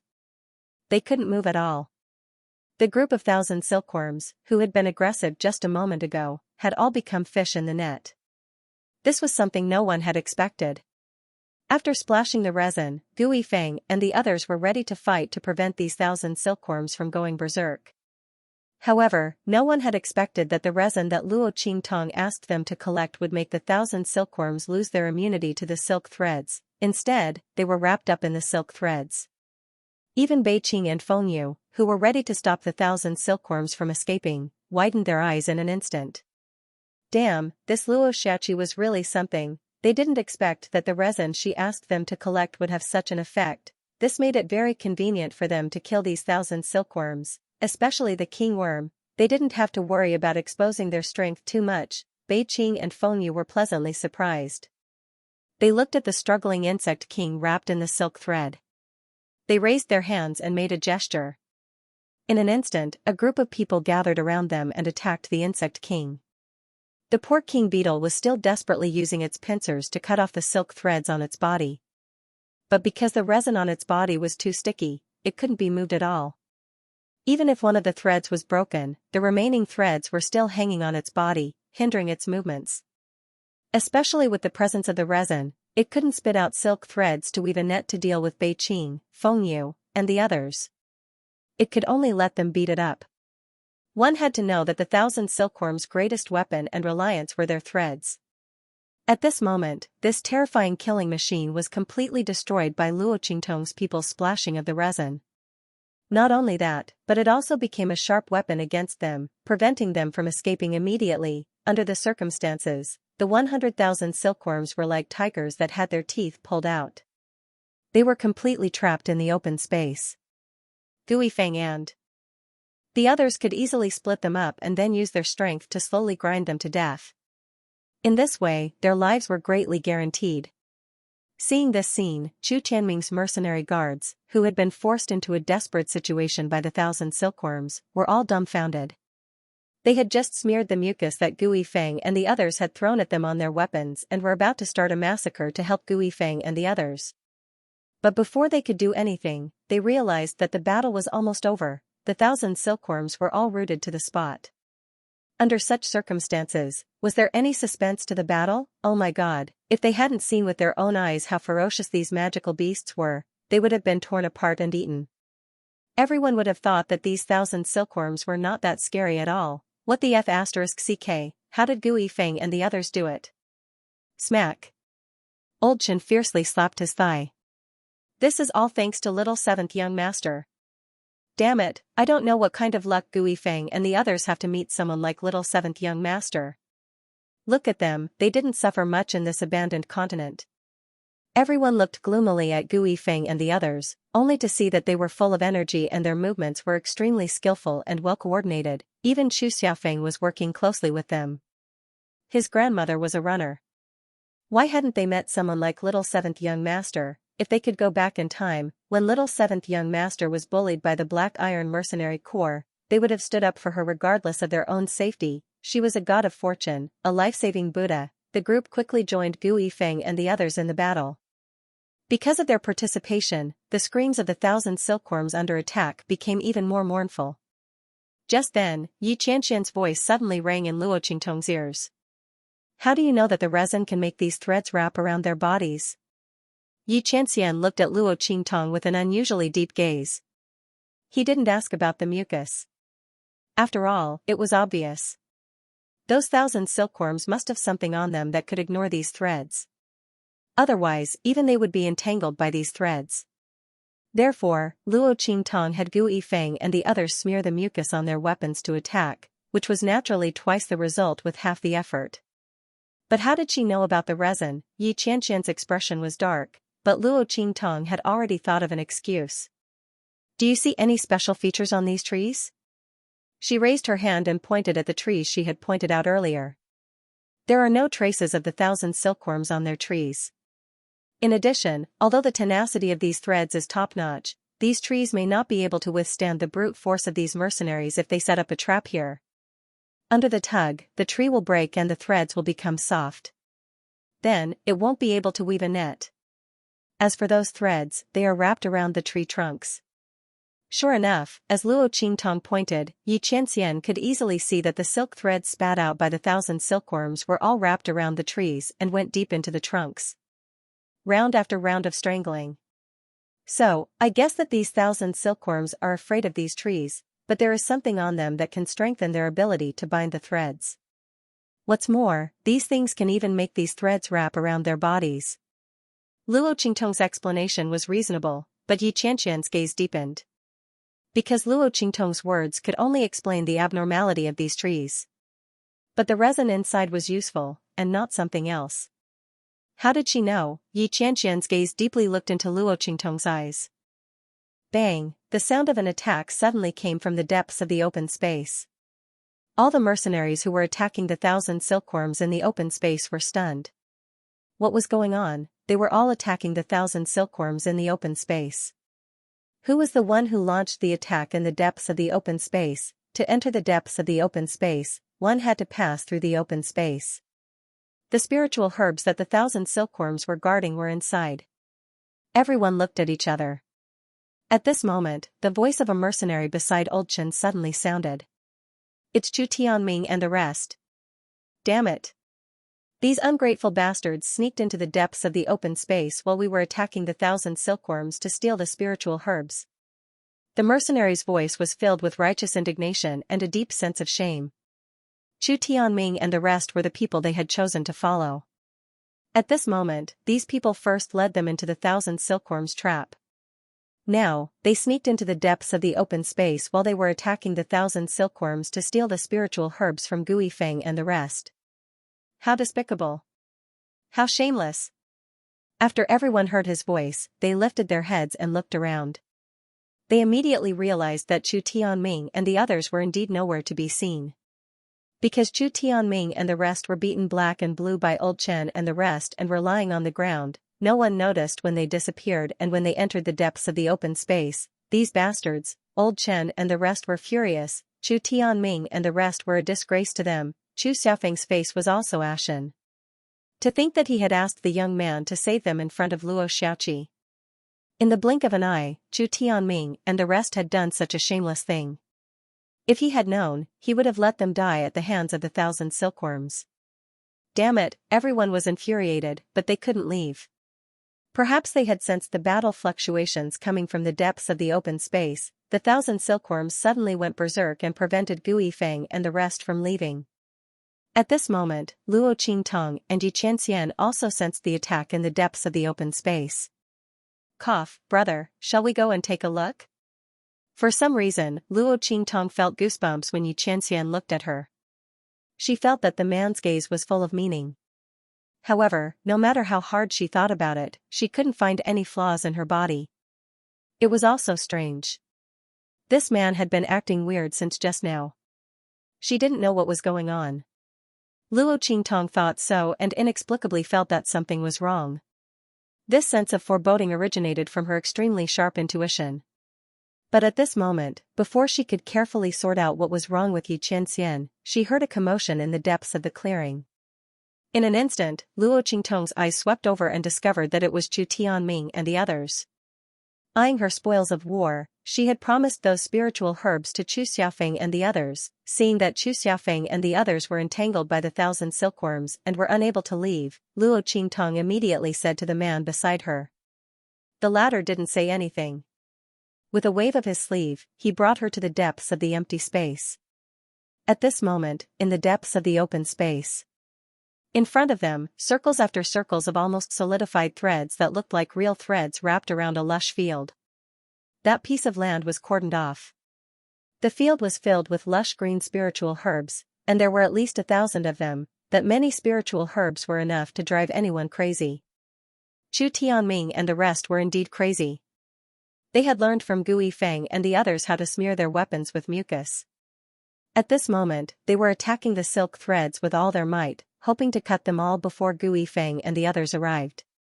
Then, they would pluck all the spiritual herbs. As for Gu Yifeng and the others, who cared if they lived or died? Chu Tianming and the rest sneered in their hearts. In their opinion, Chu Xiaofeng and the others were stupid to come and save them. Since that was the case, they would gladly accept these spiritual herbs. The group was frantically hacking at the silk threads. At this moment, Luo Qingtong's voice sounded leisurely. Are the disciples of the Tianfeng Chu family so shameless? Or should I say, are the disciples of the 6th elder of the Tianfeng Chu family so shameless? TSK. Luo Qingtong's voice was filled with sarcasm. Gu Yifeng and the others were fighting desperately in the open space, and these disciples of the Tianfeng Chu family actually came here to steal these spiritual herbs at this time. Saying that they were shameless was a compliment. They were worse than beasts and ungrateful. Luo Qingtong and Xianxia appeared in front of Chu Tianming and the rest.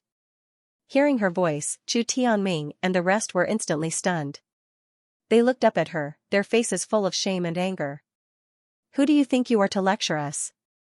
Chu Tianming and the rest did not feel that they had done anything wrong. So what if they stole the spiritual herbs? These spiritual herbs should have been theirs. These mercenaries were all dogs hired by the Tianfeng Chu family to protect them. Since they were dogs, they should have the awareness of a dog. Moreover, if it wasn't for them, these mercenaries wouldn't even have the qualifications to enter the abandoned continent, yet they actually dared to teach them a lesson. Chu Tianming and the others were furious, but Luo Qingtong couldn't help but laugh when she saw their expressions. I've seen many shameless people. This is really the first time I've seen people like you who take shamelessness as a matter of course and a code of conduct. Shameless is not enough to describe your shamelessness. I think the word despicable is better. Luo Qingtong looked at Chu Tianming and the others indifferently. These people should be glad that they were still on the abandoned continent and were not prepared to expose their identities. Otherwise, based on their shameless words, Luo Qingtong had hundreds of thousands of ways to make them die without a burial place. She hated people who treated shamelessness as reason the most.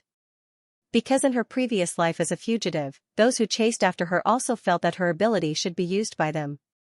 If he couldn't, then he would die. but why should her fate be controlled by someone else? She would kill anyone who dared to have any ideas about her. The light in Luo Qingtong's eyes turned red for a moment, but it quickly returned to normal. She looked at the disciples of the Tianfengchu family who were about to break through the silk threads and said indifferently, "If you leave now, we can spare your lives." Luo Qingtong smiled sweetly as she looked at Xianxia, who was above her. The latter wore a white jade mask on his face, and his expression was non-committal. He only used a pair of dark and cold eyes to stare coldly at Chu Tianming and the others. When Chu Tianming and the others heard Luo Qingtong's words, they were indescribably furious. They immediately shouted, "Bah! Why don't you take a look at yourselves? How dare you say that you want to kill us? You're simply boasting shamelessly." Chu Tianming and the others did not think that Luo Qingtong and Yi Qianxian were very powerful experts. Needless to say, the young man was leaning in Yi Qianxian's arms at this moment. One look and they could tell that he was very weak. If she was strong enough, she would not need others to protect her. Moreover, her strength was not even at the venerable realm. Chu Tianming and the others could see through it at a glance. As for Yi Qianxian, how strong could a person who was sent to protect this young man be? If he was really strong, he would have gone with Gu Yifeng and the others to kill those 1,000 silkworms. Why would he need to take on the task of looking after this weak and pitiful young man? These two people dared to say that they wanted to kill them. What a joke. Chu Tianming and the others did not take Luo Qingtong's words seriously. They looked at Luo Qingtong and Yi Qianxian. After exchanging glances with each other, they suddenly attacked. With a boom, their attacks converged and majestically blasted towards Luo Qingtong and Yi Qianxian. The strength of Chu Tianming and the others could be considered top-notch among the disciples of the Tianfengchu clan. At this moment, the group attacked at the same time, and they used the unique secret technique of the Tianfengchu clan to link their attacks together. With a boom, the attack blasted out and was greatly amplified.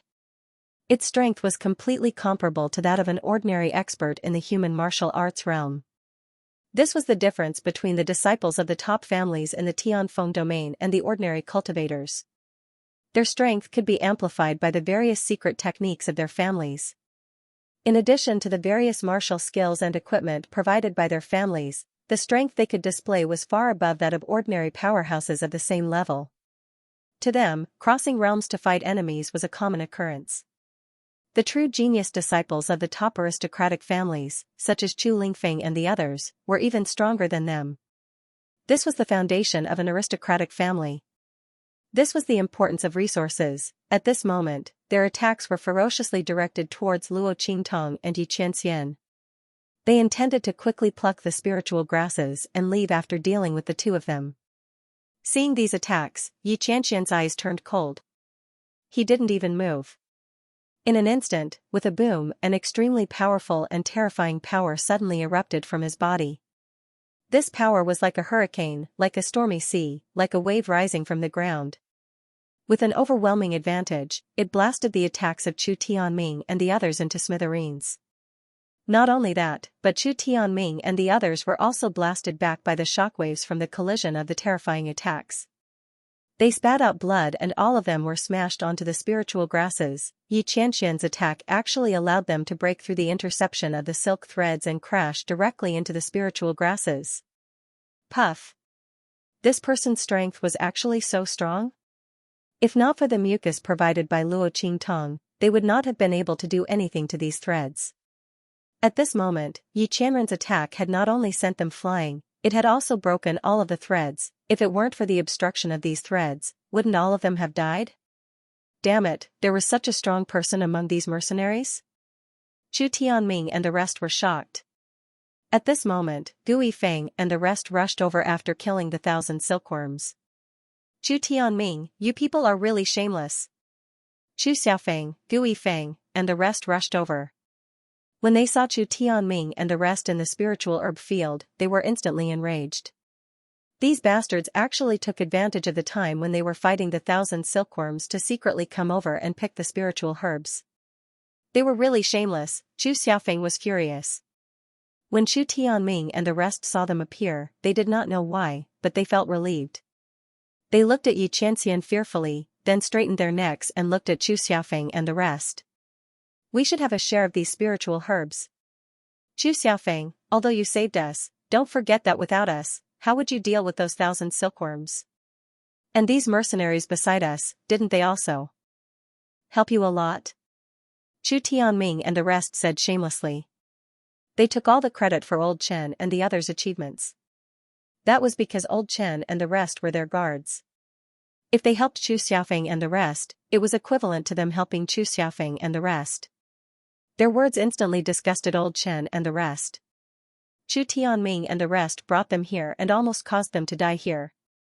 Now that they had helped Gu Yifeng and the others, it had instead become their contribution. What the F***ck, they had seen shameless people before, but they had never seen such shameless people. Chu Tianming and the rest did not care so much. They had already offended everyone here. Since that was the case, they might as well reap some benefits. Old Chen and the rest were their guards. There was no doubt about that, since they had put in the effort. As the employer, they naturally had to get a share. Chu Xiaofeng and the rest did not expect Chu Tianming and the rest to be so shameless. Especially Chu Xiaofeng. He raised his hand and pointed at Chu Tianming and the rest. His mouth opened and closed, and the veins on his forehead popped. He did not know what to say. He felt that he had lost all his face as a descendant of the Tianfeng Chu family. Old Chen and the rest were even worse. They really wanted to rush over, to give them a vicious kick and then shout angrily, "I quit." However, they were already the guards of Chu Tianming and the others. Unless Chu Tianming and the others spoke, they could only follow them. Thinking up to this point, the group of people felt terrible. The feeling of disgust in his heart was as if he had swallowed a fly alive. Right at this moment, Chu Ke and Chu Yufei also rushed over after seeing that the battle had ended. Brother Chu, seeing Chu Tianming and the rest, the depressed and resentful expression on Chu Ke's face was instantly swept away. She looked at Chu Tianming and the rest in surprise. After seeing that they were all injured, she did not think much of it. The 6th Elders faction and the 8th Elders faction were not very close. However, Chu Tianming and Chu Ke's elder brother, Chu Yunfei, were close. If she had known that it was Chu Tianming and the others, she would not have tolerated that *tch Luo Xiaoqi. Chu Ke gritted her teeth as she looked at Luo Qingtong, who was still in Yi Qianqian's arms. Her eyes were filled with indescribable hatred and resentment. She had just arrived late and did not hear anything else. She only heard Chu Tianming's shameless words. Hearing this, she immediately agreed, Brother Tianming is right. Chu Xiaofeng, everyone worked together to deal with the 1,000 silkworms. Could it be that the 8th elder and his people want to take all these spiritual herbs for themselves? As she spoke, her eyes swept across the lush spiritual herb field. There was an indescribable surprise and greed on her face. There were so many spiritual herbs. Humph, she must not let Luo Qingtong and the others get these spiritual herbs. Chu Xiaofeng was such a spineless person. He was a disciple of the Tianfeng Chu family. How could he listen to a mercenary? He was a disgrace to the Tianfeng Chu family. As Chu Ke thought of this, she immediately raised her head and said, Chu Xiaofeng, don't forget that we were the first to discover these 1,000 silkworms. If we didn't tell you where the 1,000 silkworms were, you wouldn't have gotten these spiritual herbs. We have to get half of these spiritual herbs. You can share the remaining half with Brother Tianming and the others.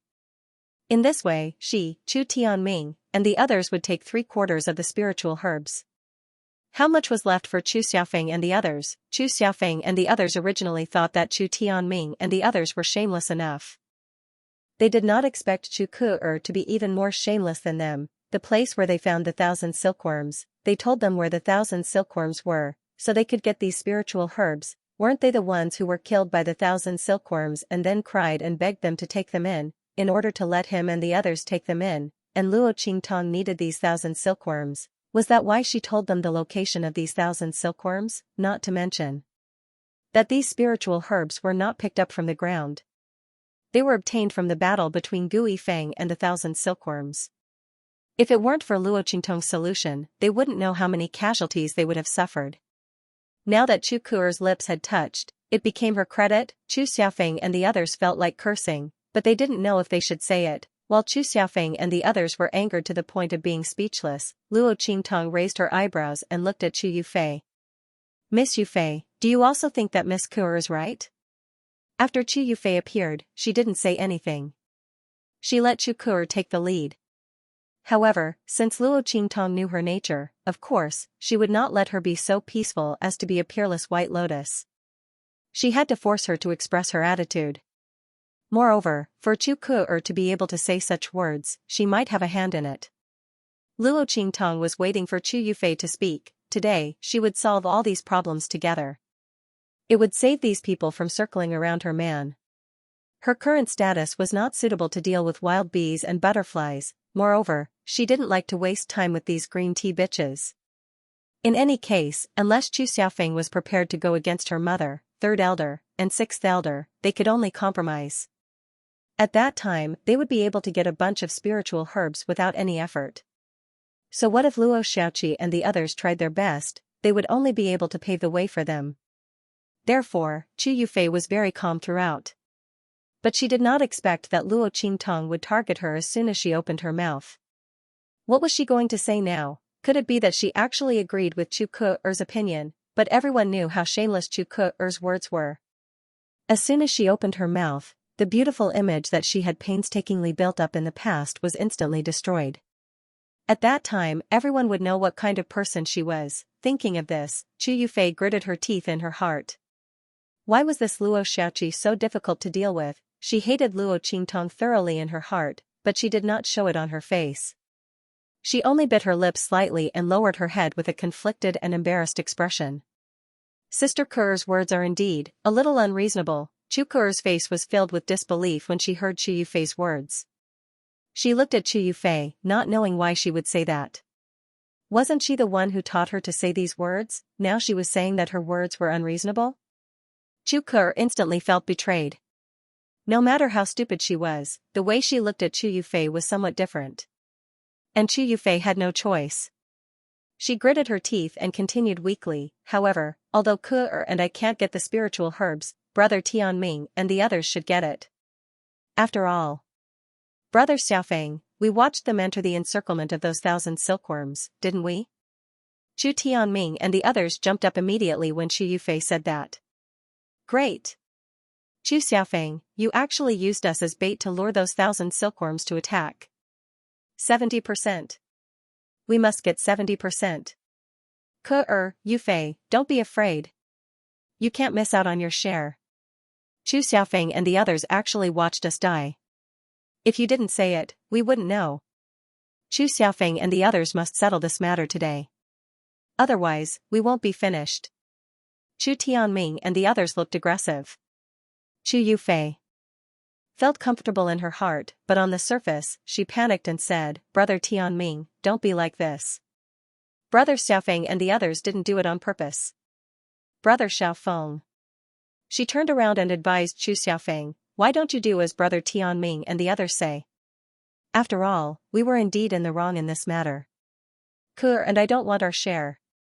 As she said this, her face was full of sincerity. This gentleness and understanding of others, how moving! Luo Qingtong was watching from the side. She wanted to cheer for Chu Yufei's performance. What a gentle and kind white lotus. With that thought in mind, Luo Qingtong smiled and said, that's right. Miss Yufei is right. Perhaps young Master Tianming and the others were in a hurry to die in the ambush of the 1,000 silkworms. We controlled them with our thoughts and made them go, right? What do you think? Luo Qingtong's words instantly silenced Chu Tianming and the others. They looked at Luo Qingtong and their faces turned pale. They didn't know what to say. Luo Qingtong's words were too hurtful. With one sentence, she tore apart their and Chu Yufei's pretense. Chu Yufei's face turned red. She was about to say something to salvage the situation but was interrupted by Luo Qingtong. Miss Yufei, you don't have to explain. Luo Qingtong looked at Chu Yufei, who had an ugly and stiff expression, and said with a smile, I know that you and Miss Ke have a close sisterly relationship. How can you disagree with her opinion? What you said just now was just to save face for our young master Feng. You don't want to make things so ugly for everyone, right? Luo Qingtong's words made Chu Yufei's expression extremely stiff and ugly. Luo Qingtong's words completely wasted all her previous efforts. The reason why Chu Yufei said that Chu Ke'er's words were wrong was that she did not want everyone to think that she was as shameless as Chu Ke'er and ruin her image in front of everyone. She carefully maintained her image. Who would have thought that Luo Qingtong's mouth was so sharp? She easily laid out all her intentions in front of her. Not only that, but she also tore apart her mask. Chu Yufei could not refute Luo Qingtong's words. What was there to refute? She and Chu Ke'er were not close sisters. Didn't that mean that she was hypocritical and that her defense of Chu Ke'er was all fake? But if she admitted that she and Chu Ke'er were close sisters, then how could she oppose Chu Ke'er's opinion? This was not something that good sisters would do. At the end of the day, she was still hypocritical. Not only that, she clearly agreed with Chu Ke'er's opinion, but she deliberately said that her words were unreasonable. Not only was she hypocritical, but she was also very scheming. Chu Yufei gritted her teeth. For the first time, she was forced to such an extent by someone, and she could not even fight back, because no matter what she said, Luo Qingtong had something to say to her. He was just a young man. He actually guessed her words and thoughts so clearly and even used her own words and attitude to block her from saying anything. She could only let the other party tear off the fake skin on her body bit by bit. Chu Yufei's expression was extremely ugly. She regretted it a little now. If she had known that Luo Xiaoqi was so familiar with these methods, she would not have been unable to swallow her anger and deliberately provoked Chu Tianming and Chu Xiaofeng. But now, he had completely destroyed his image. She really went for wool and came home shorn. Chu Yufei's expression was ugly, but Luo Qingtong did not pay much attention to her. She changed the topic and looked at Chu Tianming and the others. You have too many people, and our young Master Feng is alone. He's no match for you. Since you all think that this is our young Master Feng's fault. Alright then, we'll compensate you with all these spiritual herbs. But at the same time, we also have a request. That is, you are not allowed to mention this matter in the future. It will damage the reputation of our young Master Feng. In addition to that, these mercenaries TS right now. After you get the spiritual to choke teat, to them to you to protect teas. Said Qingtong.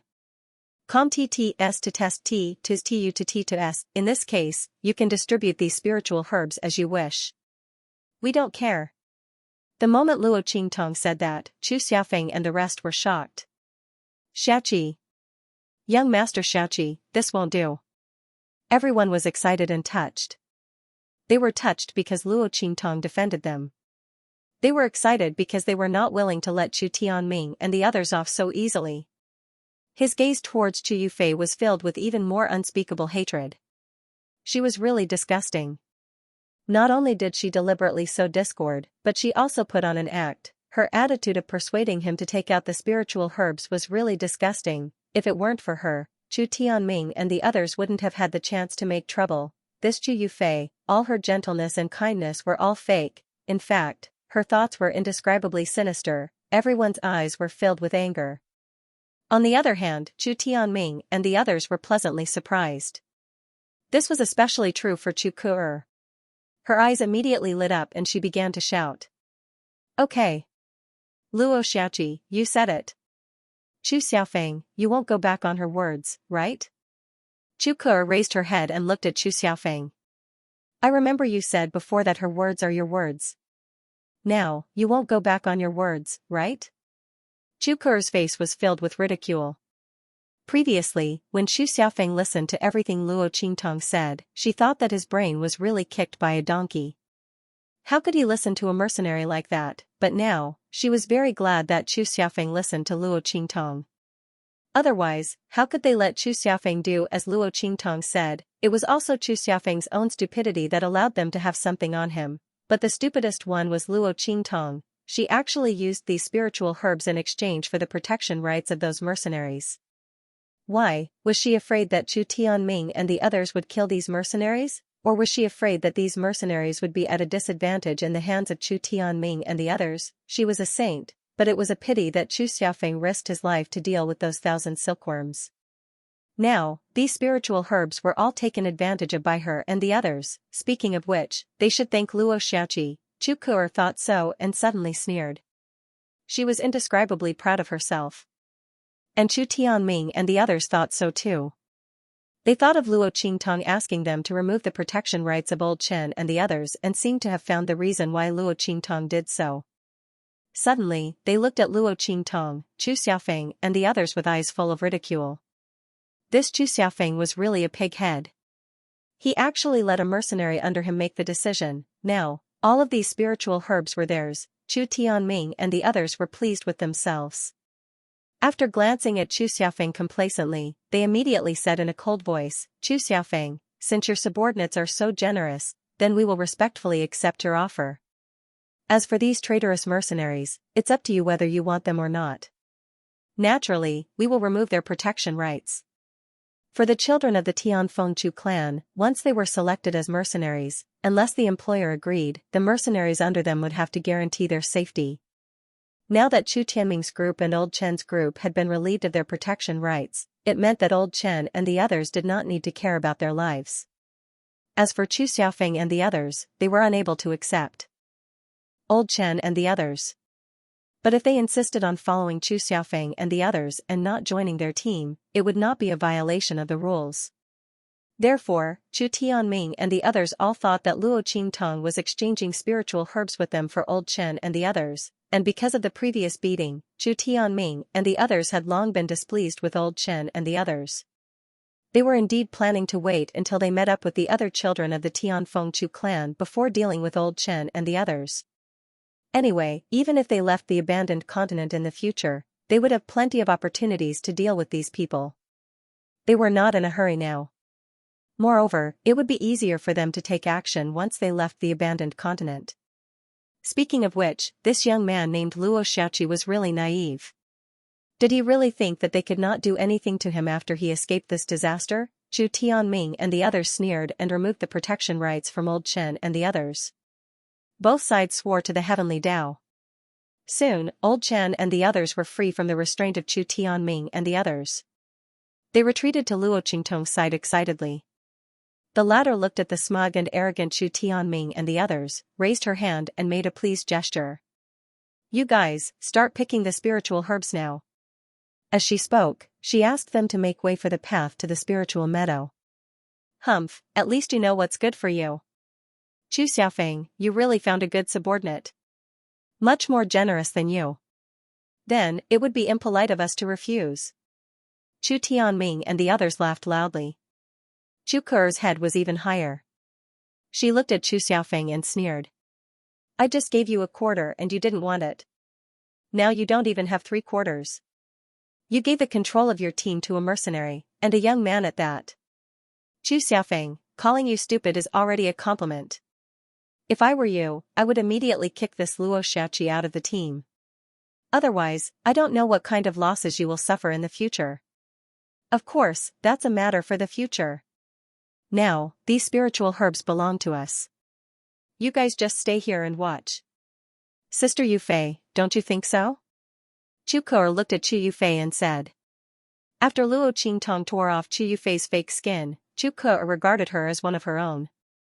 It turned out that Sister Yufei did not mean to say that to her. She did it to show Luo Qingtong and the others. Unfortunately, Luo Qingtong and Chu Xiaofeng did not fall for it. As she said this, she suddenly felt hatred in her heart. Chu Yufei looked in the direction of Luo Qingtong. For some reason, he felt that something was amiss. This boy named Luo Xiaoqi didn't seem to be an easy person to deal with. Why would she suddenly give up on these spiritual herbs, just for these mercenaries? Her gaze swept past Old Chen and the others.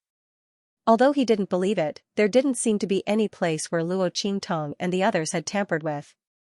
Chu Tianming and the others were the first to arrive at the spiritual herb land. Chu Yufei thought about it and didn't think there was anything wrong with it. It could only be said that although Luo Qingtong was a scheming person, she was too soft-hearted in the end to actually use these elixirs in exchange for the freedom of these mercenaries. What a joke, Chu Yufei sneered in her heart. She felt that Luo Qingtong's soft-heartedness was laughable. However, she did not show it on her face. She only nodded gently at Chu Ke. Her persona had almost collapsed. But so what? Chu Xiaofeng and the others had a grudge against Chu Ke and the others. If she said that Chu Xiaofeng and the others deliberately slandered Chu Ke because they didn't get along with her, who would believe Chu Xiaofeng and the others? As for Chu Tianming, Chu Ke, and the others, they were idiots. She could easily trick them back. Chu Yufei didn't care at all. She just stared at Yi Qianxian. She saw that he had been holding Luo Qingtong until now and showed no signs of letting her go. Chu Yufei gritted her teeth in her heart. She believed that her charm was not weak and was much higher than that idiot Chu Ke. However, this man, who she couldn't take her eyes off, didn't even look her in the eye. Previously, she wanted to take the opportunity to fall on Yi Qianxian, but the latter avoided her. Instead, he approached Luo Qingtong. How could Chu Yufei accept such an obvious difference in treatment? Fortunately, Luo Xiaoqi was a man. That man was gay, so he turned a blind eye to her. It was not that she was not charming enough. Chu Yufei felt much better when she thought of this. She forcibly shifted her gaze away from Yi Qianxian, then went to the spiritual grass field with Chu Ke to pick the spiritual herbs there. Luo Qingtong had almost stripped her of her fake skin. She could not be bothered to put on an act in front of Luo Qingtong and the others. She did not even say a word of courtesy. She lowered her head and directly picked the spiritual herbs. She would not leave a single one of the spiritual herbs here for Luo Qingtong and the others. Let the other party pay the price for her generosity, Chu Yufei sneered. She seemed to have seen the scene of Luo Qingtong being reprimanded by Chu Xiaofeng and the others after she and the others left. After all, Luo Qingtong had lost so many spiritual herbs and had generously given them to them. How could Chu Xiaofeng and the others tolerate this? They did not make things difficult for them at this time because they cared about their reputation and did not want to be seen as a joke. Chu Yufei was so certain in her heart. Suddenly, the speed at which she picked these spiritual herbs became even faster. The group of people picked all the spiritual herbs like a whirlwind sweeping away the clouds. After a while, there was not a single green plant on the grass field. Chu Tianming and the others were so crazy that they did not even let go of the weeds and pulled them all out. After doing all this, Chu Yufei, Chu Ke, and the others left with Chu Tianming and the others. The two of them had already planned this beforehand. If it weren't for the fact that they wanted to leave with Chu Tianming and the others, how could they not give any face to Luo Qingtong and the others just now? Humph, Chu Xiaofeng and the others thought that they could only rely on him. Now that Chu Tianming and the others had appeared, if they followed them, they would be able to meet up with the others sooner or later. Especially since Chu Tianming and the others had just told them. On their way here, they saw another group of children from the Tianfeng Chu clan.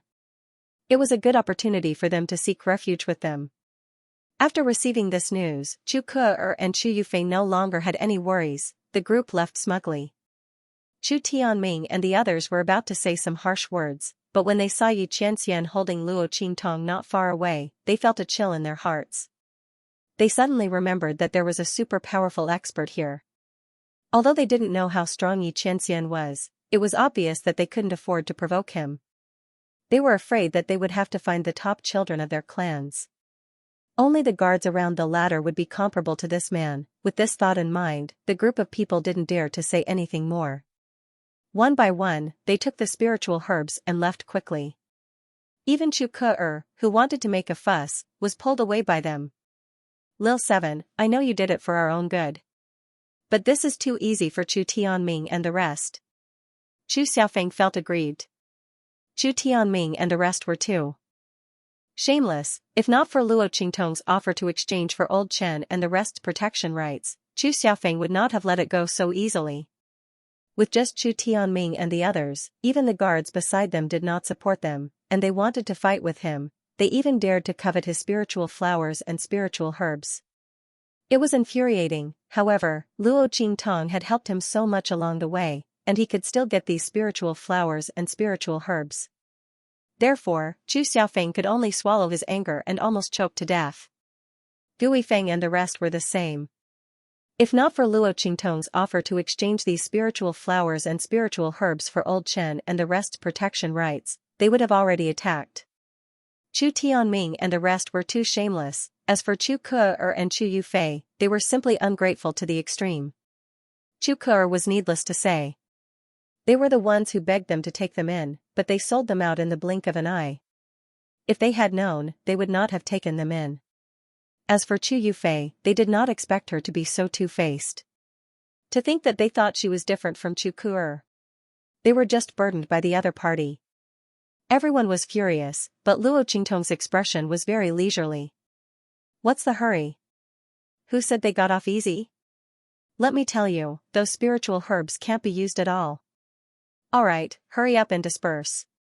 Get ready to work. Ah? Chu Xiaofeng and the rest were vexed and depressed.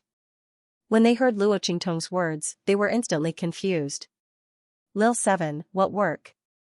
If not for the fact that Luo Qingtong's expression was very calm and did not look like she was talking nonsense, Chu Xiaofeng and the rest would have suspected that Luo Qingtong was too angry with Chu Ke and the rest. Why was she speaking so strangely? Yes, young Master Xiaoqi, all the spiritual herbs on the spiritual grass field have been plucked by Chu Tianming and the rest. What kind of work are we starting? The mercenaries didn't know what Luo Qingtong was talking about. Old Chen and the others, in particular, were both excited and moved. Originally, they were prepared to resolutely carry out Luo Qingtong's orders. But what were they going to do now? Everyone was both depressed and surprised. As for what Luo Qingtong said, that those spiritual grasses could not be used at all, they did not take it to heart at all. Those spirit grasses grew on these spirit grasses and were protected by the 1,000 silkworms' threads. How could they not be used? There was an abundance of spiritual energy inside, so it was definitely a spiritual herb. Little 7th young master was purposely saying nice things to comfort them. As the crowd thought of this, they felt even more touched by Luo Qingtong. What are you guys thinking? Luo Qingtong looked at the thoughts and emotions on their faces and was speechless. Did she look like someone who would suffer such a loss? But then Luo Qingtong remembered that she was Luo Xiaoqi, and these mercenaries were not Suyu and the rest who had been following her all the time. It was normal for them not to know her character. Thinking of this, she immediately said to Chu Xiaofeng and the rest, those spiritual herbs really can't be used. That's the beast lore grass that the 1,000 silkworms used to hunt prey and lure food over. As Luo Qingtong spoke, she raised her hand and pointed at the silk threads surrounding the field. Didn't you notice?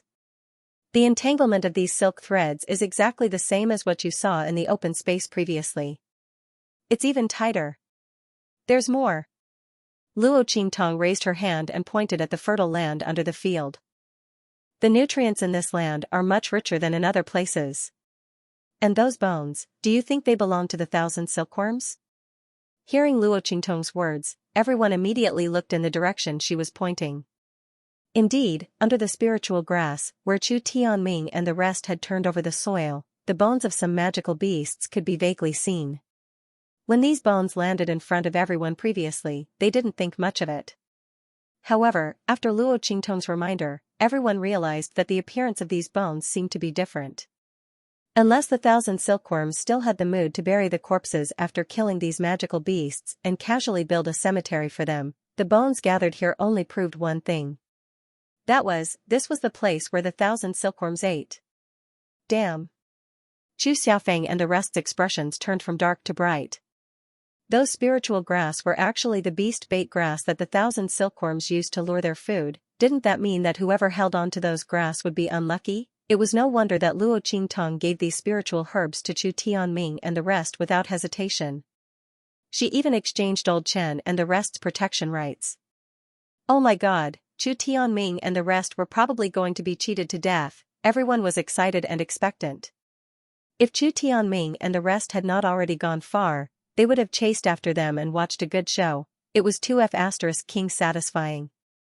Brilliant. Really brilliant. Chu Xiaofeng gave Luo Qingtong a thumbs up. He felt an indescribable sense of exaltation.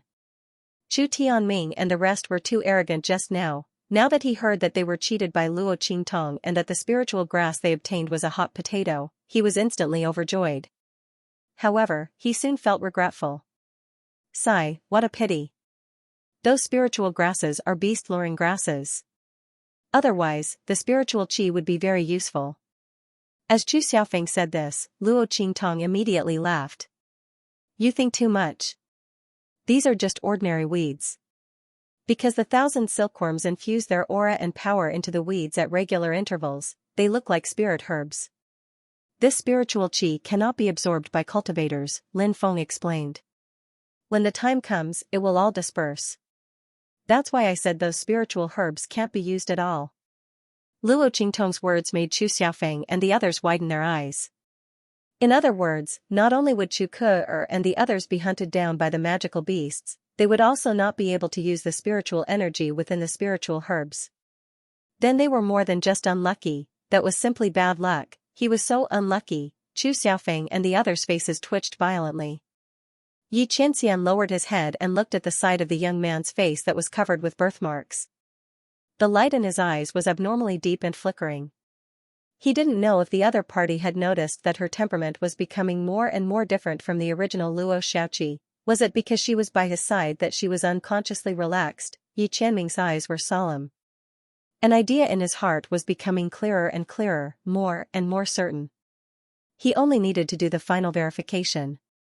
Tonight, he would see how the other party would conceal it. Luo Qingtong had no idea what Yi Qianxian was thinking. At this moment, she was instructing everyone to pluck out the spiritual herbs guarded by the real 1,000 silkworms. It turned out that those 1,000 silkworms were all burrowing animals. The spiritual herbs they were guarding also grew in the underground caverns. Coincidentally, it was right below the spirit grass field. In fact, this was a very normal thing.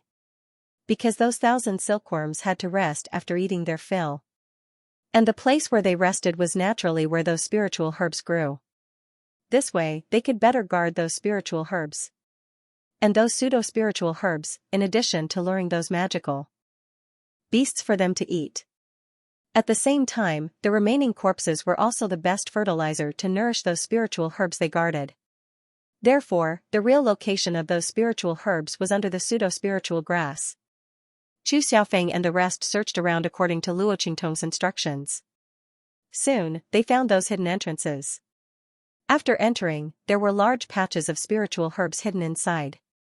The amount of spirit grasses here was countless times that of the spirit grass field above. Chu Xiaofeng and the rest were happy in their hearts.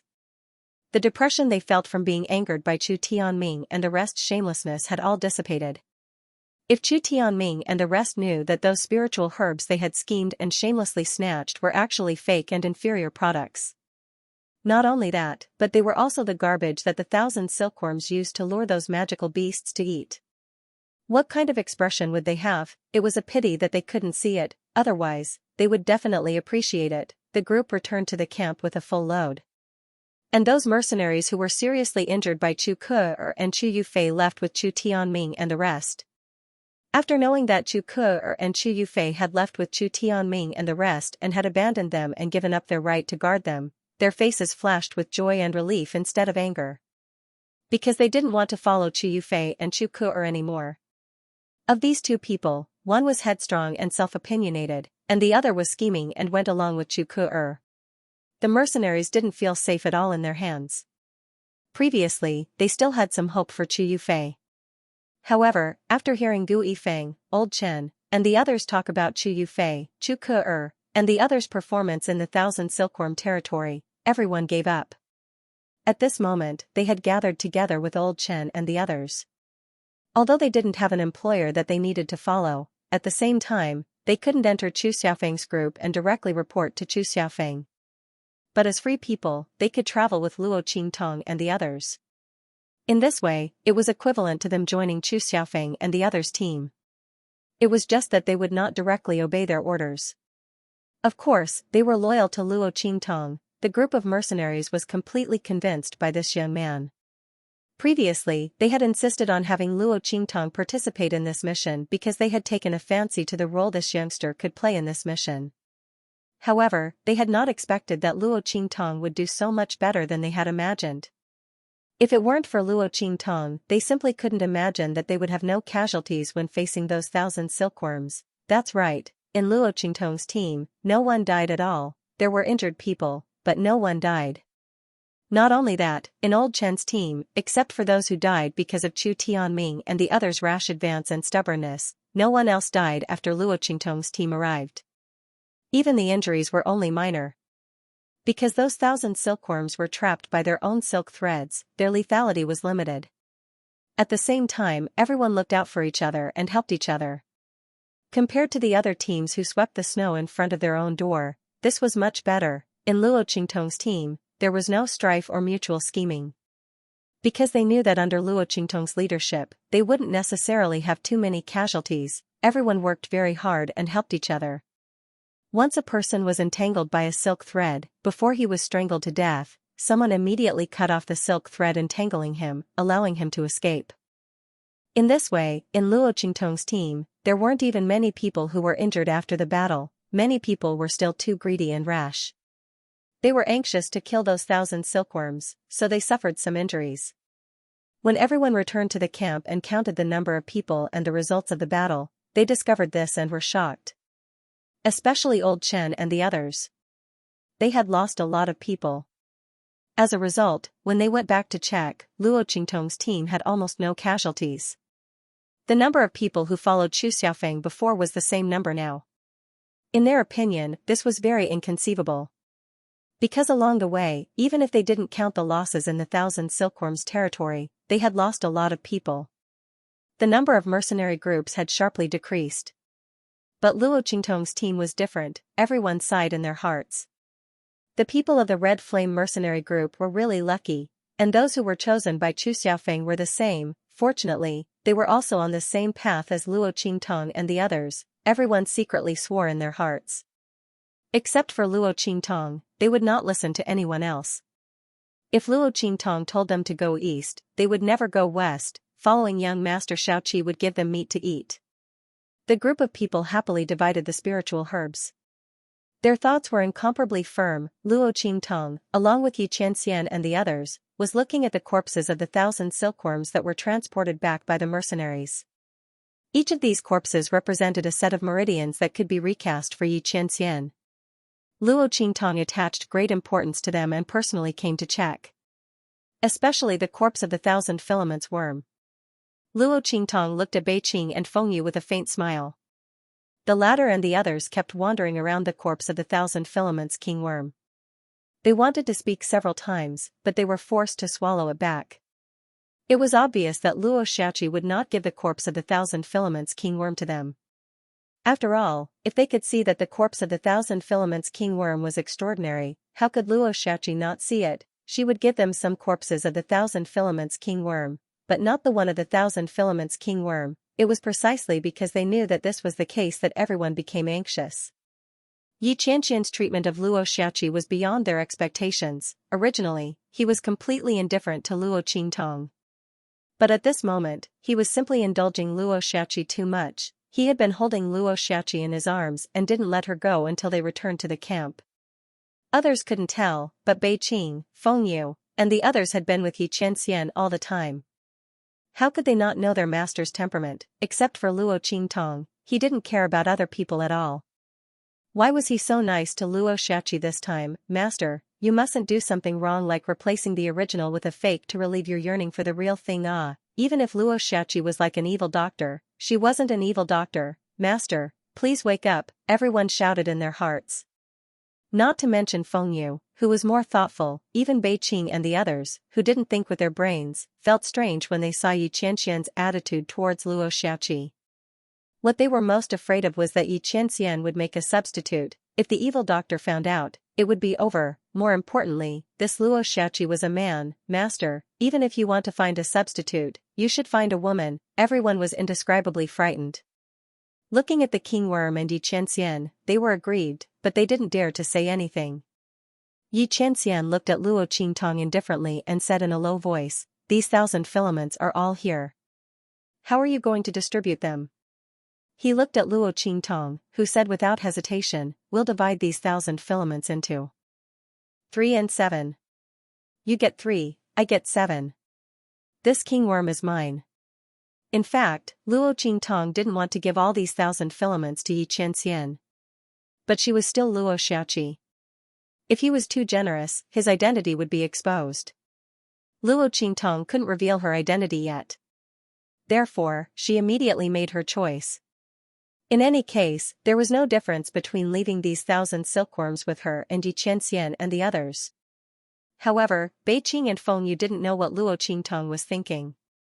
Everyone was extremely depressed as they watched Luo Qingtong collect the corpses of the 1,000 silkworms. Especially the king worm. He almost rushed up and snatched it. But when they saw Xianxia standing motionlessly at the side, the crowd immediately withered. Not because of anything else, but because their master hadn't said anything yet, so how could they dare to act on their own? Therefore, they could only watch helplessly as Luo Qingtong collected all the corpses. Xianxia asked Luo Qingtong, "What are you going to do with these corpses?" Hearing this, Bei Qing, Feng Yu, and the others pricked up their ears in an instant. Did their master want to ask Luo Xiaoqi what she was going to do with these 1,000 silkworms? If she didn't have any special use for them, he would buy them from her. If that was the case, it would be good. With this thought in mind, everyone's spirits were lifted. However, before they could be excited for long, they heard Luo Qingtong's voice. "Oh, this?" Luo Qingtong smiled. "This is for a very, very important person to me." Luo Qingtong looked at Xianxia with a smile, and her eyes quickly circled around him several times. This kind of confession was good enough, right? When the man found out about her identity and wanted to settle accounts with her, she could use this to leave a good impression on him and make him reluctant to punish her too much. As Luo Qingtong thought about it, she felt elated. She felt that she was too awesome. Xianxia's eyes lit up when he heard her words. His gaze swept past Luo Qingtong's smiling face. For some reason, even the hideous birthmark on her face was pleasing to the eye, and he felt much more comfortable. Was she someone very important to him? His lips curled up slightly as he glanced meaningfully at Luo Qingtong's face. Then, without saying anything, he left the place. Bei Qing, Feng Yu, and the others were still waiting for their master to discuss with Luo Xiaoqi how to buy the king worm. However, their master just asked Luo Xiaoqi a question and then left. Nothing. Everyone's eyes widened as they watched their master leave. They couldn't come back to their senses at all. "Oh my God, master, what the hell is wrong with you?" Bei Qing, Feng Yu, and the others collapsed indescribably. Luo Qingtong watched Xianxia leave with a smile. "Oh, I got away with it," she was very happy.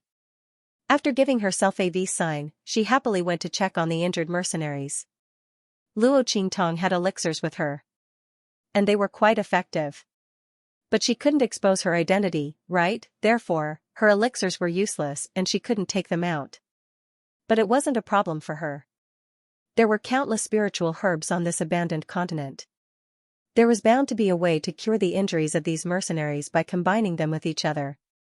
Luo Qingtong couldn't cure them immediately, but she could speed up their recovery. The heart of the continent would open soon. When the Tian Luo grass appeared, she might need these people's help. Therefore, it was best that they were fine.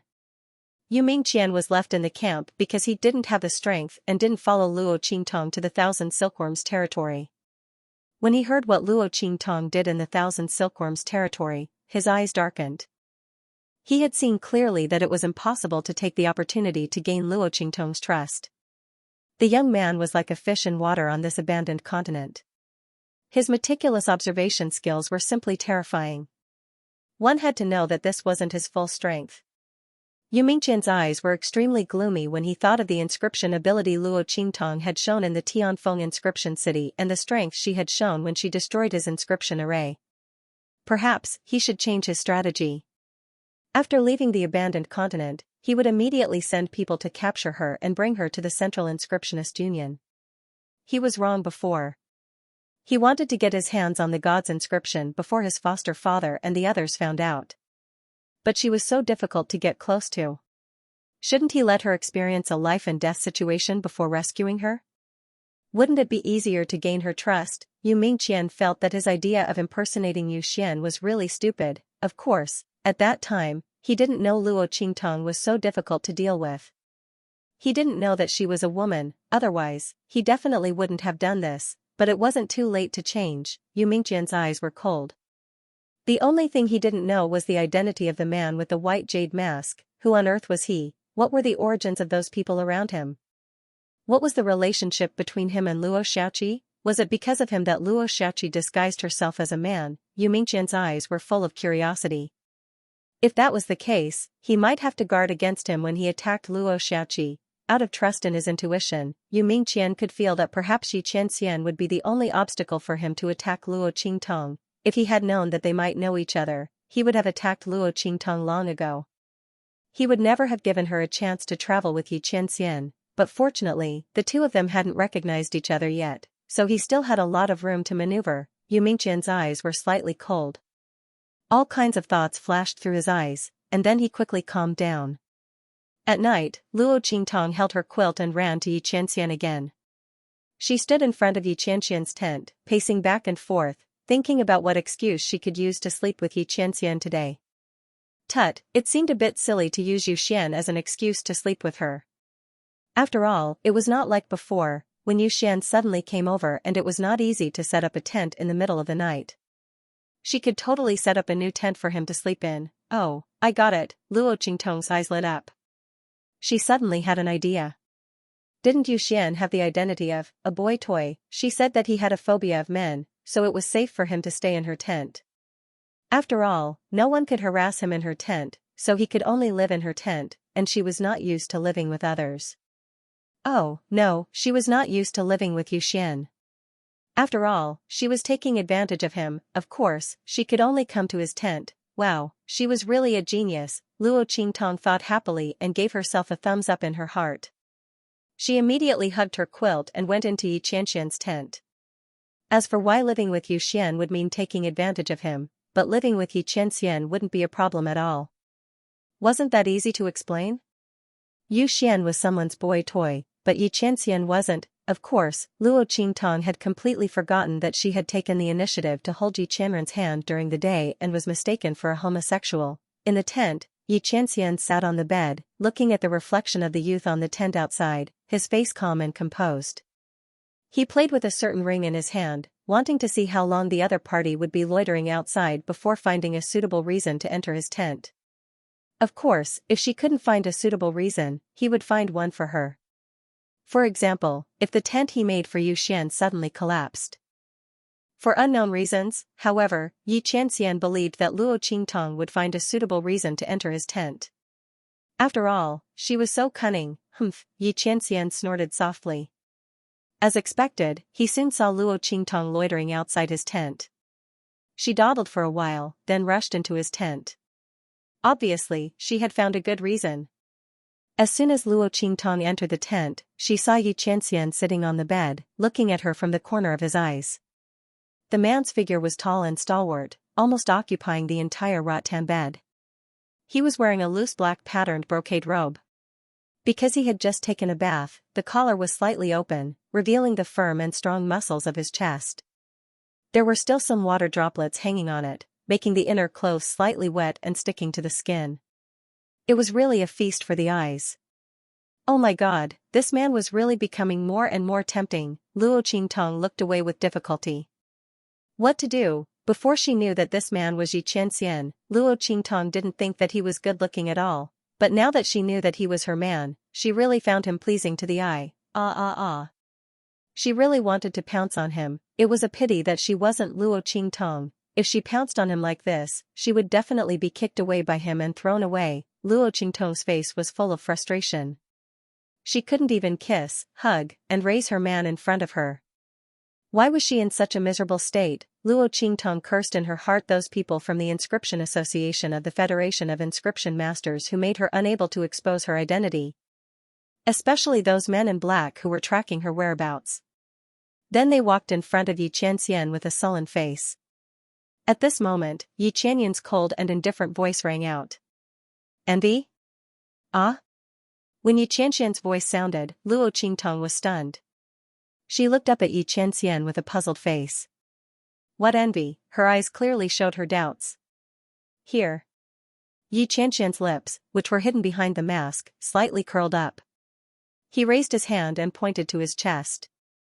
Over there, the firm muscles and veins were extremely alluring. You envy? Yi Qianxian's tone was indescribably calm. Just now, you were staring at me. Cough cough cough. When Yi Qianxian's words came out, Luo Qingtong coughed violently. Oh my god, I was caught peeping? Was her gaze so obvious? Luo Qingtong's heart was bleeding. Cough cough, I'm quite envious. After thinking about it, she couldn't find a suitable reason to explain her peeping. Luo Qingtong admitted that she was envious. In fact, she wasn't envious at all. She also's breasts, they were bigger and softer than his, just as Luo Qingtong was trying to clear her name, she suddenly felt a hand covering her left chest. Then, that hand pinched her little bun that looked and felt extremely flat on the outside, neither lightly nor heavily. He gave it a squeeze. Luo Qingtong was dumbfounded. She looked at Xianxia as if she had been struck by lightning.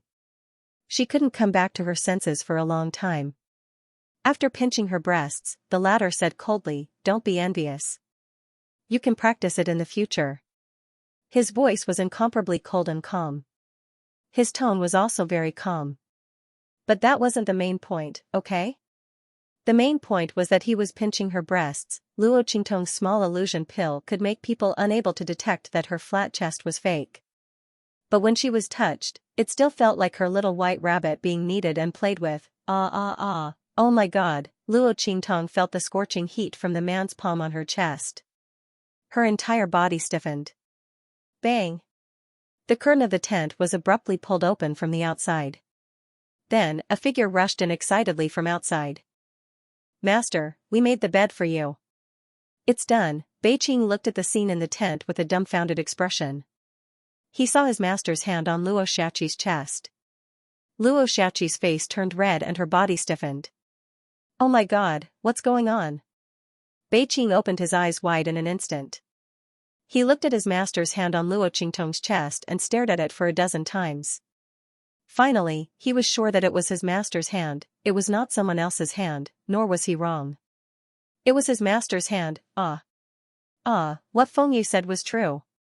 Did his master really fall in love with someone else? And he fell in love with Luo Xiaqi? Otherwise, how could he explain his master's behavior?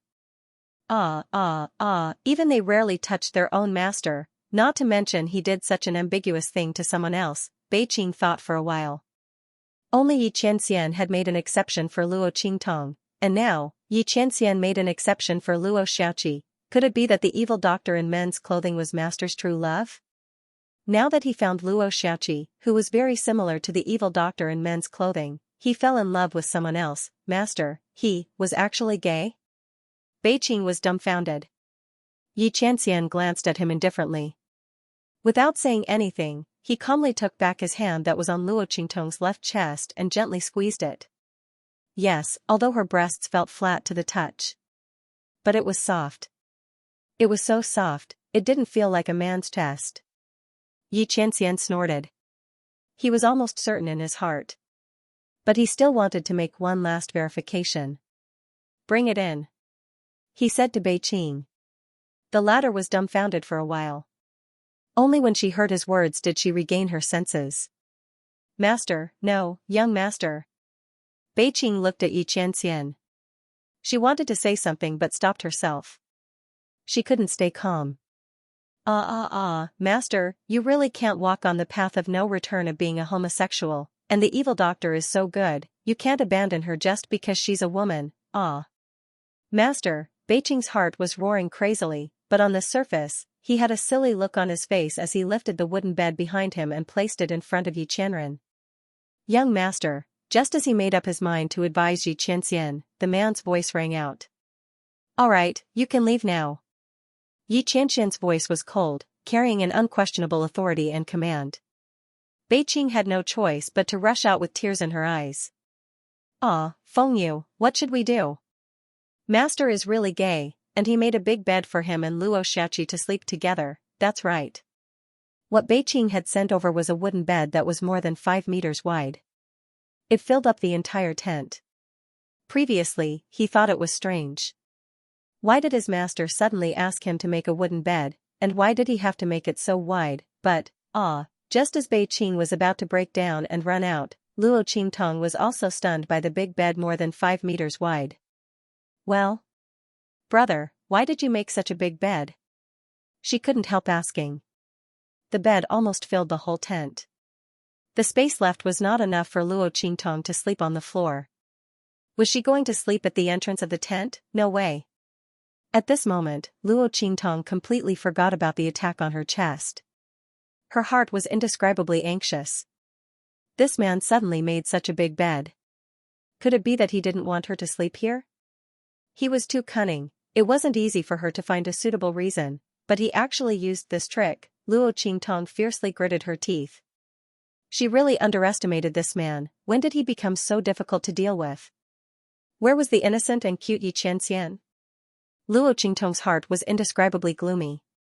Yi Qianxian glanced at her lightly, then said, I think the previous bed was too small. I can't sleep well.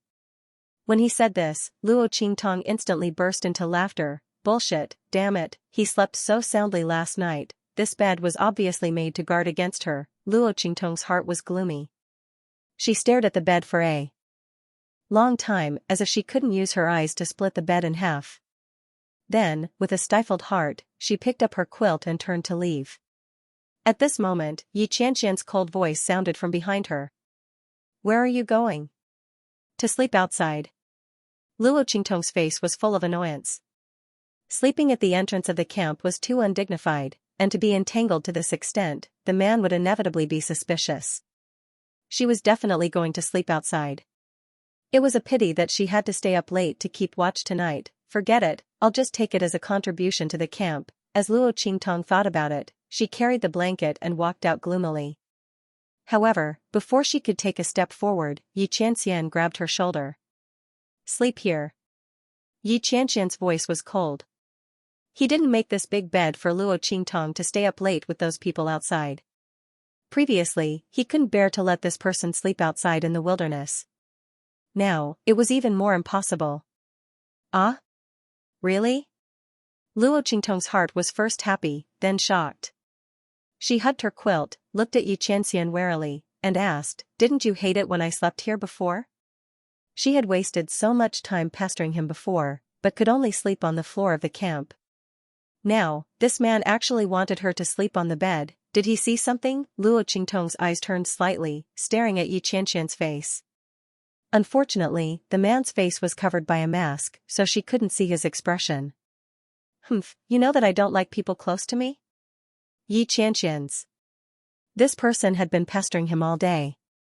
If it wasn't for the special feeling he had for her, he wouldn't even know how he died. Now she knew to use this matter to test him. Yi Qianxian's expression was cold. He thought of how this person had flaunted her existence in front of him.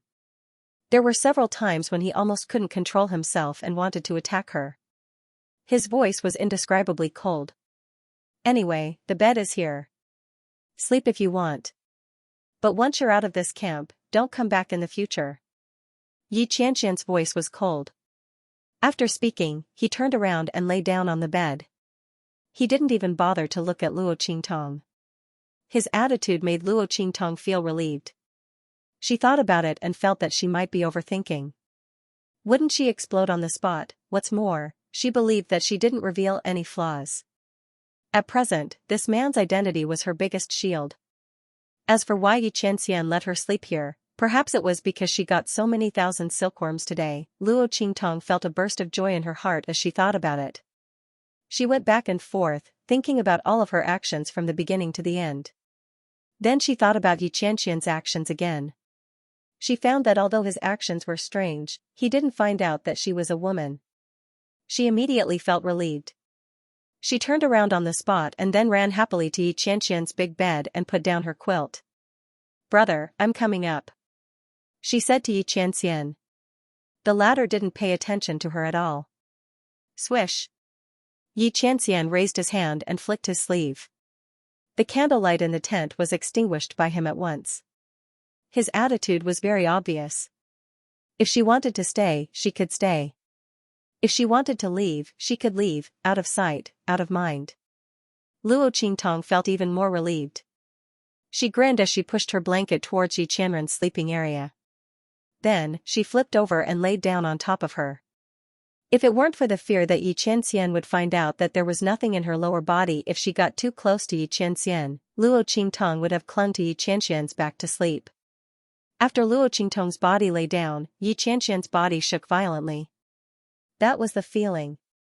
In the darkness, Yi Qianxian's eyes were unusually bright. Previously, he disliked Luo Qingtong for being noisy and annoying, and he was worried about her whereabouts. He was very resistant to her existence in his heart. Therefore, he did not notice that every time the other party approached him, his body would always take in Luo Xiaoqi's aura one step ahead of him. The first time she tore off his sleeve, it was like this. Every time she tried to get close to him, it was the same. Xianxia deliberately suppressed the counterattack consciousness in his body. However, for powerhouses like them, if they weren't close to someone they were familiar with, they would be injured by his counterattack before they could even react. Even if he retracted his hand in time, the counterattack aura would still be reflected back to him temporarily. But every time Luo Xiaoqi got close to him, whether it was intentional or not, he could control the counterattack consciousness in his body very well. Not a single time, he reacted before he could react. This was incredible. Even when he first met Luo Qingtong, the girl was almost hurt by him. But she was cunning and changeable, she easily avoided it. But at this moment, his body instinctively didn't take the initiative to attack Luo Xiaoqi. It turned out that his body had already recognized Luo Qingtong before him, but he did not notice it at all. He thought Luo Xiaoqi teat. This person had been hiding it from him for a long time. Xianxia gritted his teeth. In the darkness, his eyes were shining like obsidian in the dark. However, the light inside was burning hot to the extreme. At this moment, his back was completely exposed in front of Luo Qingtong. There was no protection at all, but his body instinctively didn't raise any awareness of defense. Luo Qingtong had no idea what Xianxia was thinking. She felt Xianxia's body shake violently. She thought that the man was not used to sharing a bed with her. She immediately felt more at ease. She had thought too much before. Luo Qingtong did not expect to be able to sleep on the same bed with him so soon. She was very happy. She smiled and stared at Xianxia's back, then closed her eyes happily. She was already very happy to be able to sleep on the same bed with him. As for other little tricks, they could wait until later. Otherwise, if they were caught and thrown out, the gains would not make up for the losses. Besides, now that she could sleep on the same bed with him, wouldn't it be easy to do anything in the future? With this thought, Luo Qingtong fell asleep happily. After she fell asleep, Xianxia turned around. His eyes narrowed slightly, and he stared deeply at Luo Qingtong's body. The youth's figure was petite. Lying on the spacious bed, she occupied less than 1/3 of the space.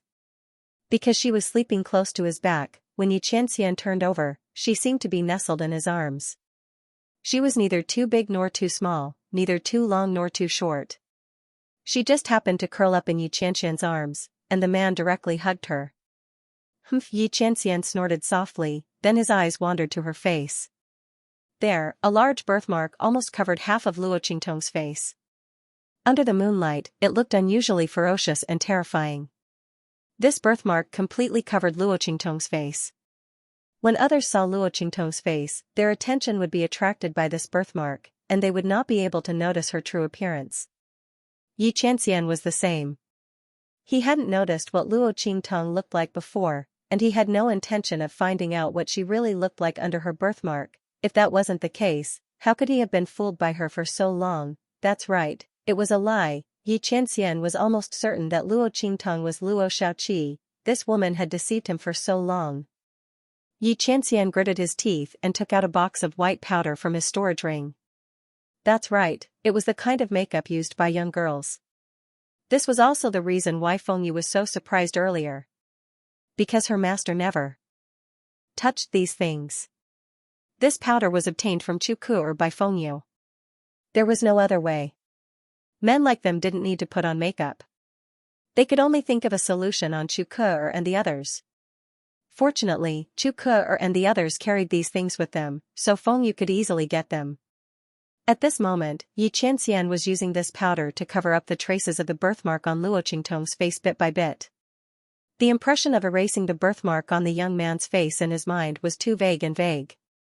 Now, he wanted to see it clearly. Under his hands, the birthmark on Luo Qingtong's face was erased and covered up bit by bit. Soon, the young girl's beautiful and otherworldly face was revealed in front of Xianxia. What a cunning woman! The moment he saw Luo Qingtong's face was revealed, Xianxia could no longer restrain his surging and burning emotions in his heart. He leaned over and kissed her. Clang! Luo Qingtong was awakened by a hot and repressed kiss on her lips. She vaguely saw the face of the man in front of her in her half-asleep state. She raised her hand to wrap it around his neck and responded passionately. Oh, Yi Xianxian, she moaned the man's name between her lips and teeth. Finally, she swallowed it all into Yi Xianxian's mouth. Luo Qingtong's moans were different from other people's. Yi Xianxian had heard countless people's moans. In the past, there was no lack of deceitful people who wanted to climb into his bed by his side. No matter if it was a man or a woman, those people's voices had always been pretentious and disgusting. However, Luo Qingtong's voice was unusually sweet. This kind of sweetness was filled with love, dominance, and a valiant response that was determined to win. She had never been a delicate flower that begged for his love. Instead, she was a flourishing demonic flower that wanted to be on par with him and walk side by side with him. Why did this woman make people love and hate her so much? At this moment, Yi Xianxian really wanted to swallow her into his stomach. Luo Qingtong was half awake and didn't know whether this was a dream or reality. However, when she thought about her identity as a man and Yi Xianxian's indifferent attitude towards her before, Luo Qingtong felt that this was most likely a dream. She really missed that man too much. It wasn't easy to sleep on the same bed with him, but she actually had such a hot and lingering dream. However, this dream was really good. After all, if she couldn't kiss him in reality, she could kiss him in a dream. Moreover, this dream was so real. With this thought in mind, Luo Qingtong suddenly turned over and rode on Yi Xianxian's body. She mumbled and kissed Yi Xianxian in a daze. "Xianxian, I missed you so much." Her tone was domineering, arrogant, and a little indescribable grievance. Yi Xianxian was originally very angry at her for hiding it from him. The moment she flipped over and pressed him down, he was prepared to flip over and press her back down. But for some reason, when he heard her aggrieved words, the anger in his heart instantly surged like a flood breaking through a dam, flooding thousands of miles away. He coldly snorted and raised his hand to support Luo Qingtong's buttocks. He lifted her up and made her sit more comfortably on his body. Then, he sneered and said, "Humph, I don't think you have anything to miss." If she missed him, why would she keep denying her identity? Even after discovering his identity, she refused to tell him who she was. As Yi Xianxian thought about this, the anger in his heart began to burn. He raised his head abruptly and bit the tip of Luo Qingtong's perky nose. "Hiss, were you born in the year of the dog?" Luo Qingtong's face was full of grievance. She was caught off guard. She was lying on Yi Xianxian's body and nibbling on him when he suddenly bit her nose. She instantly hissed in pain and raised her hand to cover her nose. She looked at him with teary eyes. This man was actually so cruel to her in her dream, he bit her so hard. Did he want to bite her to death? Luo Qingtong glared at Yi Xianxian. The latter snorted and ignored her completely. His bite didn't even leave a mark. How could he not know how much strength he used? Moreover, so what if he bit her? She had lied to him for so long. Shouldn't he bite her? "Why did you lie to me?" Yi Xianxian's voice was cold. When Luo Qingtong heard his words, she almost fell off his body. It was Yi Qianren who helped her up and made her sit back down on her own body. "Ahem, that. I didn't do it on purpose." Luo Qingtong looked at the man whose face was as black as the bottom of a pot. She finally understood why he had bitten her. "*ck, I actually had a dream. I even dreamed that he was going to settle accounts with me." How worried was she that this man would find out that she had concealed her identity? Luo Qingtong coughed lightly and quickly explained, "Both of us have provoked enemies. Obviously, yours is more powerful. I did it for your own good. That's why I deliberately concealed my identity." "Is that so?" Yi Xianxian snorted with a noncommittal expression. "When did you find out my identity? How long had this woman concealed it from him?" "Ahem, that day by the river?" Luo Qingtong said with a guilty expression. She inexplicably remembered that day when she had proudly told Yi Xianxian that her mouth was bigger than his. Oh my god, this man must have forgotten, right? Obviously, Yi Xianxian hadn't forgotten. He still remembered it very clearly. "Oh, your mouth is bigger than mine?" Yi Xianxian was so angry that he laughed. That day was when he had completely given up on Luo Qingtong's identity. Even though there were so many similarities and palpitations, Yi Xianxian could only let it go because he had confirmed the man's identity without a doubt. In the end, this woman had recognized him at that time. She had even lied to him. Her mouth was bigger than his. What did she take out? Did she have it? this woman really dared to say anything. As soon as Xianxia said that, Luo Qingtong immediately pounced on him and nibbled on his lips. Okay, I was wrong. At that time, I didn't know who you were. Later on, Feng Yu said that he was looking for his wife, so he was anxious and mistook her for someone else. Luo Qingtong finally realized that this was her man's. It really wasn't her fault. After all, this was Xianxia. How could she say something like that? Wasn't she just making things difficult for this man? However, Xianxia's expression darkened when he heard her words. Very good. He squeezed out 2 words from between his teeth. While greedily savoring the girl's fragrant breath on his lips, he gritted his teeth and said, "You don't know my identity, yet you dare to say such words to another man." Did this woman even know what it meant to be reserved? Damn, Luo Qingtong's lips twitched at Xianxia's unusual attention. Wasn't there something wrong with his focus? However, Xianxia didn't care too much about her hiding her identity. Luo Qingtong naturally persevered and hurriedly said, yes, I was wrong. I won't dare to do it again. Qianren, don't be angry. Luo Qingtong said as she gently pecked the man's lips. Her lips and tongue were small and delicate, easily prying open Xianxia's lips and driving straight in. Xianxia was originally still angry, but after her kiss, his breathing became chaotic again. This woman, he gritted his teeth. He wanted to teach her a lesson, but he couldn't resist her lingering and affectionate feelings at this moment. The girl's lips and teeth were soft and her breath was fragrant. Almost every moment was testing his self-control. Haha. Luo Qingtong's laughter was like a silver bell. She raised her hand and wrapped it around Yi Qianming's neck, passionately responding to his kiss. It felt so good to have this person by her side. It felt so good to be loved wholeheartedly by this person. Luo Qingtong didn't have to think about any schemes or escape routes when she was by his side. Because this man would always tolerate her and love her. How could he be so good to her? It's a pity that this is a dream. Luo Qingtong was depressed and couldn't help but mutter. She could only get close to her man in her dream. She was really too aggrieved.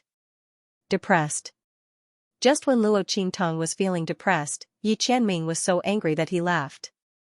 This woman, what did she mean by "it's a pity that this is a dream"? Did she think that this was a dream? No wonder she was so obedient. It made him feel that it was too unrealistic. Yi Qianming gritted his teeth and bit Luo Qingtong's lips fiercely, gently rubbing them. This woman, he really couldn't hit or scold her. It was really a predestined calamity. He fell asleep with Luo Qingtong in his arms in frustration. The next morning, Luo Qingtong woke up in a daze. Just as she was about to greet Yi Qianming, she was startled awake. Bro. Brother? Luo Qingtong stared at her sprawled body that was hugging Yi Qianming. She was about to go crazy. What kind of posture was this? Last night, you're finally awake? Yi Qianming's voice was cold. The moment Luo Qingtong spoke, he had already opened his eyes. I also want to ask you, how long are you going to hug me? Yi Qianming snorted coldly.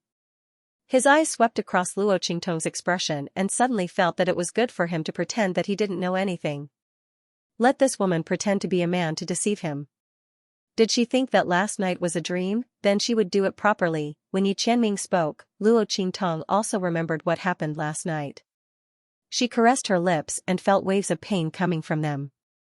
Luo Qingtong froze on the spot as if she had been struck by lightning when she thought of how she had wrapped herself around Yi Qianming like an octopus. Oh my god, are you serious? Not only did she have a dream last night, but she also touched Yi Qianming in reality? Did she reveal her identity or not? Luo Qingtong carefully recalled what happened last night. But she was too happy last night.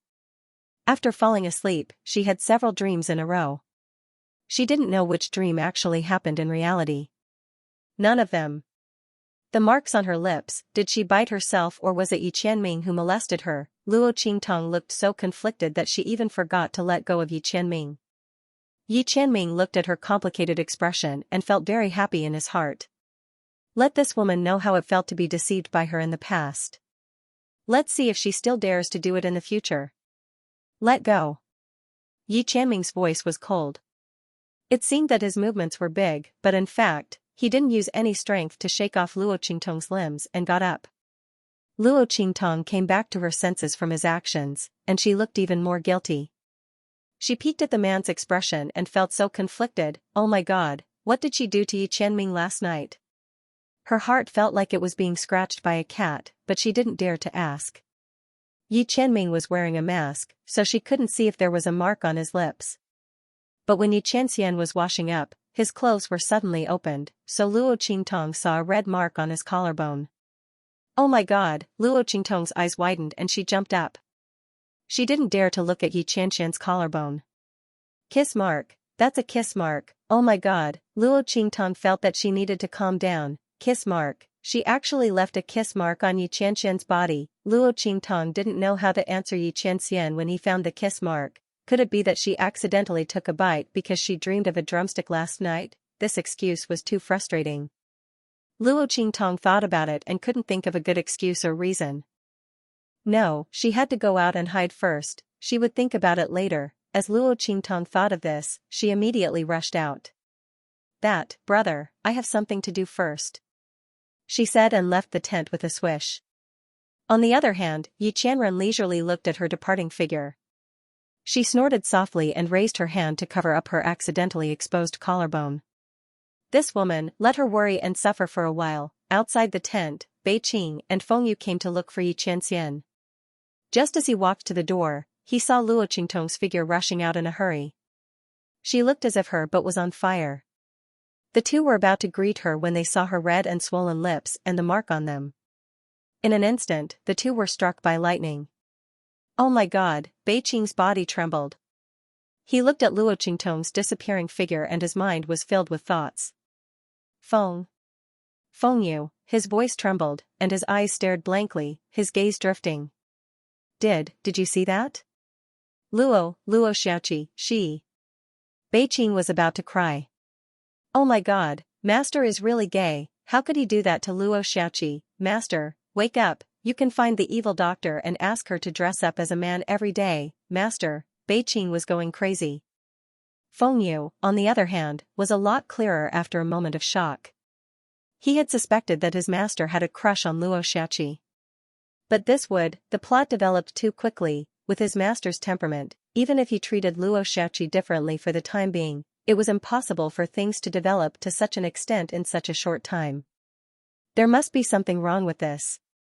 Let's go and ask master, Feng Yu said and pulled Bei Qing into Yi Qianxian's tent. Outside the camp, Luo Qingtong ran out and found that she had accidentally run far away. Now she was a long distance away from the camp. But she didn't care very much. Because she had told Chu Xiaofeng and the others not to leave the camp these 2 days and let the wounded rest for 2 days. And Chu Xiaofeng and the others also needed to sort out what they had gained during this period, so they all agreed. Luo Qingtong was not worried that she couldn't find him after running far away. She was depressed because she didn't know how to face Yi Qianxian when she went back. Damn it, it was killing her. She only hoped that man didn't find that there was something wrong with her collarbone. Luo Qingtong covered her face. She no longer had any hope for her moral integrity that had fallen to the ground. She seriously recalled the dreams she had last night to see if there was anything that could be remedied. At this moment, in her mind, an extremely sharp and mournful cry suddenly resounded. Feeling the sharp cry in her mind, Luo Qingtong's eyes were stunned at first, then suddenly became extremely sharp. This is Snowball's voice. For a long time, the connection between Luo Qingtong and Snowball had been cut off. In the past, Luo Qingtong thought that it was because Snowball had disappeared with Chu Lingfeng and was too far away from her, so she didn't pay much attention to it. But ever since she saw Chu Lingfeng and Snowball in the sky above the abandoned continent, Luo Qingtong knew that someone had blocked the connection between her and Snowball. At this moment, Snowball's cry was sharp and mournful, as if it was weeping blood.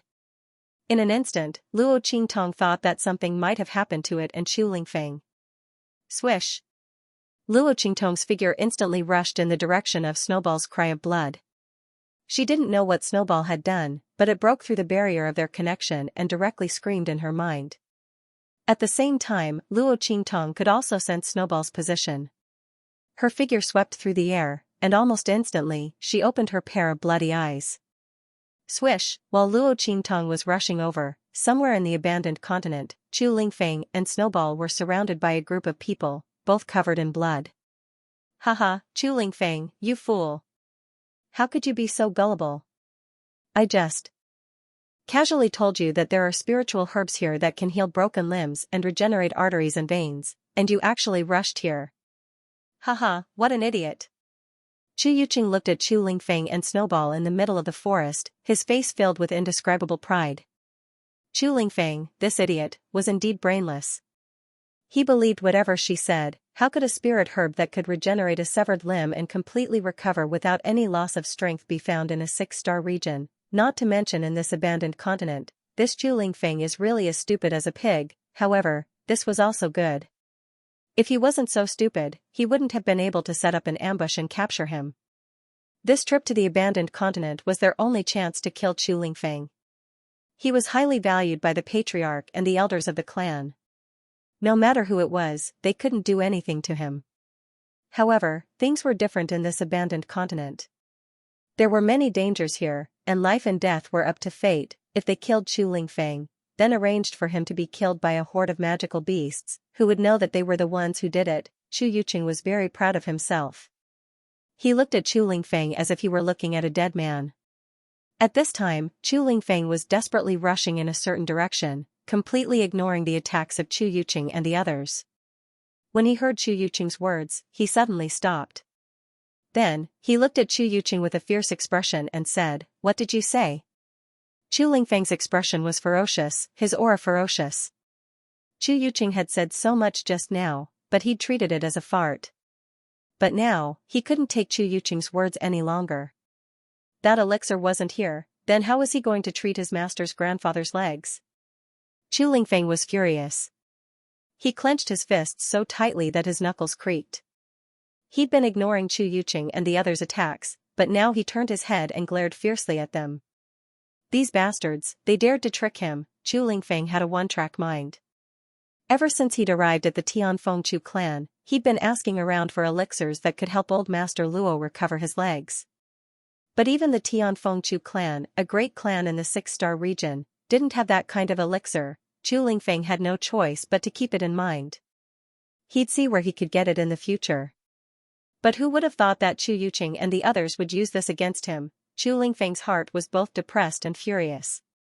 It wasn't because he'd been tricked, but because this elixir was fake. This way, he wouldn't be able to bring this elixir back to his master. These bastards, they all deserved to die. In Chu Lingfeng's eyes, these people could casually deal with him and call him an idiot.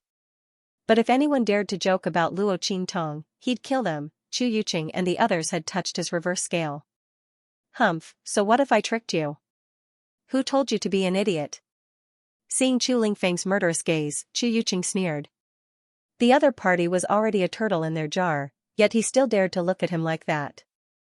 Did he really think that he couldn't be killed? But now that he'd fallen into their hands, even if Chu Lingfeng really had an immortal body, they'd kill him right here and now. Speaking of which, it was Chu Lingfeng himself who was stupid.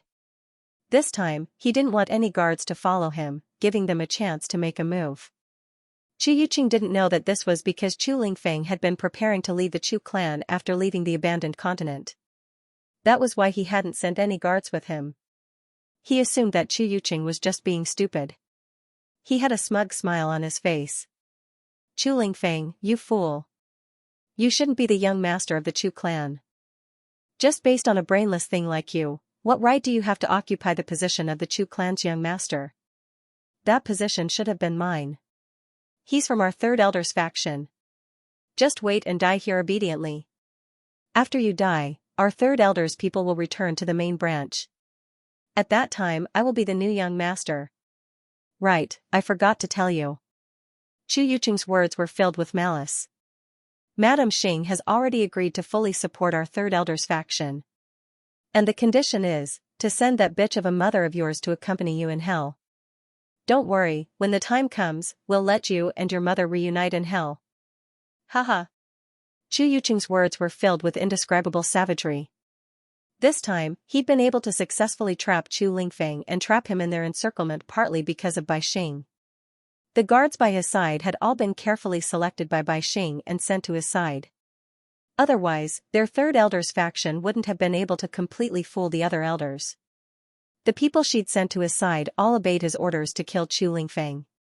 Otherwise, even if he'd surrounded Chu Lingfeng, he wouldn't have been able to do anything to this monstrous man. After all, Chu Lingfeng's regenerative abilities were simply astonishing. And the more he fought, the stronger he became. He wasn't that easy to kill, but now, Chu Lingfeng was destined to die at his hands. Chu Yuqing's voice was savage, but Chu Lingfeng's eyes were already completely red. You dare have designs on my mother? You all deserve to die. His voice roared. In an instant, he braved the attacks of Chu Yuqing and the others and charged at them like a mad bull. Young Master Yuqing, get out of the way. One of Chu Yuqing's guards shouted in a low voice. He raised his hand and pulled Chu Yuqing behind him. Then, wave after wave of attacks suppressed Chu Lingfeng's figure, which had rushed forward, once again. They were all guards assigned to the top disciples of the Tianfengchu clan. Their strength was much higher than that of ordinary mercenaries, and they were all solitary experts. Now that they'd launched their attacks, even with Chu Lingfeng's regenerative abilities and bloodline abilities, he couldn't withstand their attacks. He was immediately pushed back into the center of the encirclement. Haha, Chu Lingfeng, you idiot. You still want to kill me? Wait until you're underground, then slowly think about it. Chu Yuqing sneered as he stood behind the guards. Send a group of people to lure over that magical beast horde we've been eyeing. Wait until his bloodline power is almost exhausted, then let those magical beasts trample him to death. When that time comes, let's see who can trace it back to us. Chu Yuqing ordered. Yes. The guards obeyed his orders. Immediately, a group of experts among the guards broke away and rushed outside. When they were scheming against Chu Lingfeng, they had already set their sights on a group of magical beasts nearby. Luring Chu Lingfeng over would definitely cause him to be dismembered and devoured by those magical beasts when his bloodline power was exhausted and he was heavily injured. Behind Chu Lingfeng, Snowball was kneeling on the ground. Its fur was dyed with blood, and its cries were indescribably mournful. From the very beginning, it had been attacked by Chu Lingfeng and the others in order to prevent it from escaping with Chu Yuqing and the others. At this moment, its right leg was dangling on the ground. It was clearly broken and could not get up at all. However, Chu Yuqing and the others didn't pay any attention to it. They only focused on attacking Chu Lingfeng, vowing to kill him here and now. At this moment, Luo Qingtong's figure was approaching the forest. In this abandoned continent, she had fully opened her blood-red eye. It was as if she had a holographic map of this abandoned continent in her eyes. She easily analyzed the fastest and shortest route to this place. Because of her blood-red eye, and Luo Qingtong's own powerful concealment abilities, she was able to easily escape. Almost without making a sound, Luo Qingtong passed through the territory of countless magical beasts and plants. She avoided their existence and appeared in the vicinity of this forest. Boom boom boom. On the other side of the forest, the guards Chu Yuqing had sent out to lure those magical beasts were doing their best to defend and attack them. These people were the best of the best among Chu Yuqing's bodyguards. They had to lure these magical beasts, but they couldn't be injured. They couldn't allow Chu Lingfeng's encirclement to slip through because there were too many of them. The ones who'd been sent to lure these magical beasts were all the best of the best. Their combined strength was at least of the 6th level of the human martial realm.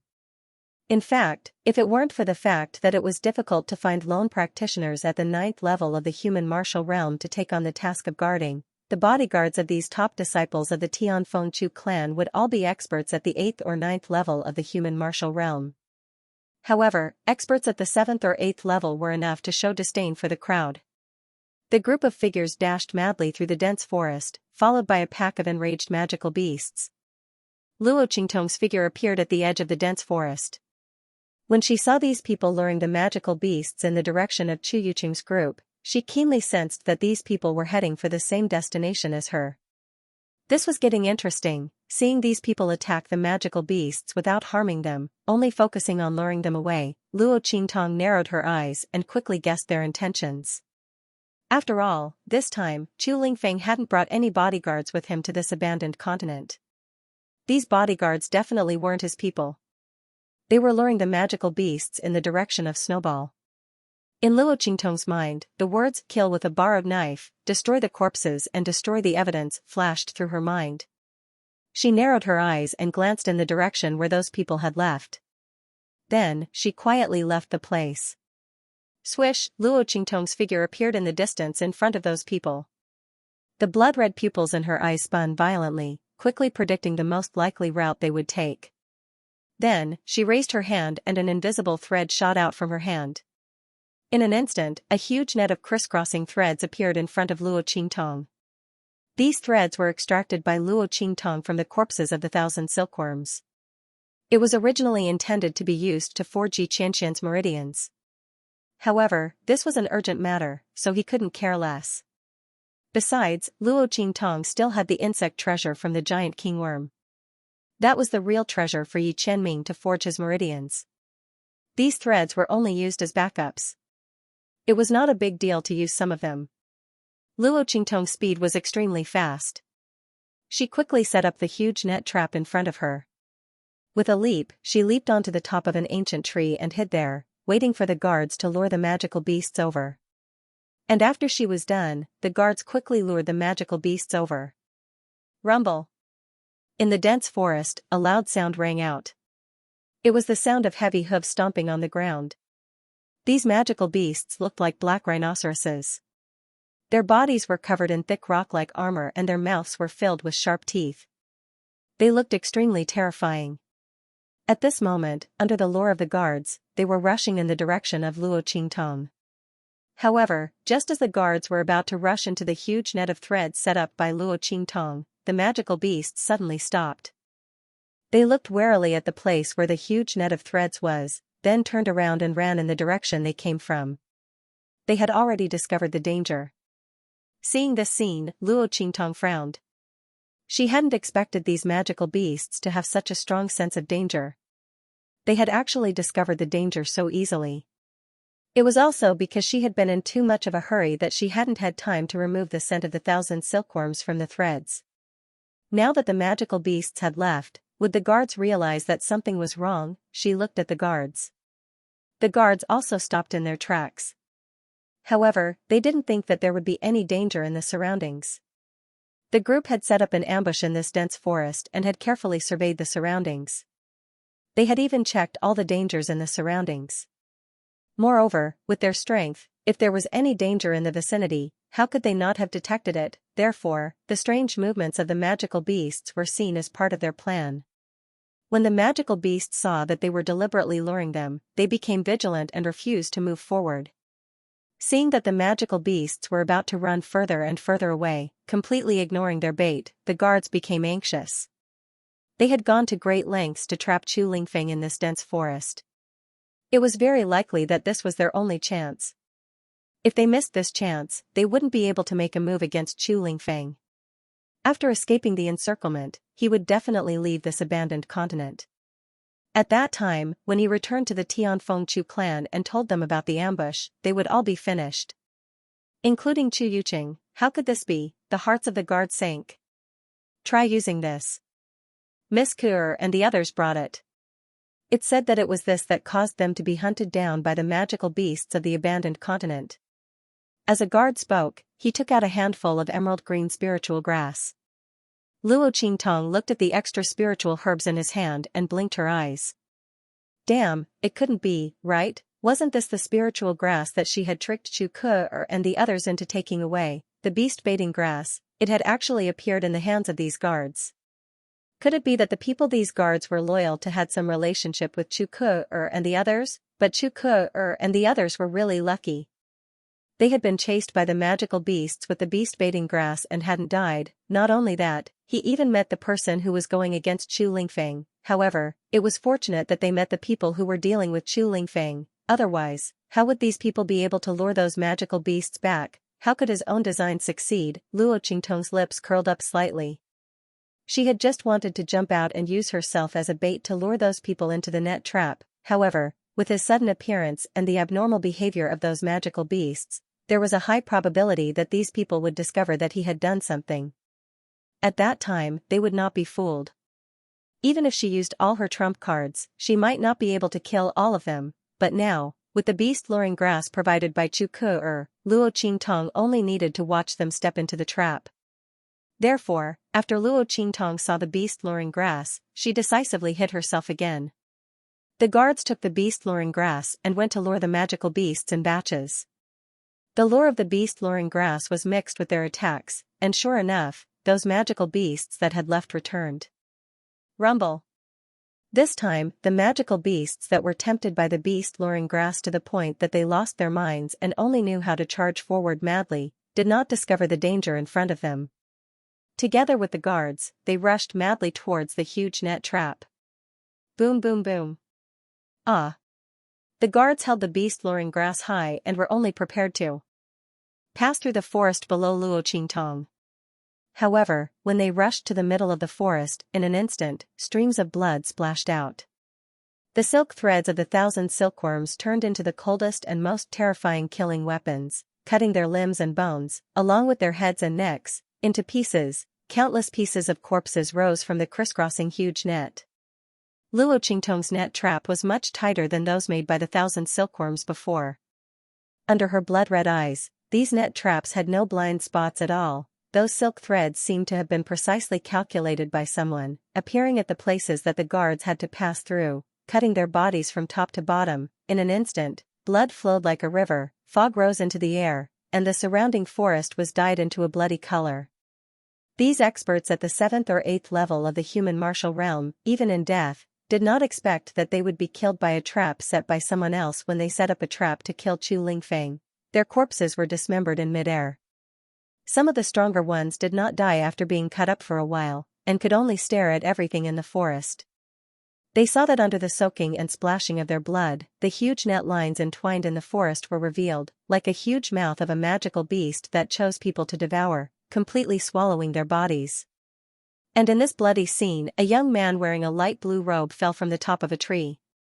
Tisk, if it's not red clothes, then it's easy to get dirty. They heard the young man say with disdain. The appearance on her face was covered by more than half of the birthmark, looking both ferocious and terrifying. Landing in this bloody scene, she was like a demon god that destroyed the world. However, the smile on her lips was extremely evil and bewitching. It gave people a feeling that there was nothing wrong with it. Whether it was the ugliness or the malevolence on her face, it all turned into a perfect contrast to her peerless charm. People could only see her unparalleled elegance and neglect everything else. This was an extremely beautiful and enchanting young man. He had a demonic charm that seeped into his bones. With a single glance, one would be captivated and bewitched. Shua! Luo Qingtong raised her hand and brushed away the blood mist.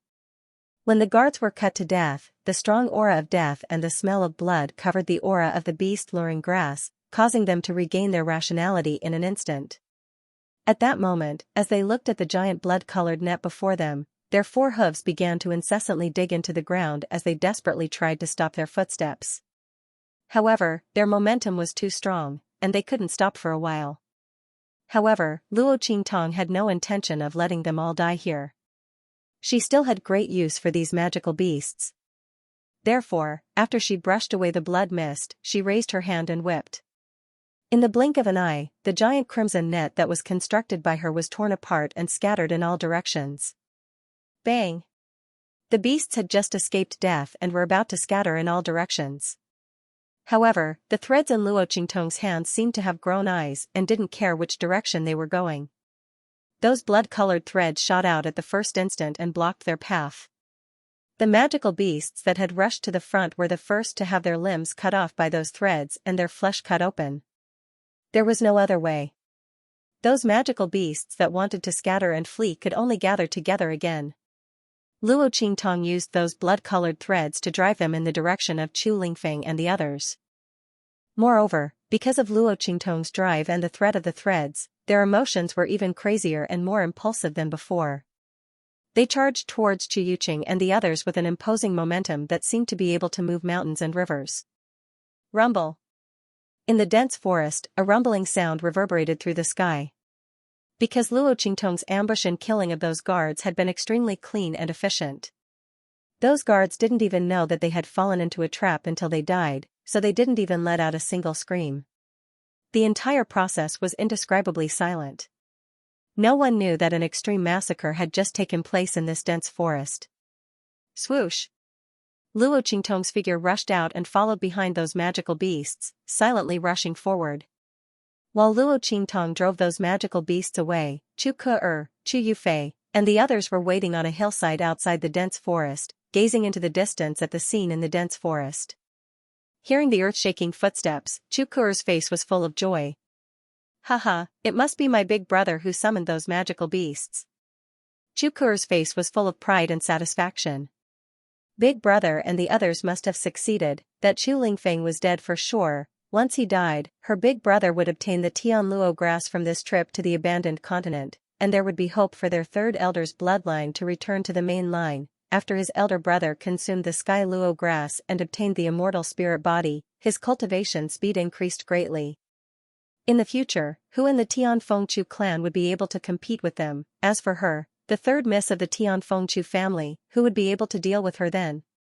That Luo Xiaoqi and Chu Xiaofeng, she must teach them a lesson. Thinking of these two people, Chu Ke's face turned ugly.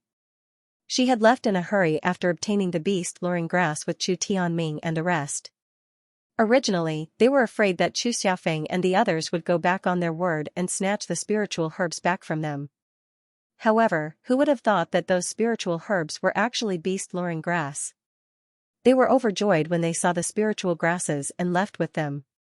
In the end, it attracted wave after wave of magical beasts. If I hadn't run into Chu Yuqing on the way, I would have been saved. They still didn't know what would happen to them. Perhaps they had already been swallowed by those magical beasts and turned into underground fertilizer. However, although Chu Yuqing and the others had saved them, they were still in dire straits. Chu Ke and the others were in an extremely sorry state from being chased by the magical beasts. Not only were they covered in wounds, but their clothes were also torn to pieces by the sharp teeth and claws of those magical beasts as they fled.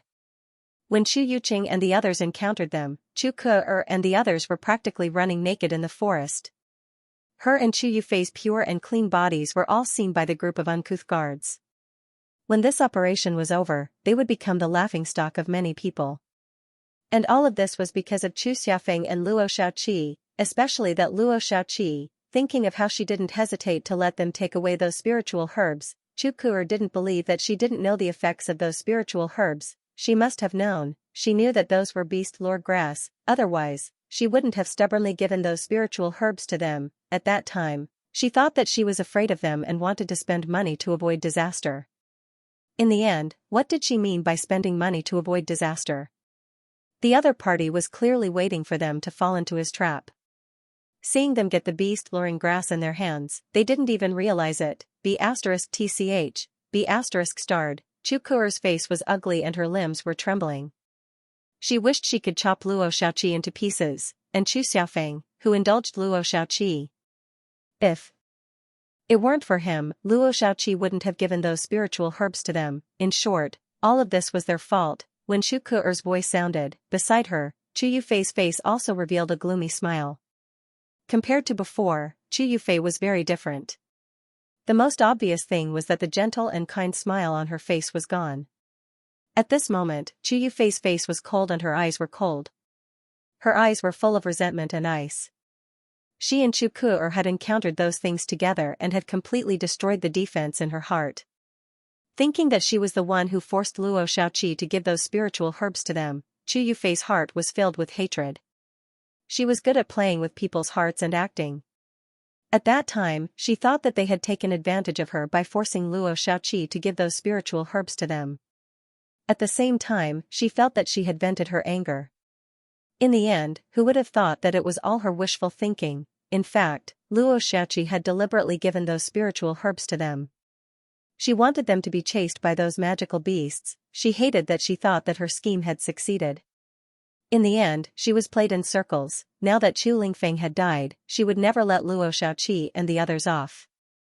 At that time, let's see how Chu Xiaofeng will protect them. Chu Yufei's face darkened.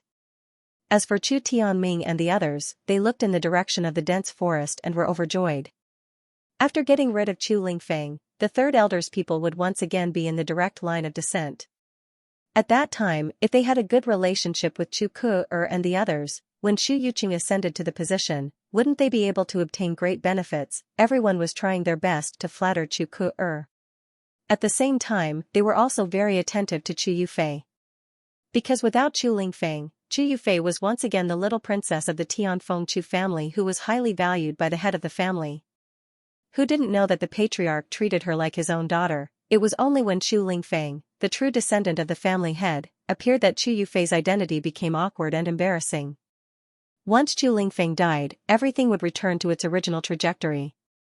Regardless of whether it was Chu Ke, Chu Yufei, or Chu Tianming, they all thought the same. Rumble. Chu Yuqing and the others were attacking Chu Lingfeng with all their might. Because they didn't want others to find out that they were the ones who had attacked Chu Lingfeng, they didn't dare to kill Chu Lingfeng. Otherwise, it wouldn't have been difficult for Chu Yuqing's guards to kill Chu Lingfeng, since they had already surrounded him. There was no way they could have dragged this out for so long. They were desperately trying to exhaust Chu Lingfeng's bloodline power. Seeing that his injuries were becoming more and more difficult to heal, the sneers on their faces deepened. Just then, they heard the sound of a stampeding horde of magical beasts. Chu Yuqing immediately waved his hand. Get out of the way. Let those magical beasts charge in and stomp him into meat paste. Chu Yuqing's expression was extremely arrogant. Chu Lingfeng was dead for sure. His bloodline power was about to be exhausted, and his healing abilities were no longer as strong as before. Once those magical beasts swarmed him, they would definitely trample him to death. At that time, what undying body, what unique bloodline. All of it would be a joke. The true winner would be him, Chu Yuqing. It would be their third Elders faction. With a wave of his hand, Chu Yuqing's guards immediately scattered, revealing a path that led to Chu Lingfeng's encirclement. The group stood at both ends, waiting for the magical beasts to charge in and trample Chu Lingfeng to death. Rumble. The magical beast stomps were extremely loud. Very quickly, a line of magical beasts appeared in front of Chu Yuqing and the others. Why isn't there anyone in front of these magical beasts? Chu Yuqing and the others looked at the horde of magical beasts charging in their direction in confusion. Why were these magical beasts running over on their own? Where were the guards? Were they behind them? With this thought in mind, they immediately raised their heads and looked behind them. However, that place was filled with smoke and dust caused by the magical beasts' movements. None of them could clearly see the scene behind them. They didn't care about it in their hearts. They were just waiting for those magic beasts to rush over and crush Chu Lingfeng. However, no one noticed that when the magical beasts arrived, Snowball, who had been constantly wailing and struggling to get up to help Chu Lingfeng, only to be suppressed by the attacks of Chu Yuqing and the others, suddenly looked in the direction of the magical beasts with pleasant surprise. Roar! It opened its throat and snarled. To Chu Yuqing and the others, that sound was nothing more than a cold howl. But only Snowball knew that it was full of surprises.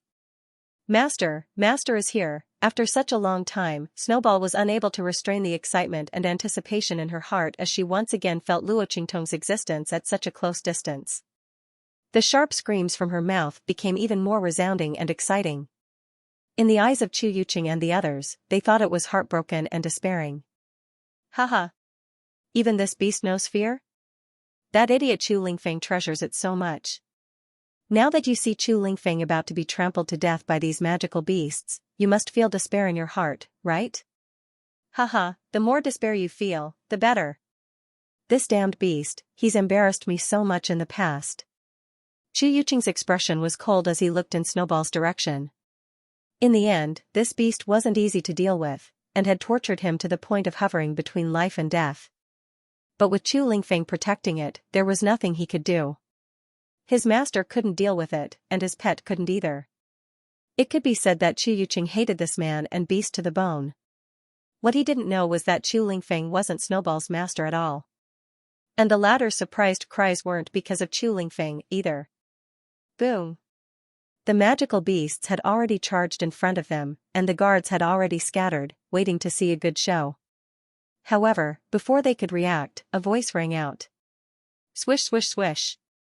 Invisible threads shot out from the back of the horde and blocked the path of the demonic beasts. The demonic beasts that had long been used to being chased away by Luo Qingtong's threads suddenly stopped in their tracks. They had originally been charging towards Chu Lingfeng, who was in the middle of the encirclement, but they immediately scattered and charged towards Chu Yuqing and the others. What? Chu Yuqing and the others had been waiting to see Chu Lingfeng get trampled to death, but they hadn't expected that the magical beasts would suddenly change directions. This time, they had become the magical beasts' targets. Damn it, what's going on? The smile on Chu Yuqing's face instantly froze. His lips were still curled upward, but his face was filled with disbelief. Seeing those magical beasts rushing towards them, he hurriedly shouted in exasperation, "Quick! Stop them! Drive them into the encirclement!" Chu Yuqing's heart was in a state of panic. The magical beasts' attacks were secondary. More importantly, he was afraid that the magical beasts would break through the encirclement. That way, Chu Lingfeng would be able to escape with his life. Damn it, what's going on? Why are these magical beasts suddenly charging at us? Before Chu Yuqing and the others could figure out what was going on, a crimson figure shot out from behind the magical beast horde like a bolt of lightning. In an instant, it had entered the encirclement and appeared beside Chu Yuqing. Luo Qingtong's body was covered with the blood of the guards she had killed. Her light blue robe was also dyed red. At this moment, she was standing beside Chu Lingfeng. She looked at him and snorted, "Blockhead." As soon as she spoke, Chu Lingfeng, who was still vigilant because of her appearance, was stunned. Then, he cried out in surprise. "Master!" His eyes were filled with surprise and excitement as he looked at the blood-robed young man in front of him. Excitement were unable to express his feelings at this moment. He fiercely wiped the blood off his face. He was both emotional and wanted to cry. "Woo, master, I miss you so much." As he spoke, he was about to fly over, but was stopped by Luo Qingtong. "Hey, wait. Let's leave this place first." Luo Qingtong raised a hand to stop him. Her heart was filled with helplessness. This blockhead, can't he look at the situation first? What's he getting so worked up for? It's more important to leave first. Luo Qingtong was speechless.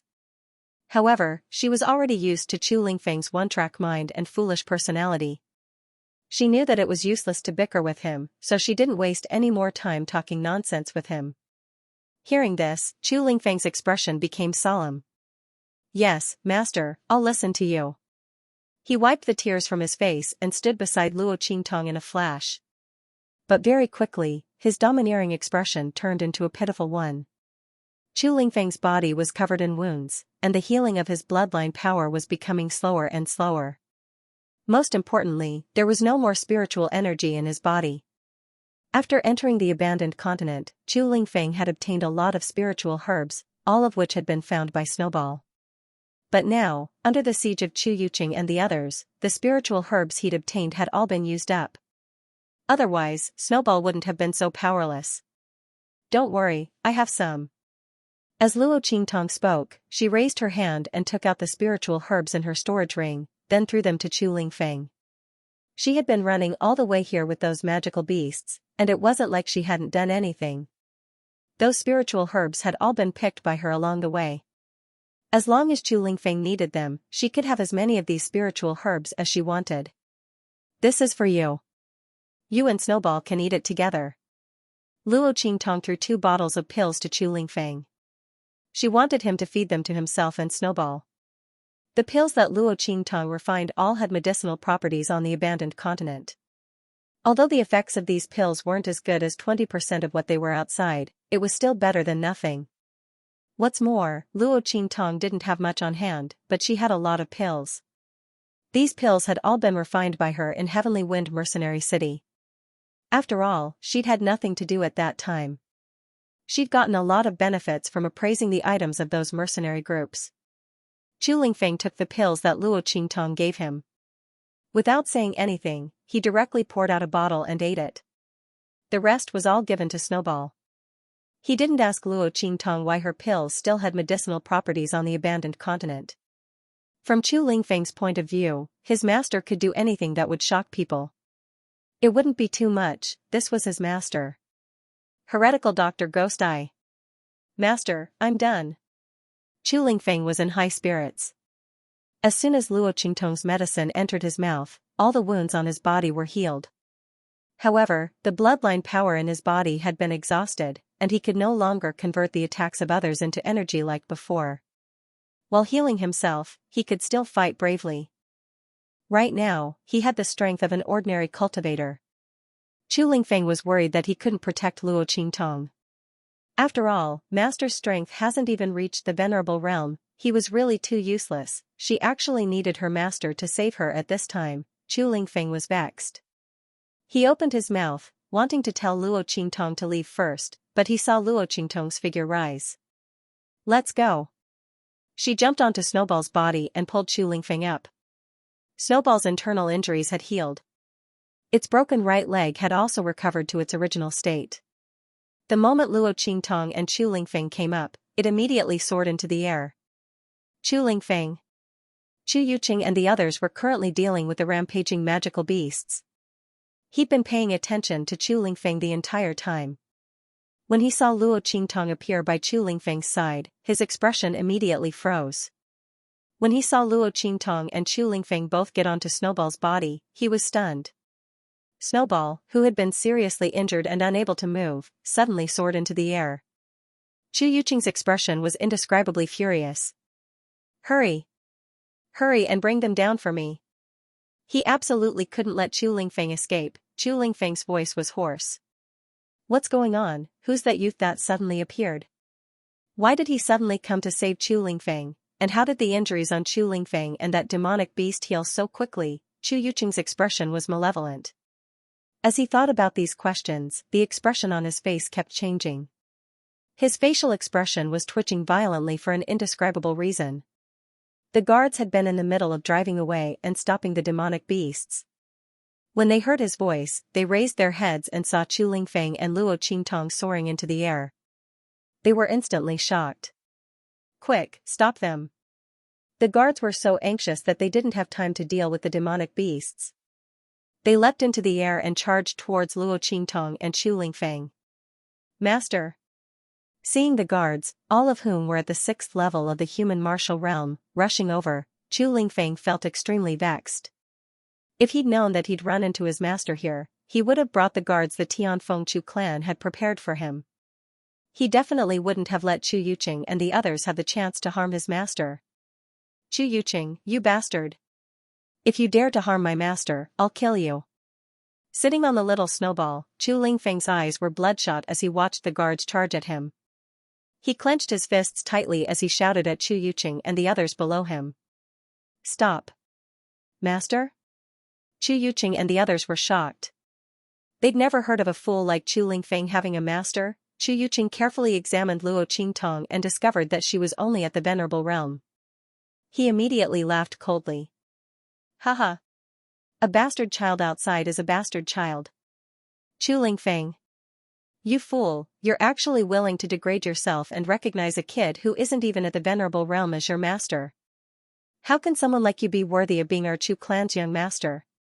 Today, I'll clean up the house on behalf of the Tianfeng Chu clan."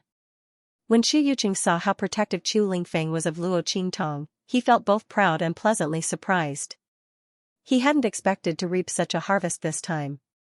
Chu Lingfeng, this fool, was willing to degrade himself to become someone else's servant. Since that's the case, don't blame me for using this weakness to kill him. Chu Yuqing didn't care who Luo Qingtong was. In any case, since she appeared here, she was already a dead person. "Kill them." Chu Yuqing gave the order to the guards. Earlier, he didn't dare to kill Chu Lingfeng here because there was no one to take the blame for them. But now, Luo Qingtong's appearance gave them a reason. After killing them here, he would make it look like Chu Lingfeng was killed by the young man. What did this matter have to do with them? At that time, they would find out the identities of Chu Lingfeng and this young man. Everything would be settled, wouldn't it? This was a weakness that Chu Lingfeng had personally delivered to his doorstep.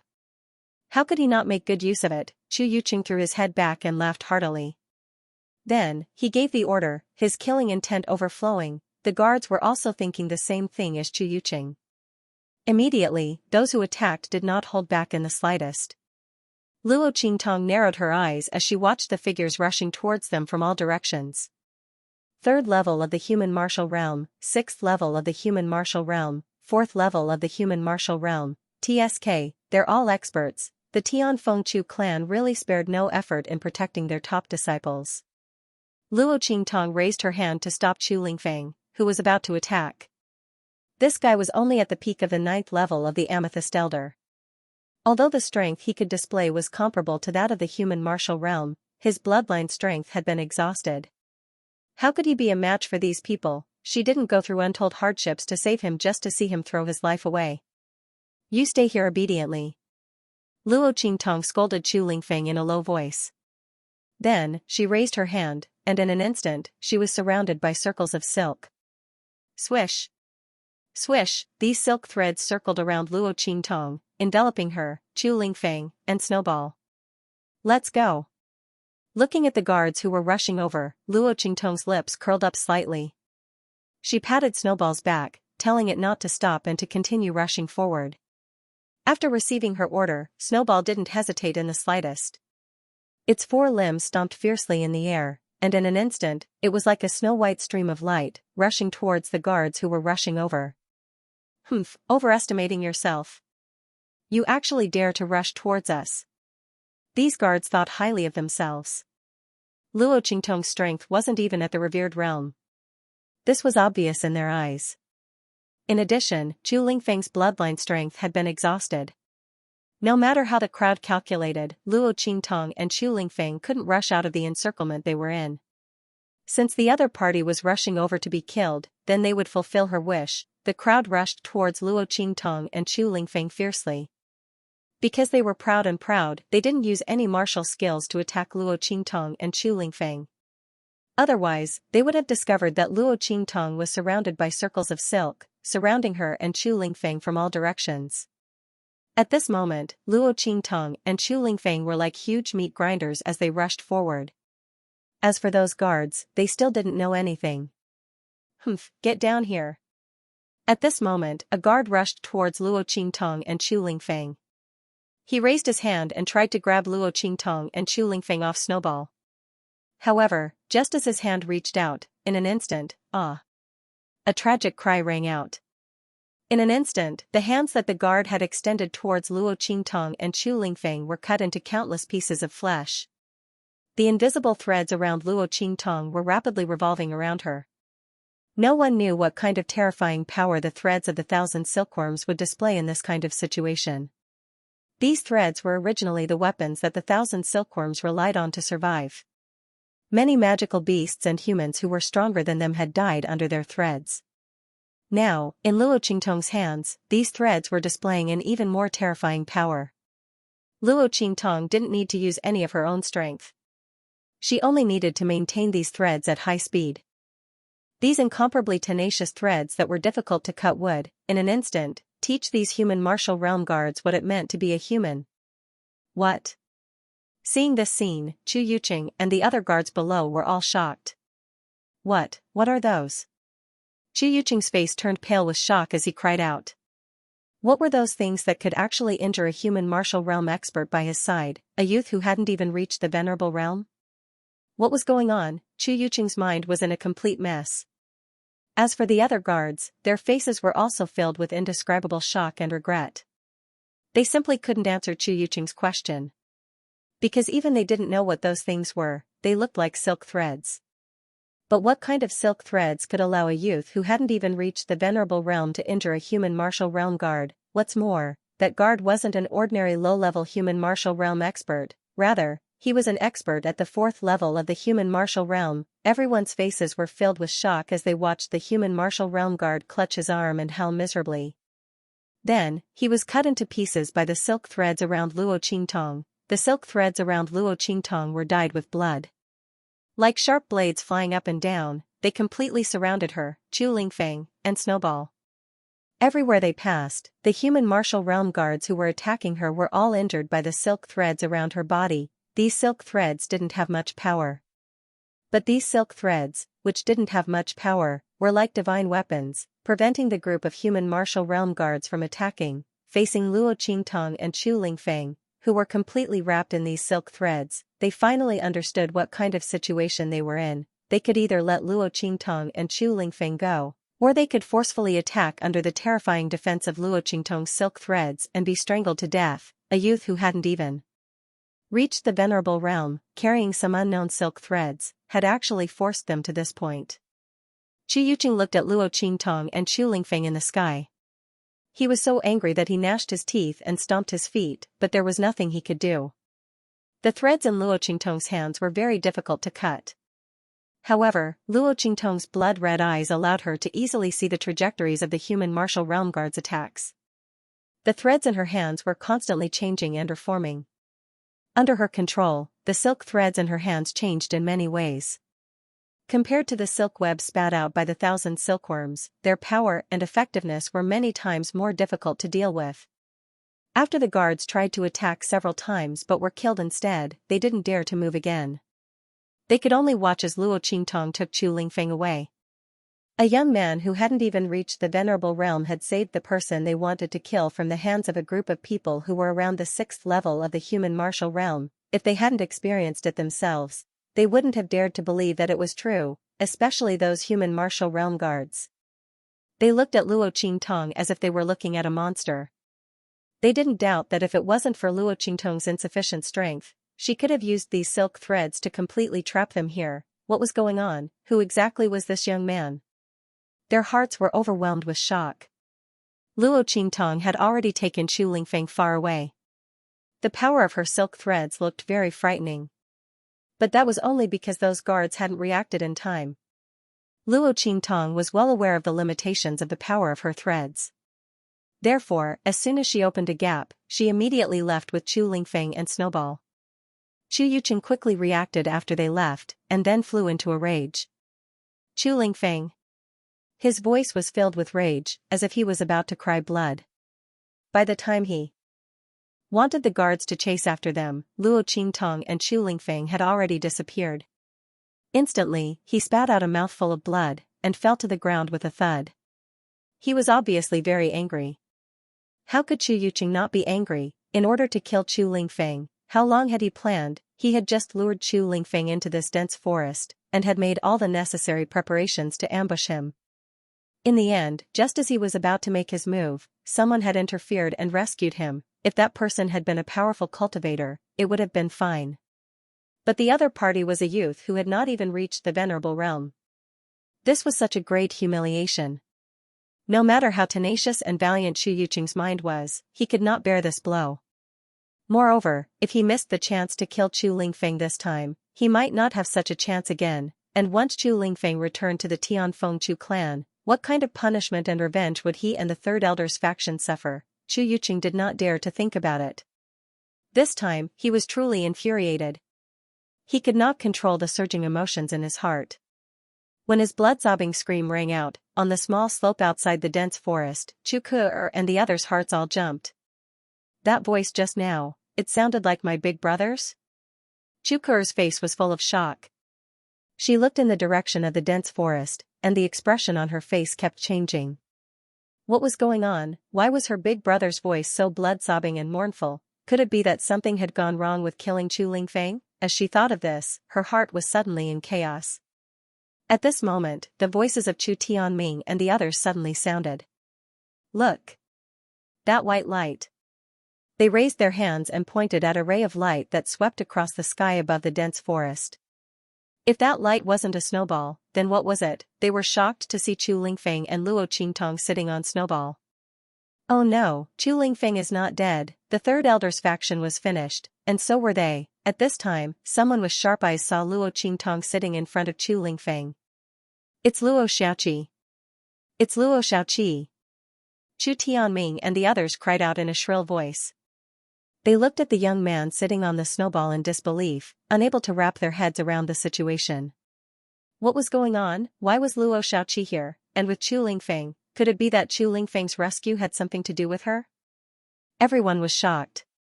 After seeing Luo Qingtong sitting on Snowball, Chu Yufei's nails instantly dug into her palms. Luo Xiaoqi, how could it be her? It was her again. Chu Yufei's heart was set off waves of shock. She also gave advice in this operation to kill Chu Lingfeng.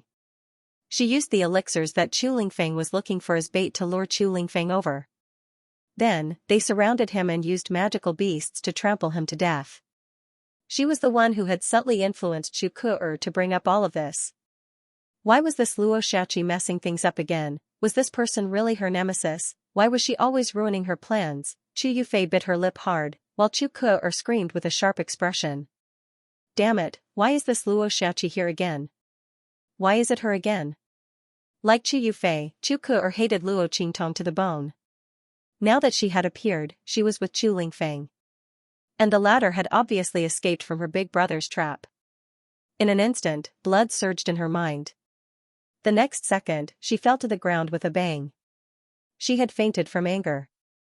Luo Qingtong didn't know about this episode. She took Chu Lingfeng and Snowball and flew for a while. Soon, they appeared in a safe dense forest. This place was already very far from the dense forest where Chu Yuqing and the others had set up an ambush.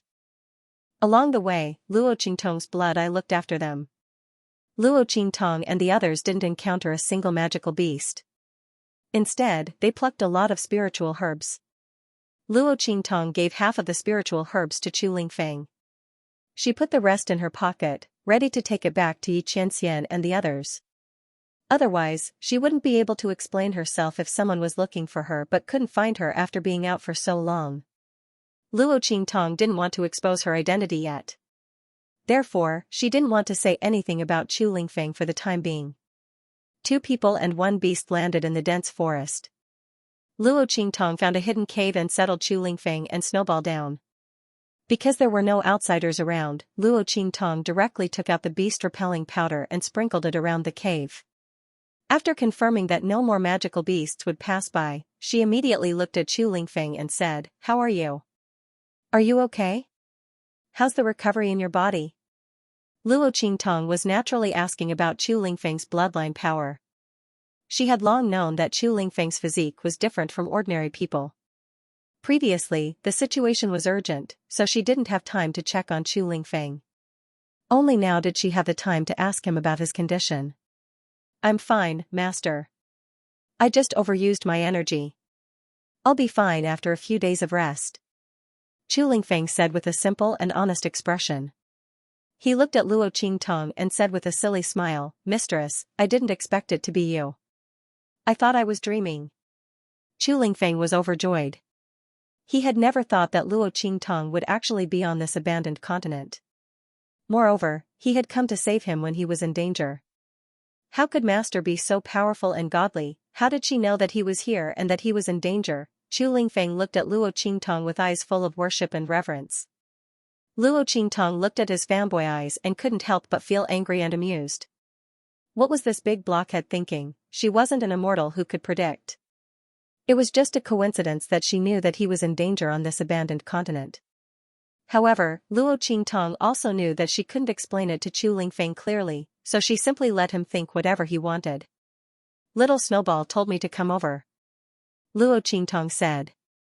Then she frowned and asked Chu Lingfeng, "Who is the person who wants to kill you?" Although Luo Qingtong had already guessed that it might be related to the third elder, she still wanted to confirm it. "It's Chu Yuqing." He scratched his head, then said uncertainly, "That should be his name." He had offended too many members of the Tianfeng Chu clan. Chu Lingfeng didn't even remember their names. Chu Lingfeng had only managed to remember Chu Yuqing's name after he'd revealed it during the ambush.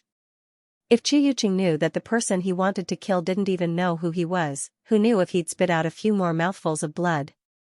Luo Qingtong looked at him with amusement, then asked, "Is he from the third elder's faction?" "That's right." "Mistress, how did you know?"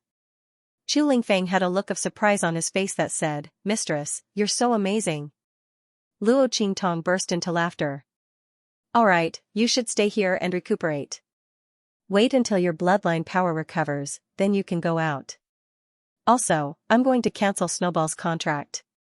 You can contract with it." As Luo Qingtong spoke, she lifted her hand and cancelled the contract with Snowball. Chu Lingfeng wanted to stop her, but it was already too late. "No. Mistress, how can I steal your contracted beast?" He hurriedly rushed over to stop Luo Qingtong, but she dodged him. "All right, you've been taking care of Snowball all this time. It's better for it to be with you than with me." Besides, in your current situation, Snowball won't be able to contract with you and stay by your side. I'm worried. Luo Qingtong couldn't possibly bring Chu Lingfeng back to the camp. First of all, his bloodline power would recover after it was exhausted, and he couldn't let anyone know about it. Otherwise, it'd be troublesome if someone targeted him in the future. Moreover, the camp was filled with all sorts of people. Luo Qingtong might be able to shut some people up, but she might not be able to shut everyone's mouths.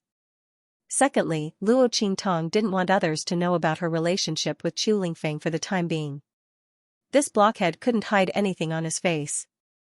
If he were to follow him, he would definitely not be able to resist getting closer to him and listening to him.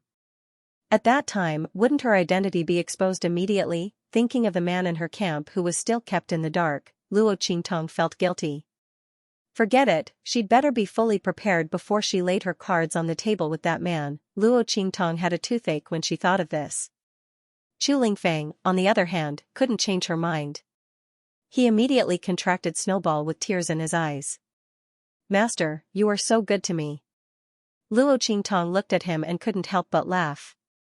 This big blockhead, Luo Qingtong didn't stay in the cave for long. She arranged for Chu Lingfeng to recuperate there.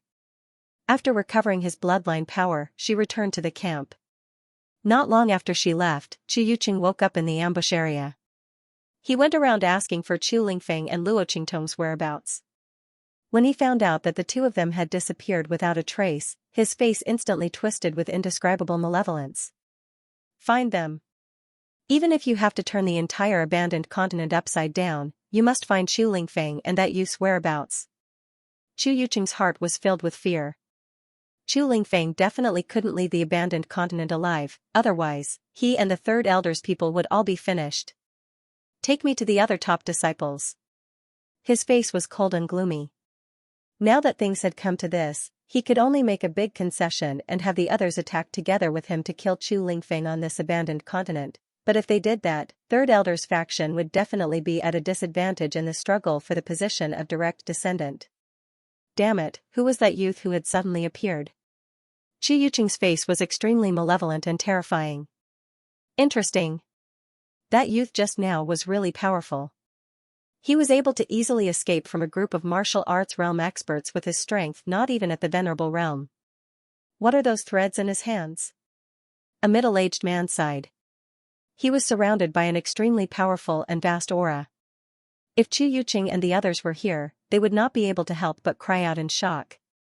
Because this man's strength was at the earth realm, not only him, but the people around him were also at this level of cultivation. This kind of strength was not common even in a 4- or 5-star region, let alone a 6-star region. Not to mention a group of people like this. At this moment, these people were looking in the direction that Luo Qingtong and Chu Lingfeng had left. When his voice sounded, a cold and handsome youth in front of the group said in a deep voice, "It's the threads of the thousand silkworm." This man's face was handsome and cold, and his entire body was filled with a blade-like aura. He was surrounded by the crowd, and at this moment, he said indifferently, "That youth is holding the threads of the thousand silkworm." At this point, a look of surprise flashed across his face. It was not because of anything else, but because the threads of the thousand silkworm were very difficult to find. Generally speaking, it was basically impossible to capture the thousand silkworm alive. This was because this kind of demonic beast was very good at seeking benefits and avoiding danger. Generally speaking, when they found that the situation was unfavorable to them, they would immediately retreat and would never give others a chance to surround and attack them. Not to mention being killed by others. Even if someone managed to surround the thousand silkworm, it would be impossible for them to obtain its corpse in one piece while being surrounded by its threads. This was because the threads of the thousand silkworm were very difficult to deal with. In summary, it was basically very difficult to obtain the threads of the thousand silkworm. However, the youth just now took a lot of them. Not only that, but the way she used those threads was very skillful. Zhang Beiyue saw clearly that after the youth broke into the encirclement, she did not suffer any injuries until she left with the man behind her. It was not easy for a youth who was not even at the venerable realm to be able to escape from the encirclement of these human realm guards. Yet, she was still unharmed. This young man is indeed very powerful. Zhang Beiyue's expression was indifferent as he looked in the direction Luo Qingtong left. There was obvious admiration in his eyes. Even if he were in Luo Qingtong's position and had the same strength as her, he wouldn't be able to do it. That young man just now was indeed very powerful. His words caused everyone to feel a wave of surprise in their hearts. The threads of the 1,000 silkworms? Oh my god, there's actually someone who can get their hands on that kind of thing? Someone in the crowd exclaimed in a low voice. They naturally knew about the 1,000 silkworms' threads. However, no one had expected that the young man would be holding such a thread in his hand. After all, the silk of the 1,000 silkworm was very hard to come by. Even if they went to hunt the 1,000 silkworms, it would be easy to kill them. However, it would be difficult to preserve their corpses and extract the threads from them. He didn't expect that the young man just now could do it. Not only that, she seemed to have a lot of threads in her hands. That young man was indeed very powerful. It was a pity that he had matters to attend to in the abandoned continent and could not divert his attention to other matters. Otherwise, it would not be impossible to recruit her to his side and become a member of the Zhan family. After all, her monstrous and outstanding ability was rare even in the 3-star region. Especially the way she manipulated the threads. If he was not wrong, if the other party was slightly stronger, she could completely strangle all those in the human martial realm here. Zhang Beiyue immediately retracted his gaze as he thought of this. He turned to the person beside him and asked, "Those people just now, are they from the Chu family?" "Yes." The middle-aged man replied. He was a little surprised that Zhang Beiyue suddenly asked this. Didn't the young master never care about these things? When those people were fighting just now, he did not even look at them. He only began to pay attention after the young man appeared. "Yes." Zhang Beiyue responded in a low voice and did not say anything else. Instead, he asked about other matters. "How's the matter from before? Is there still no trace of the demonic moon sect?" "No." Everyone's expression froze when they heard his words. The middle-aged man from before said, "The abandoned continent has been too chaotic recently. We found traces of the demonic moon sect several times before, but they were all destroyed." When he said this, he immediately frowned. This chaos was naturally because of the Chu and Lian families. Zhang Beiyue and the others had appeared on the abandoned continent earlier than the Chu and Lian families. For some reason, the Chu and Lian families did not know of their existence. Zhang Beiyue's expression darkened when he heard this. "Then forget it. Don't worry about them for now. Anyway, they're already seriously injured. They can't do anything. The most important thing is that thing. If I'm not wrong, it should be in the heart of the continent. This sky luo grass should have been born from it," Lin Feng said. "If that's the case, then the opening of the heart of the continent will be the best time for us to get it. Let's put other matters aside first." "Yes." The crowd responded in unison. Then, they followed Zhang Beiyue's figure and disappeared into the dense forest. After they left, Chu Yuqing and the others didn't know that there was someone in the forest who was watching everything they had done. Meanwhile, on the other side, Luo Qingtong had returned to the campsite. She had just stepped into the camp when she heard a cold voice ringing in her ears. "You're back early." The voice was cold and angry. Luo Qingtong's heart skipped a beat. "Ha, ha. Good morning, brother." Luo Qingtong raised her head guiltily and greeted the man who was striding towards her. She originally wanted to sneak back to the camp and then sneak back to her tent. Who would have thought that she would meet Xianxia here? This man couldn't have been waiting for her in the camp all this time, right? Luo Qingtong had a toothache when she thought of this. She hadn't forgotten why she had run out of the camp for so long. Haha, she and Xianxia laughed. At this moment, Yi Qianren had already walked to her side. "Good morning?" "Ah? It's already dark?" Luo Qingtong's lips twitched as she looked at the dark sky. She didn't know what to say. Oh my god, why is she so easy to say? Cough. "Well, I actually wanted to say good evening," Luo Qingtong braced herself and said. "Really?" Yi Qianming narrowed his eyes. This woman's ability to lie through her teeth was getting better and better. "Yes, yes." Luo Qingtong nodded quickly. She was relieved when she saw that Yi Qianming didn't seem to notice the kiss mark on her neck. At this moment, Yi Qianming's voice suddenly sounded. I heard that when people are nervous, it's easy to pant and say the wrong thing. Luo Xiaoqi, what are you nervous about? Yi Qianming raised his eyebrows and looked at Luo Qingtong with a faint smile on his face. Did this woman think that she could get away with it? Hiss.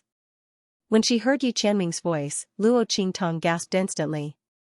She looked at Yi Qianming and her mind was filled with thoughts.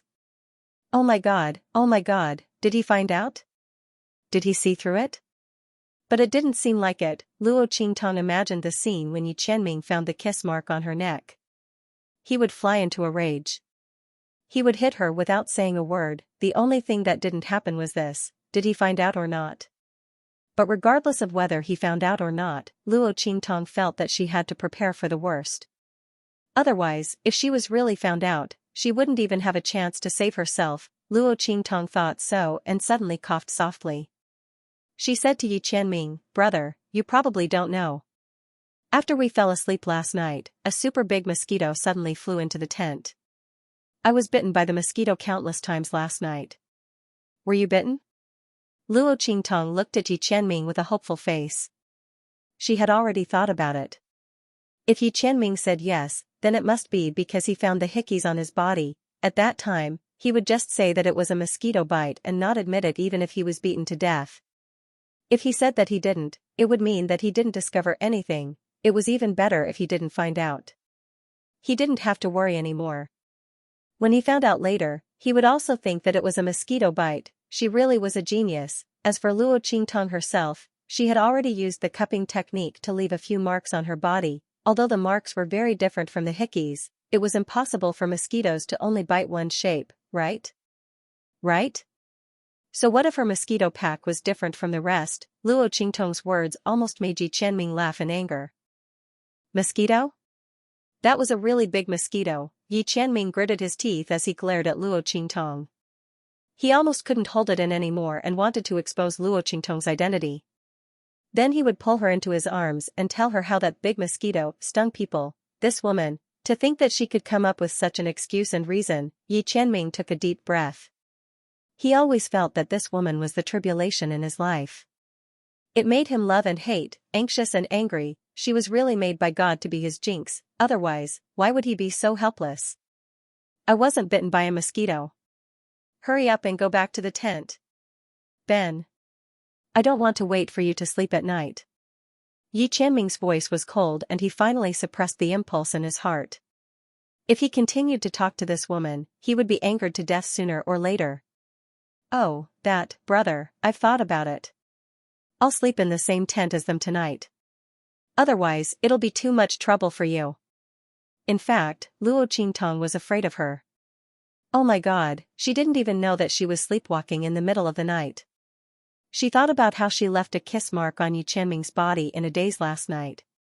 Who knew what she would do tonight? She'd better keep a distance from Yi Qianming. However, just as she thought of this, she was lifted up by Yi Qianming in an instant and brought back to the tent. Sleep in the same tent as others? Yi Qianming's thin lips curled up slightly. For some reason, he felt like he was grinding his teeth. How can that be? There's still a big mosquito in my tent. Before it leaves, you'd better stay here obediently, lest I'm the only one who gets bitten. After all, that mosquito only appeared after you came. What do you think? Yi Qianming's voice was gloomy. If he didn't have a trace of self-control and knew that this woman didn't want to reveal her identity, he really would have pressed Luo Qingtong into his arms and kissed her fiercely. This woman still wanted to sleep with others? He didn't allow it before he knew her identity, so it was even more impossible now. She dared to step out of this tent, he would never let her do as she wished. Yi Qianming could do anything for Luo Qingtong. She didn't want to reveal her identity, so he pretended that he didn't know. She was bold and arrogant, so he let her be. As long as this woman was happy, it was fine. But the only thing she couldn't do was to let him lose her. Not to mention sleeping in the same bed with another man. Of course, a woman couldn't do it either. Yi Qianming's eyes were cold and he directly threw Luo Qingtong onto the bed. The latter's lips twitched and she didn't know what to say. She really wanted to grab this man and tell him, the mosquito you're talking about is me. It's me. As long as you let go of me, there won't be any more mosquitoes. But she didn't dare. She was Luo Xiaoqi. If she admitted that she had molested Yi Qianming, the consequences would be terrible. She wouldn't be able to bear it at all. Luo Qingtong's lips twitched, and she decided to give up in the end. Forget it, she would sleep here for another night. When there were no more mosquitoes biting him tomorrow, she should be free. At that time, he would have to sleep in another tent, even if he had to sleep with Big Sister Yu. Luo Qingtong thought. She covered her head with the quilt and fell asleep. Before going to bed, she did not forget to tie her hands and feet with silk thread. She didn't believe that she would still be able to touch Yi Qianming, for Luo Qingtong, liking Yi Qianming had already become an instinct. It had been such a long time since he had transmigrated. The man had already integrated into her life, just like the other half of her life. She unconsciously wanted to hug him and rely on him. These feelings of love and affection that he had never felt had anything to do with him had all appeared in front of him. Therefore, she absolutely believed that she would unconsciously touch Yi Qianming after falling asleep in the middle of the night. That was because this man had already melted into her life. The girl's figure was petite and she directly fell into his arms. They fit perfectly as if they were a match made in heaven. Humph, this is the most obedient moment. Yi Qianming snorted and kissed her lips fiercely. Feeling his breath, Luo Qingtong snorted twice and responded to him automatically. Her whole body was desperately trying to squeeze into his arms. His hands also began to move restlessly. But her hands and feet were tied and she couldn't move for a while. In the end, she could only give up. Her voice was soft, but it was also domineering and proud. She unconsciously fought with Yi Qianming for control of the kiss.